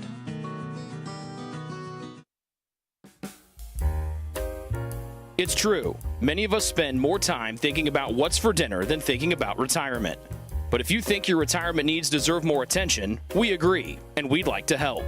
Your local Edward Jones financial advisors, Ryan Jones, Mark Sieglin, Rob Sisson, and Adam Sieglin, can help you get started today. They are proud corporate partners of Taylor University Athletics. Edward Jones, making sense of investing.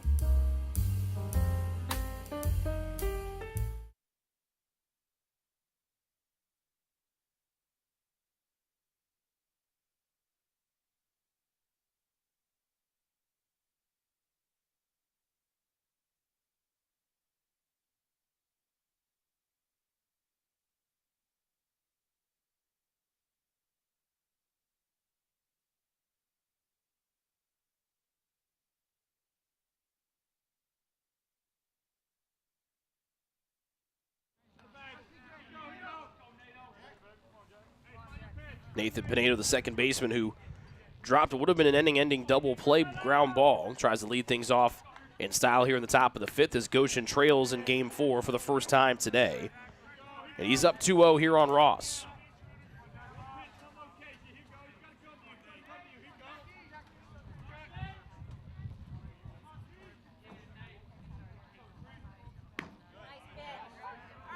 Strike here at the plate to make it 2-1.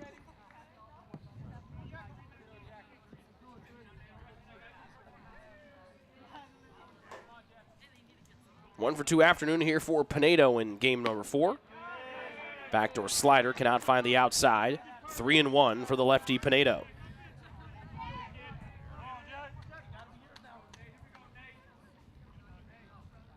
Pinedo has started the last 3 games of the series here for Goshen.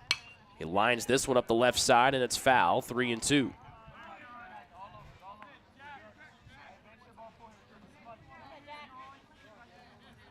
Pinedo batted out of the 7 spot in Game 3 when he went 0 for 3. So the single is last time up, his first hit here against Taylor. Leads off the top of the 5th, payoff pitch inside for ball 4. Leadoff man has gotten on 4 out of 5 times today here for GC in the finale.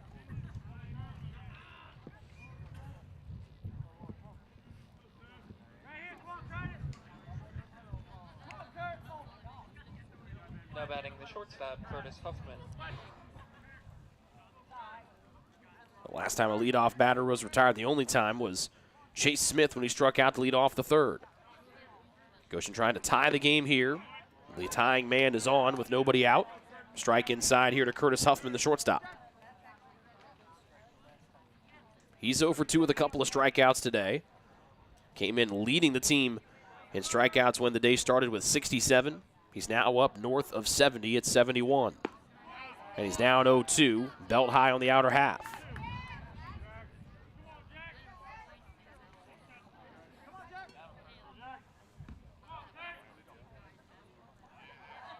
Ross out of the stretch. The righty 5th-year senior. Deep breath at home. Just above the zone. 1-2.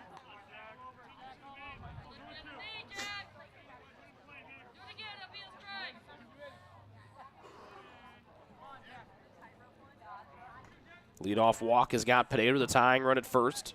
Short lead over there. Huffman down 1-2 against Ross. The pitch.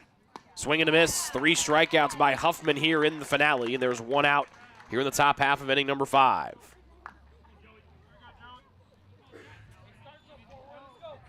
Number 41, Joey Paternostro.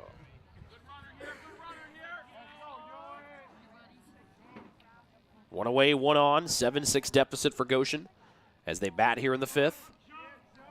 As Paternostro steps in. Batting from the left side. Strike down the middle, 0-1. 0 for 2 day for Paternostro. A ground out and then robbed of a hit to end the top of the 3rd by a diving Luke Picchiotti in center.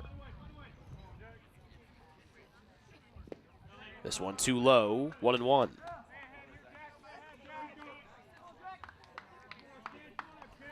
Ross entered to the top of the 4th, has surrendered 1 run here to Goshen. Trying to work around a 1-out walk, or no-out walk. Half of a cut up high. Paternostro misses, 1-2. One that he might like to have back.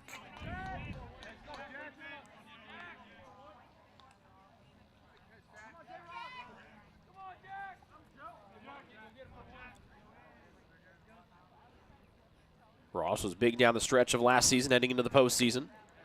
Fouled away here off the end of the bat by Paternostro. Ross plagued with injuries both his senior season in high school at William Henry Harrison High in Lafayette.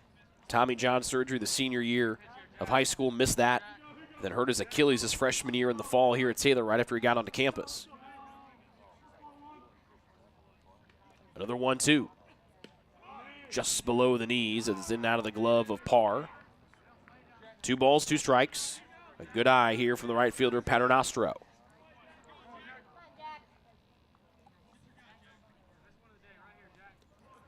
Pinedo, the tying runner at first after his leadoff walk. One out here in the top of inning number 5. 2-2 home. Hard hit to the right side. Frickle takes a step to his left, turns and fires a second for one. David back over to first, and Pinedo beats out the throw to take away another double play. But there are 2 retired here in the 5th.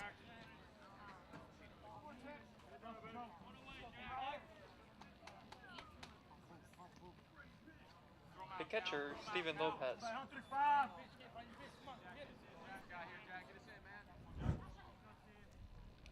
Number 9 man steps in for Goshen.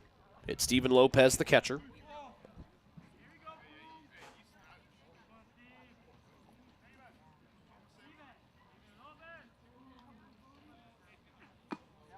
Fastball foul tipped. Parr holds on for a strike. Lopez playing in his second game here of the finale series.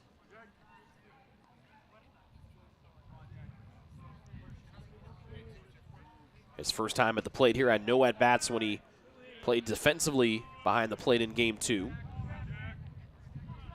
That was back on Thursday night. Here on Saturday afternoon, he is singled and been hit by a pitch his 2 times up.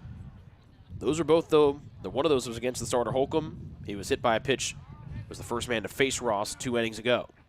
Backdoor slider, scooted foul.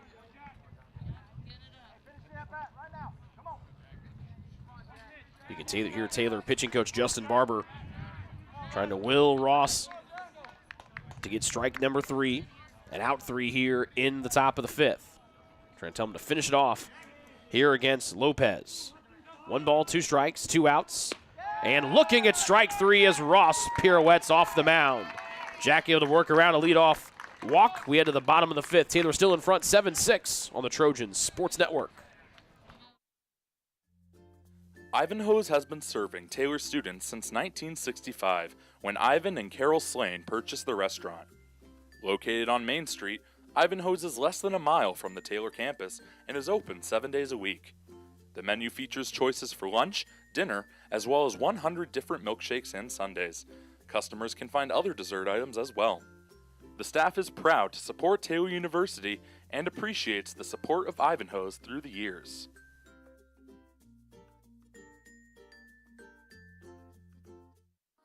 What limits you? Too small, too old, insecure, broken.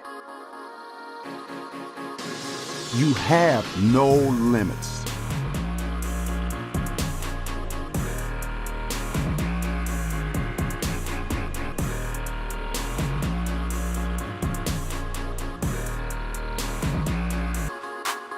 Rethink your limits.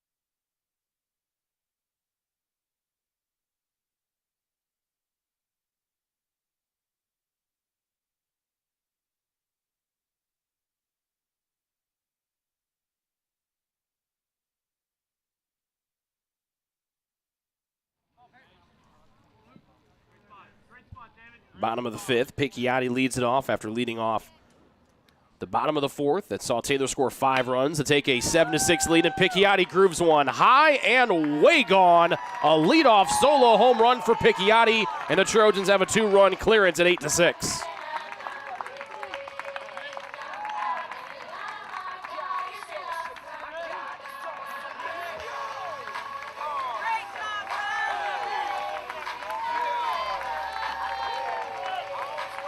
Second home run of the day for Luke Picchiotti. An emphatic way to start things off here in the bottom of the 6th, or bottom of the 5th, excuse me.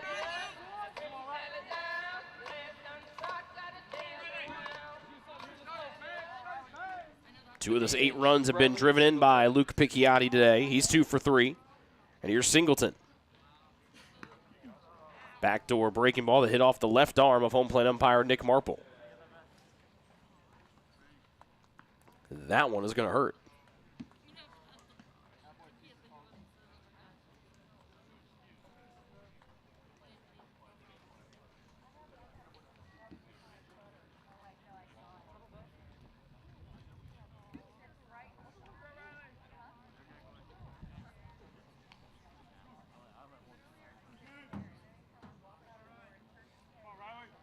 The Taylor baseball alums that have made their way out today, all pitchers this afternoon. We mentioned Matt Patton earlier, Rob Fox and his daughter playing catch on the sidewalk. And Noah Huseman and his dog have made an appearance today. Actually, both of the Fox children are here. 2-0 to Singleton. Nobody out after the Picchiotti leadoff home run, and after having clouds covering the proceedings here for the last couple of frames, the sun starts to creep out as it sets back into our left. 3-0 to the DH Singleton. Bouncer third base side, bouncing at the chest and catching is Serta over to first, and Singleton retired for the first out.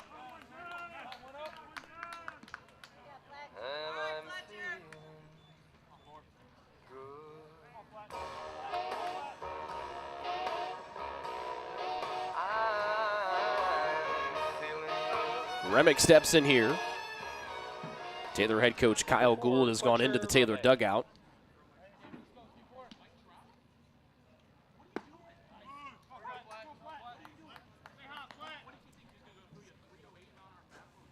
Wasn't sure if he was trying to get someone ready for a pinch hit opportunity here, but he's got Remick at the plate, who's 1 for 2 following a monstrous 2-run home run that kick-started the Taylor 5-run bottom of the 4th. It was the second home run for Remick on the day and of the season. And the 0-1. Good pitch there from Lopez, just misses its mark. That's a ball and a strike here to Remick. 2-run home run, then Parr, who waits on deck, was hit by a pitch. The Pinedo drop on what would have been an ending double play. And then David and Gladwin back-to-back. Bouncing ball to third, throwing across to first is Serta. And after the Picchiotti home run, Singleton and Remick have been retired back-to-back. 2 away. And it'll be Cal Parr batting here for TU.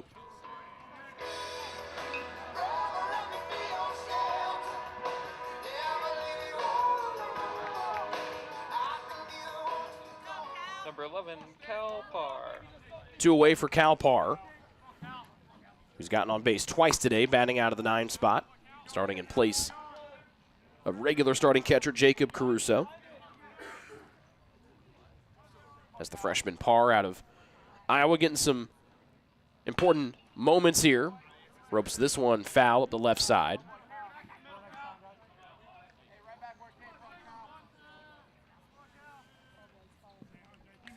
Taylor's been out hit today 10-6, but they lead 8-6.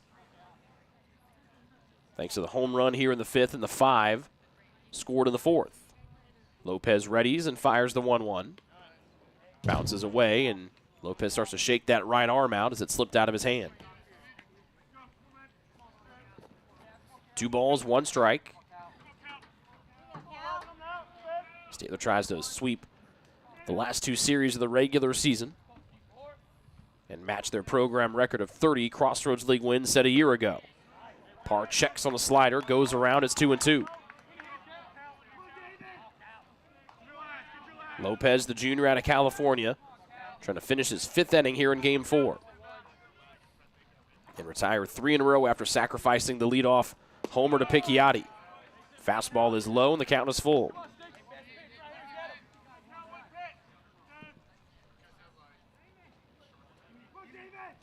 Two outs, base is empty. Sun shining as it sets back to our left. Lopez readies, Parr readies the payoff, and Parr skies it up the right line. Racing after it is Paternostro, who's playing way over in right center field. And it dies just in front of the fence separating the Goshen bullpen from the field of play.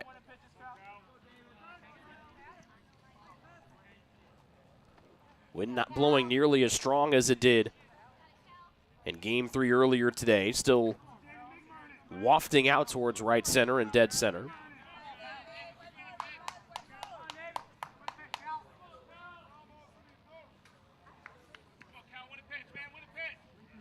Parr trying to get on with 2 outs here. Taylor ahead by 2 in the bottom of 5. Another one from Lopez. And Parr watches it for ball 4, and he turns the lineup over for the second time at the plate.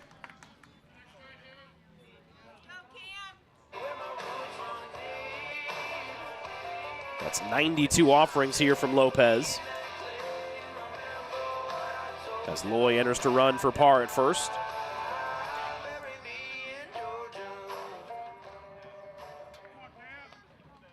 The right fielder, Cam Knapp. To the top of the order we go, and Knapp. And this is where things kicked into Taylor's favor last inning. Throwing back over to first is Lopez with Loy over there. The Pinedo dropped, potential 4-6-3 inning-ending double play. It would have kept Taylor down by 2. Back over to first, it gets away, and Loy will take at least second base. And he's going to come over and get third. A missed pickoff throw from Lopez. And one of the fastest players on the Trojan roster goes first to third in the blink of an eye. And now a ground ball will make the Taylor lead 3.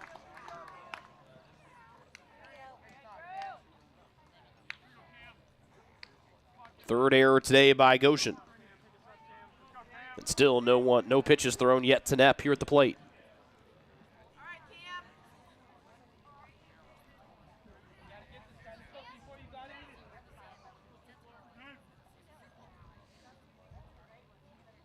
Knapp hard, but right at the first baseman, Sillette, for the third out. Picchiotti leaves the yard for the second time here today in the doubleheader. The Trojans lead by 2. Heading to the final 2 innings of play here on the Trojan Sports Network as Jacob Caruso will enter and catch here for TU. Greek's Pizzeria in Upland opened its doors in December of 2017. Over the years, there have been more than 140 Greeks opened across the country, with 24 Indiana locations. When it comes to pizza, Greeks offers customers the option to create their own pizza or to try one of Greek's specialized pizzas.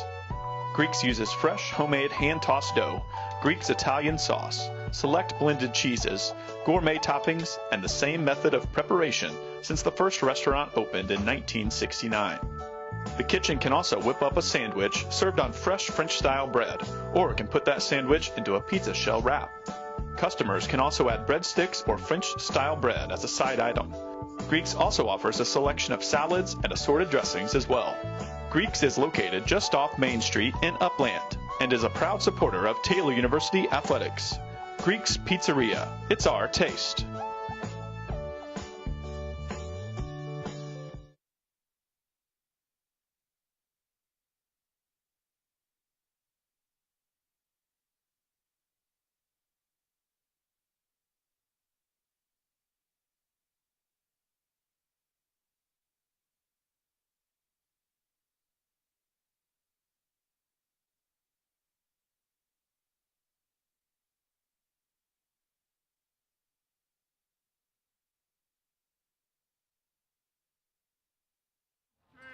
Jacob Caruso enters to catch, replacing Cal Parr.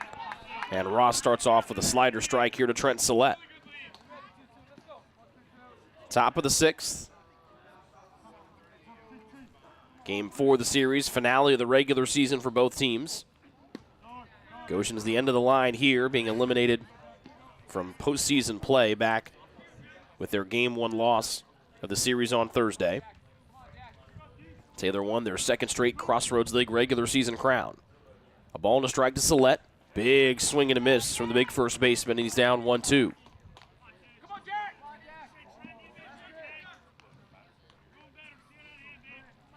Sillette hit by a pitch and scored in the first. He's been retired his last 2 times up. Down 1-2. And down on strikes. Looking at one on the outside as he's not happy about it. But Ross gets his second strikeout, and there's one away to start inning number 6.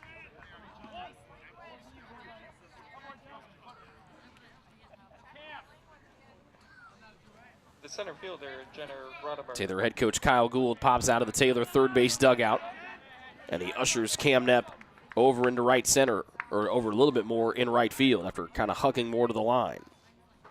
Center fielder is Jenner Roddenberry at the plate. Outfield plays way back here against the talented senior. And Ross gets him a strike on the outside.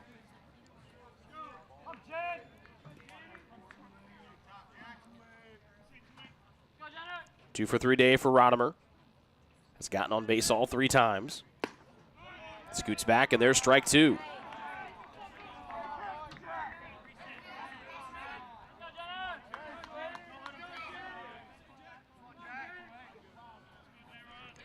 Ross quickly working. The Goshen fans not happy about that strike 2 call. Ross comes home. Way away for ball 1.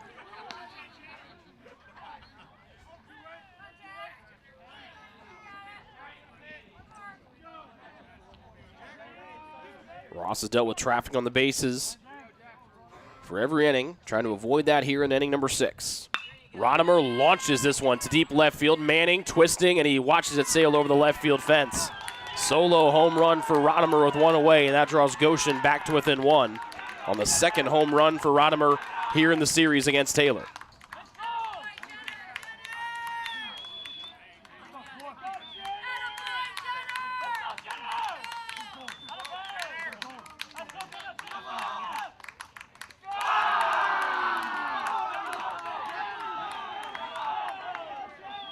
Eight-7 the deficit now for Goshen.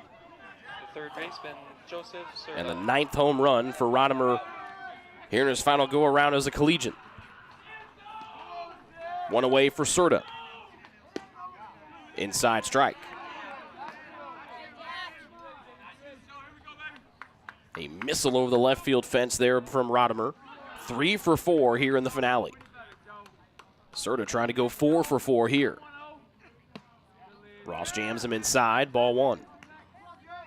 2 singles and a double for the third baseman for Goshen today. Has driven in 2 and scored once.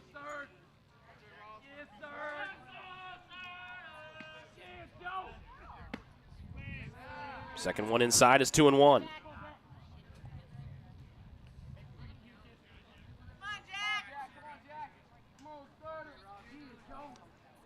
Sled struck out to start the inning. Rodimer just homered. Serta with a count in his advantage, 2-1. Liner right at David, who shuffles to his right, our left, and there's 2 gone.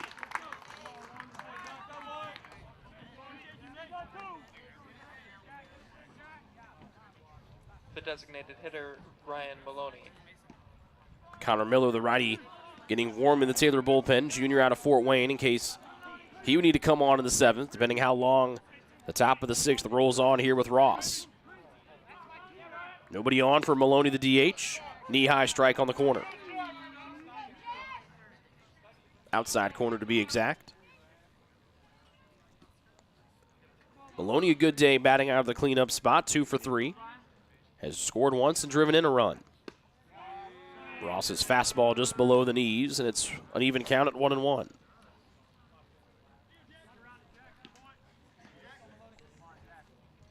Taylor fell behind 5-0 after the top of the first, 6-2 after the top of the 4th. They had scored 6 unanswered before the home run from Rodimer here in inning number 6. 2-1 now to Maloney. Taylor took the lead with 5 in the bottom of the 4th.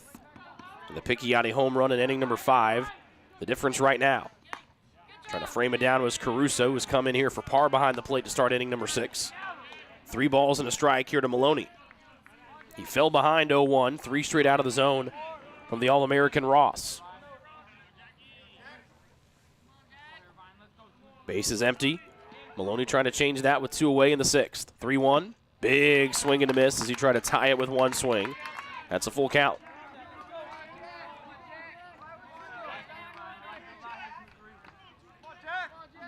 Ross peers in. 1 run home for Goshen. Ross trying to limit that. Here, payoff. Maloney towards Picchiotti in center. He jogs in, he stops, and he makes the catch for the 3rd out. Goshen gets 1 back. They now trail 8-7 as we head to the bottom of inning number 6 here on the Trojans Sports Network.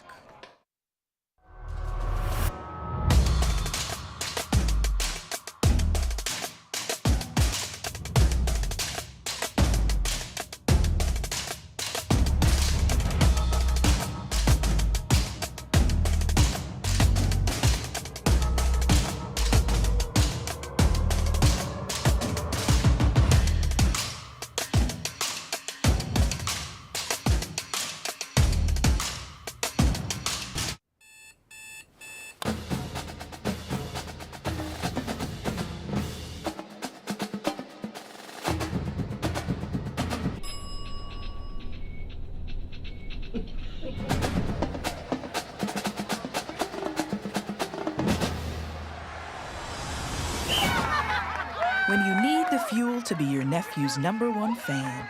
Holiday Inn Express. We're there, so you can be too.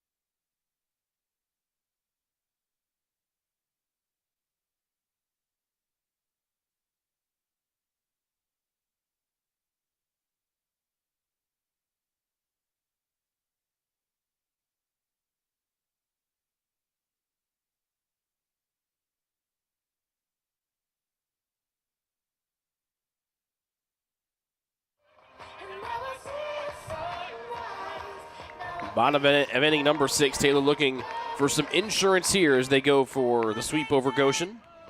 Winning the first 3 games, 10-0, 10-2, and 26-2. 2, 3, and 4 up for the home team. David, Glad, and Manning. New man on the hill for Goshen is Lance Wilson. David jumps on the first one and sends her foul. Wilson takes over for David Lopez, the starter, who goes 5 innings, allows 6 hits, 8 runs, all but 1 of them earned.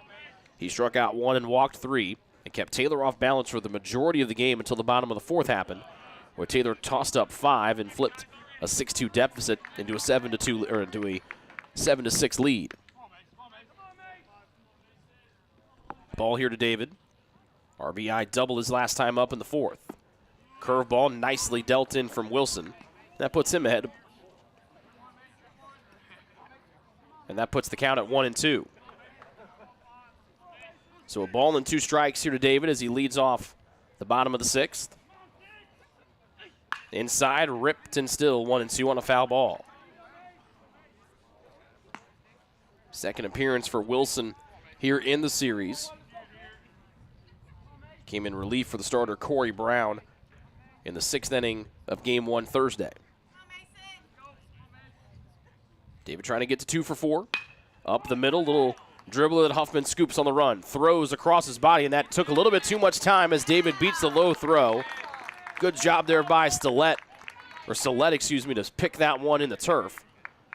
And a tight play there, and looked like Huffman might have struggled to get that ball out of his mitt. David too fast, and a leadoff infield single for the shortstop.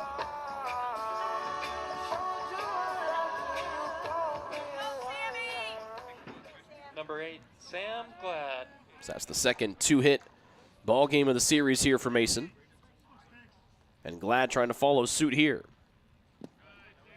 2 RBI, single through the left side. Ball 1 here taken by Sam. Mason was 0 for 2 before getting hits his last 2 times up. Same thing for Glad. His go-ahead 2 RBI single made it 7-6 Taylor in the 4th. Picciotti's leadoff home run last inning in the 5th is the difference right now, thanks to the Rodimer home run with 1 out here in inning number 6 of the top half. 2-0 to Glad. Nobody out, bottom of the 6th. Nubbed off the end of the bat foul, 2-1.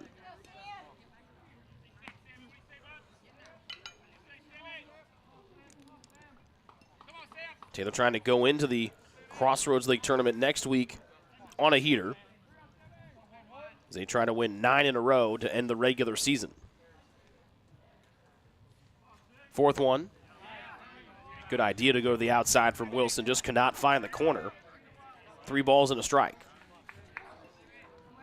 Even though the wind has died down here at Winterholder Field, still the power arm of Glad, and he takes a walk here. 2 on, nobody out for the leading run producer in the Crossroads League, Braden Manning.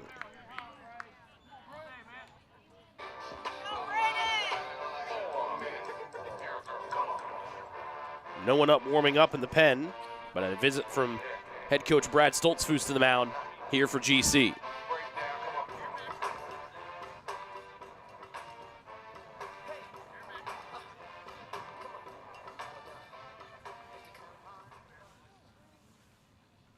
Manning with 5 hits here today.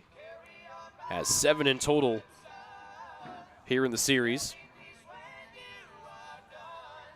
Was really strong bat a year ago, predominantly playing in left field. Was the starting DH for the Trojans for the majority of the year until that injury to Caleb Colpian a couple of weeks back. But he continues to be on a tear.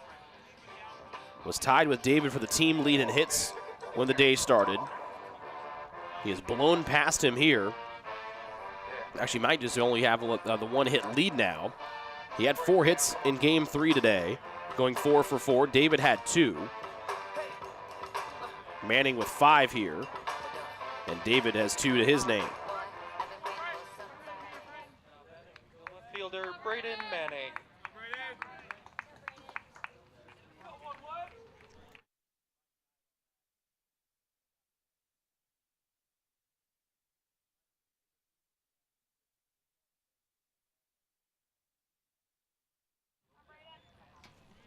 Ball 1 to Manning low.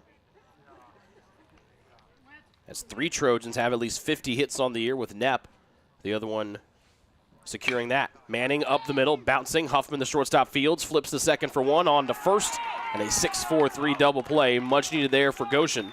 Puts a runner at third, but there are 2 away here in the 6th, with Taylor still only ahead by 1.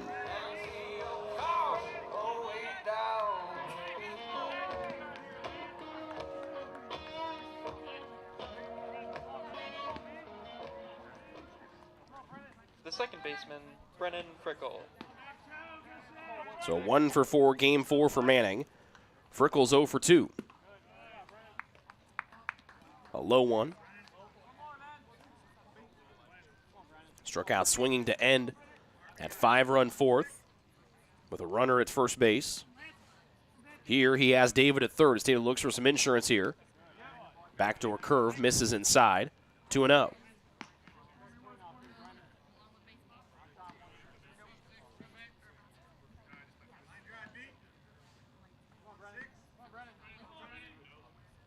Two balls, no strikes. Righty on righty. Low ball 3. Good cover from the new catcher, Joshua Rubio. Keeps the ball in front, but it's 3-0. And Picciotti waiting in the wings.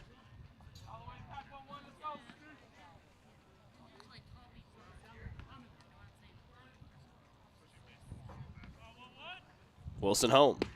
Curveball on the outer half for strike 1.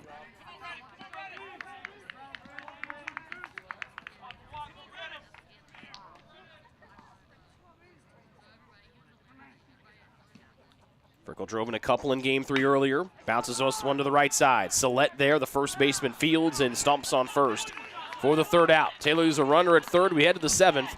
Taylor 3 outs away from a regular season finale sweep, but the lead is just 1 here against Goshen as Connor Miller comes into pitch for TU. Up 8-7 here on TSN. Join the Trojan Club today and support Taylor student athletes 12 months a year. The Trojan Club has 4 different levels of membership for you to choose from. Each level receives complimentary season tickets, while the Athletic Director's Circle and Trojan MVP levels receive gifts from the athletic department.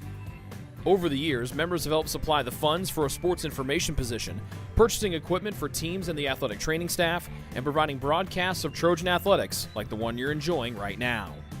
With the support of alumni and friends, the Taylor combination of spiritual growth, outstanding academics, and a highly competitive intercollegiate athletic program can continue. To join, call 765-998-4331 or log on to TaylorTrojans.com and click on the Trojan Club tab at the top of the homepage. The Trojan Club, supporting Taylor University student athletes.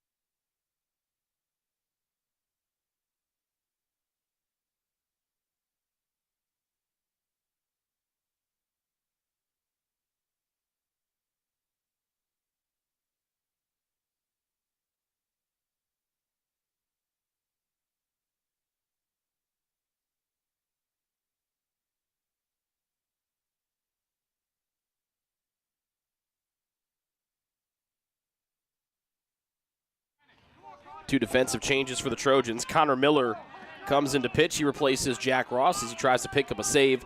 And Drew Loy comes into play left field here for Taylor, replacing Braden Manning.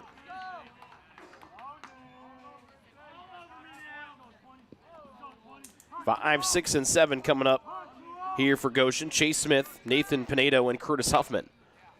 First one fouled, second one skied. Coming over into the gap in left center, now camping underneath is Picchiotti. 2 pitches and an out here in the top of the 7th.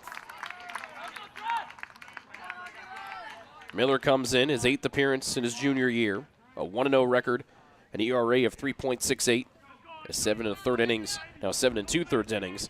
5 strikeouts, 2 walks. Number 31, Andres Garcia. And Andres Garcia will pinch hit. Senior out of Miami here for the Maple Leafs of Goshen as he pinch hits for Pinedo.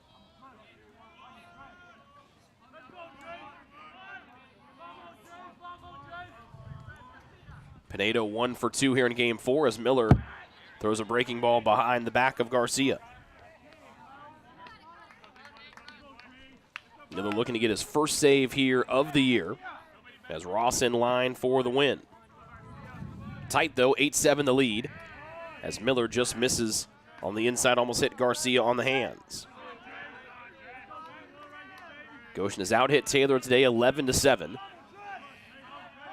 As both teams have put up 5 runs an inning. Ground ball coming forward, fielding in the belly as David at short fires one. Rising up to pick it is Glad. 2 up and 2 down.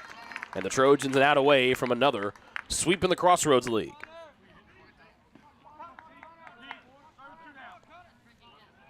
And a pinch hitter for Curtis Huffman will be Peyton Smith, another senior. Now batting pinch hitter, number 14, Peyton Smith.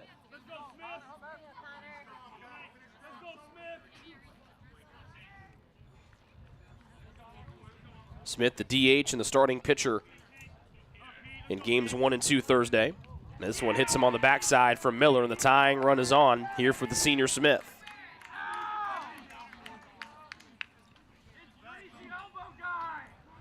Miller threw one behind Garcia, and this one plunks Smith on the back. And Curtis Huffman will re-enter and run for Smith. He's the tying run at first with 2 away. And another pinch hitter will come up here for Goshen and Alex Brito.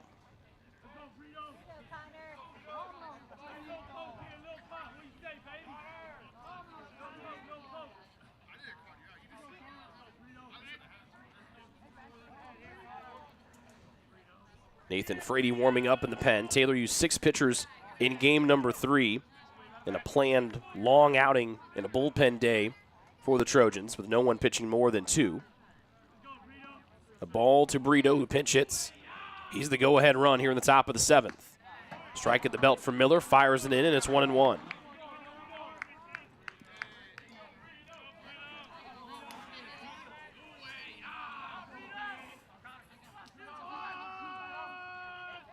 Brito 1 for 1, singled his only time up in this series back in game 3. But Miller comes in and finds a strike on the outer half, and Goshen down to their last strike here in the 2024 season. Tying run at first, 2 away, top of the 7th. Miller out of the stretch, the 1-2 home to Brito. Off the outside part of the plate, 2-2.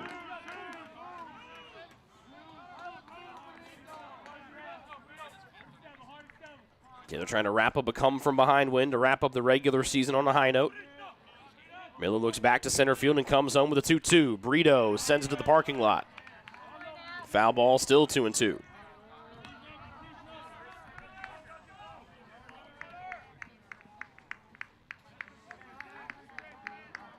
(8-7) the Goshen deficit. 2 strikes, 2 outs. Pitch home.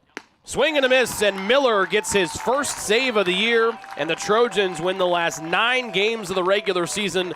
They take the finale of the regular campaign in comeback fashion. 8-7 final here against Goshen from Windsor Holder Field. Run time today, 2 hours and 2 minutes. We'll take a break and come back with the Ivanhoe's postgame show. That's next here on the Trojan Sports Network.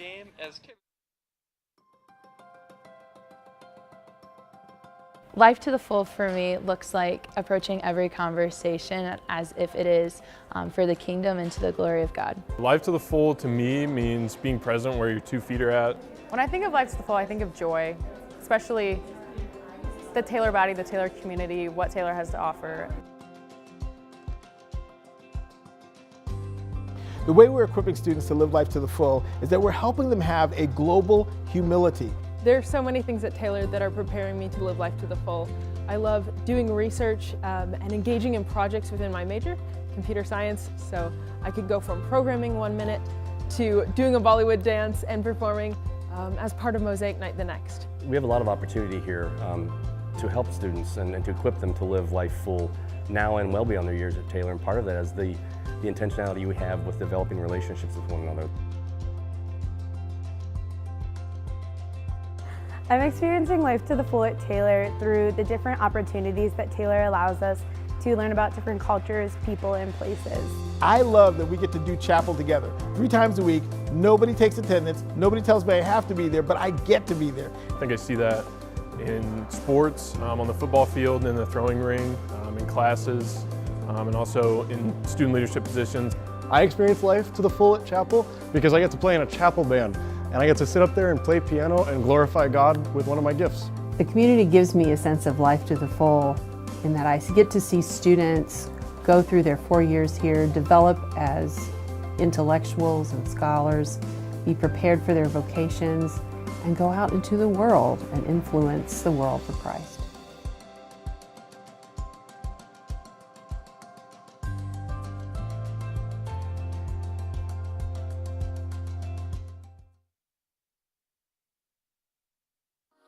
What limits you? Too small, too old, insecure, broken. You have no limits.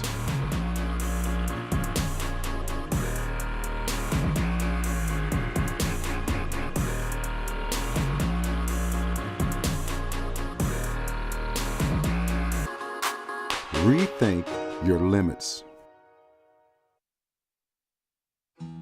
Best One Tire and Auto Care Upland is proud to support Taylor University Athletics. Located at 148 South Main Street, Best One is open 6 days a week. Owner Mike Pearson and his staff offer replacement tires from brands like Bridgestone, Firestone, and Goodyear. Customers can also shop for tires from the comfort of their home by using the online tire finder. When it's time for mechanical repairs, Best One's ASE certified technicians can perform a wide range of services to get their customers back on the road. And those same technicians can do repairs on fleet vehicles as well. Taylor Athletics says thank you to Mike Pearson and everyone at Best One Tire and Auto Care Upland.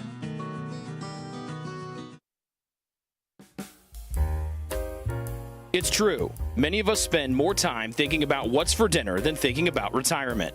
But if you think your retirement needs deserve more attention, we agree, and we'd like to help. Your local Edward Jones financial advisors, Ryan Jones, Mark Sieglin, Rob Sisson, and Adam Sieglin, can help you get started today. They are proud corporate partners of Taylor University Athletics. Edward Jones, making sense of investing.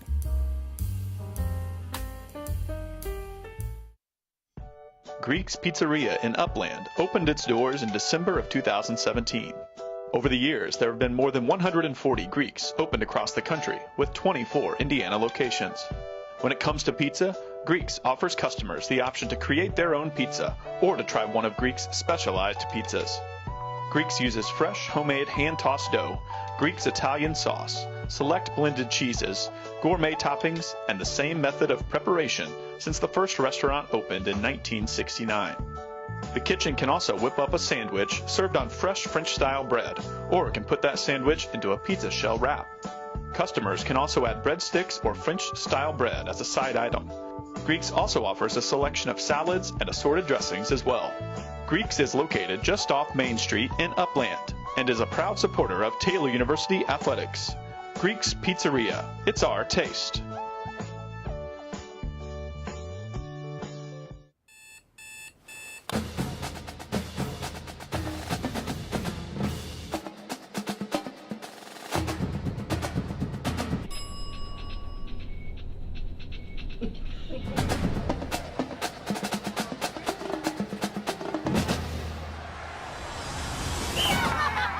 When you need the fuel to be your nephew's #1 fan, Holiday Inn Express. We're there, so you can be too. Ivanhoe's has been serving Taylor students since 1965, when Ivan and Carol Slane purchased the restaurant. Located on Main Street, Ivanhoe's is less than a mile from the Taylor campus and is open 7 days a week. The menu features choices for lunch, dinner, as well as 100 different milkshakes and sundaes. Customers can find other dessert items as well. The staff is proud to support Taylor University and appreciates the support of Ivanhoe's through the years.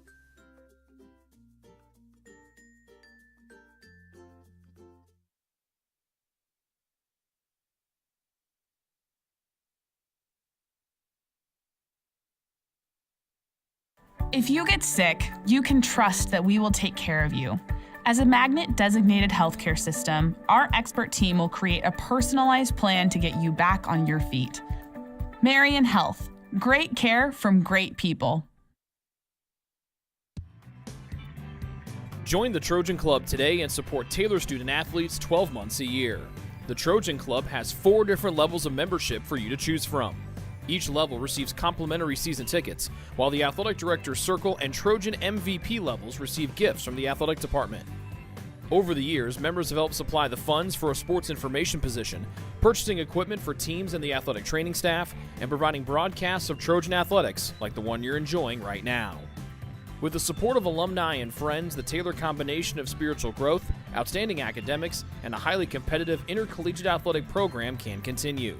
To join, call 765-998-4331 or log on to TaylorTrojans.com and click on the Trojan Club tab at the top of the homepage. The Trojan Club, supporting Taylor University student athletes.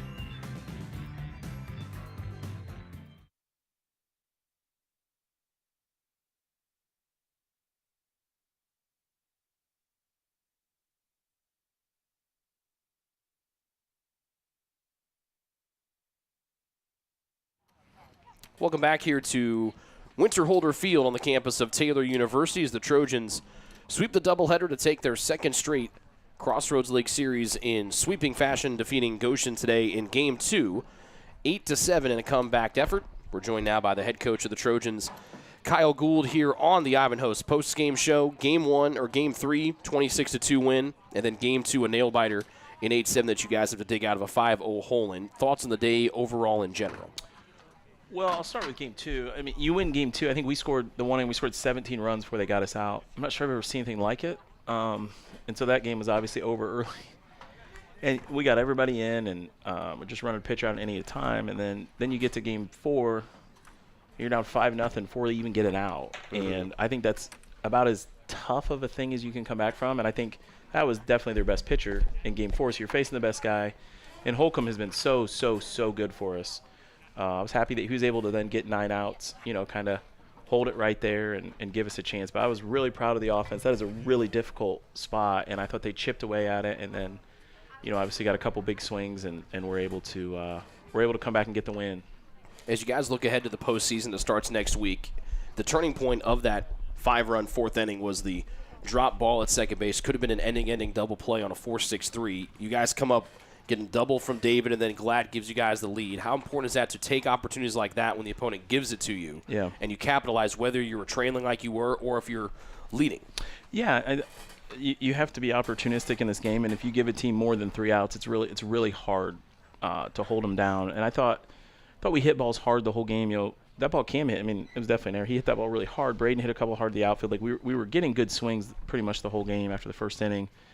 But yeah, it's incredibly important when someone gives you more than 3 outs. It's kind of like when someone walks you. You got to take advantage of it. And so much of college baseball is about capitalizing on freebies, and that's why we spend so much time, really trying to learn like strike zone discipline, and hopefully that shows up the next few weeks, because normally you get in the postseason, strike zones get a little smaller, and the teams that can command the strike zone, you just have a chance to get in more hitters counts and do damage. So yeah, it was a big play, and then Mace jumped on him and Sam jumped on him, and away we went.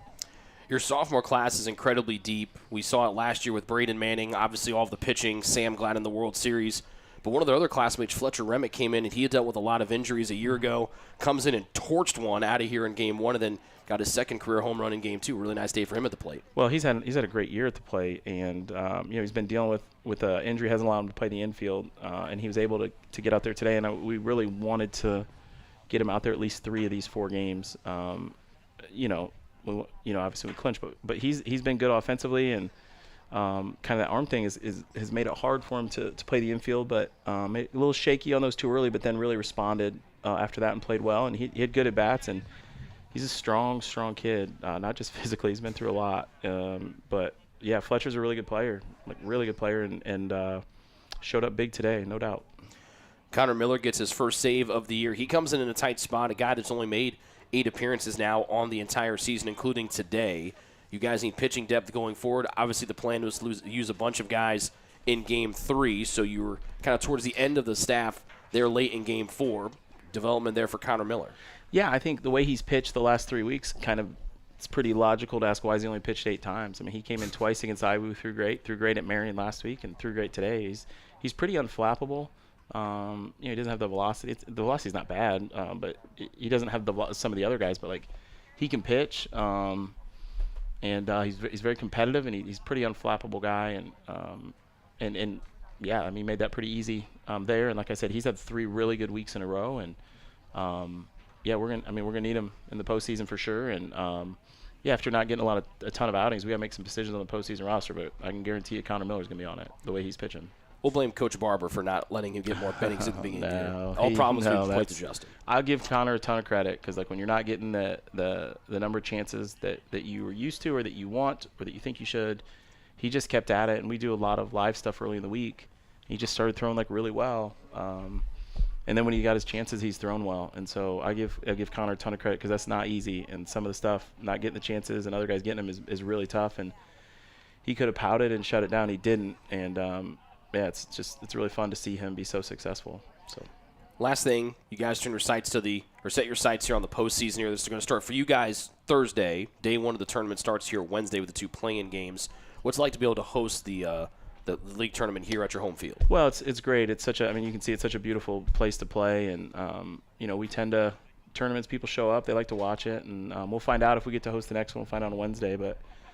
Yeah, it's really fun to showcase what a great university. I mean, this place is beautiful, and it's fun to showcase that, and it's fun to showcase Winterholder Field and what a great place to play baseball. We want to be a great host. We want conference tournament should be the most fun time of the year, and we want all 8 teams that come here to feel like it's a big deal and to be excited to play. And we got a great indoor setup with the cages, and we want it to be a great neutral site. As far as the way it's administered, and we want every team to come here to have a great experience and to enjoy playing here. And obviously we want to play our best baseball of the year and have a chance to get after some people and win it on our home field like we did 2 years ago. The Trojans know they are going on to the postseason. They like to go there with a little extra hardware, sweeping both the regular season and tournament titles. That will start next Thursday. Kyle, enjoy some days off.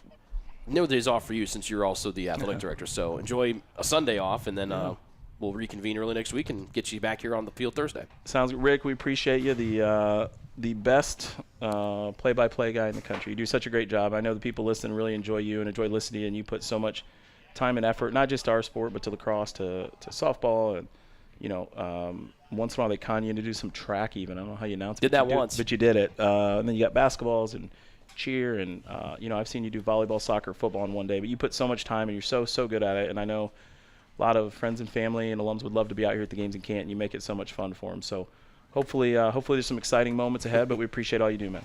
Thanks, boss. Just make sure don't cash that check before May 1st, please. Just make sure May 1st is when we wrote the check on there. As that's the head coach of the Trojans, Kyle Gould, the defending Crossroads League Coach of the Year. We'll see in a couple weeks if he can bring home his 7th Coach of the Year title. Taylor wins today. They improve to 37-13 on the year. They tie their league record and program record for most league wins in a season with 30 as they finish the Crossroads League season 30-6 for the 2nd straight year. Game 4 winners, Jack Ross 2-2. Lopez takes the loss for Goshen. He falls to 1-3. Connor Miller gets the save for TU. That's his first one of the year. Taylor finishes the regular season 37-13, including 20-2 here at home. They have won the regular season title of the Crossroads League for the 2nd straight year. They are already on to the national tournament. They're trying to go in there with the tournament title in tow. That starts on Thursday here at Winterholder Field. The tournament starts Wednesday with the play-in games between the bottom 4 seeds, 5, 8, and 6, 7. We'll have all the coverage for you here live on the Trojan Sports Network. We'll have audio coverage for all of the Taylor games and the championship game if Taylor is not in it. So that will start for us next week. Free for you here on the Trojan Sports Network. Tell your friends, tell your family, and subscribe to our YouTube channel. Side note, special thanks. We just a couple weeks ago, we passed 7,000 subscribers. About a week ago, we passed 7,100 subscribers. So thank you all for subscribing to our channel. We hope you appreciate the content and like what we do to promote Taylor athletics here as we close in on the end of the 2024 season. But more athletics still to come, at least for another week or so, with the Crossroads League Baseball Tournament.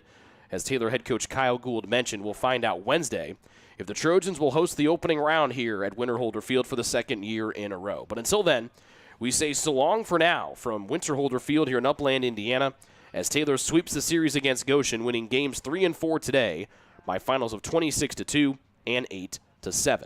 Special thanks to our producer, Nathan Tompkins. The executive producer of the Trojan Sports Network is Seth Michael. My name is Rick Johnson. This has been the Ivanhoe's post-game show. We'll talk to you on Thursday for Taylor Baseball as they open up the 2024 Crossroads League Baseball Tournament as the #1 overall seed. That comes up Thursday afternoon right here at Winterholder Field. The tournament starts with the play-in games on Wednesday. Stay logged on to crossroadsleague.com for all the Crossroads League tournament information as it all gets finalized today and tomorrow. Until we talk to you on Thursday for that first Taylor Baseball Tournament game, we say goodnight. From Upland, Indiana, this has been a presentation of Taylor Baseball on the Trojan Sports Network.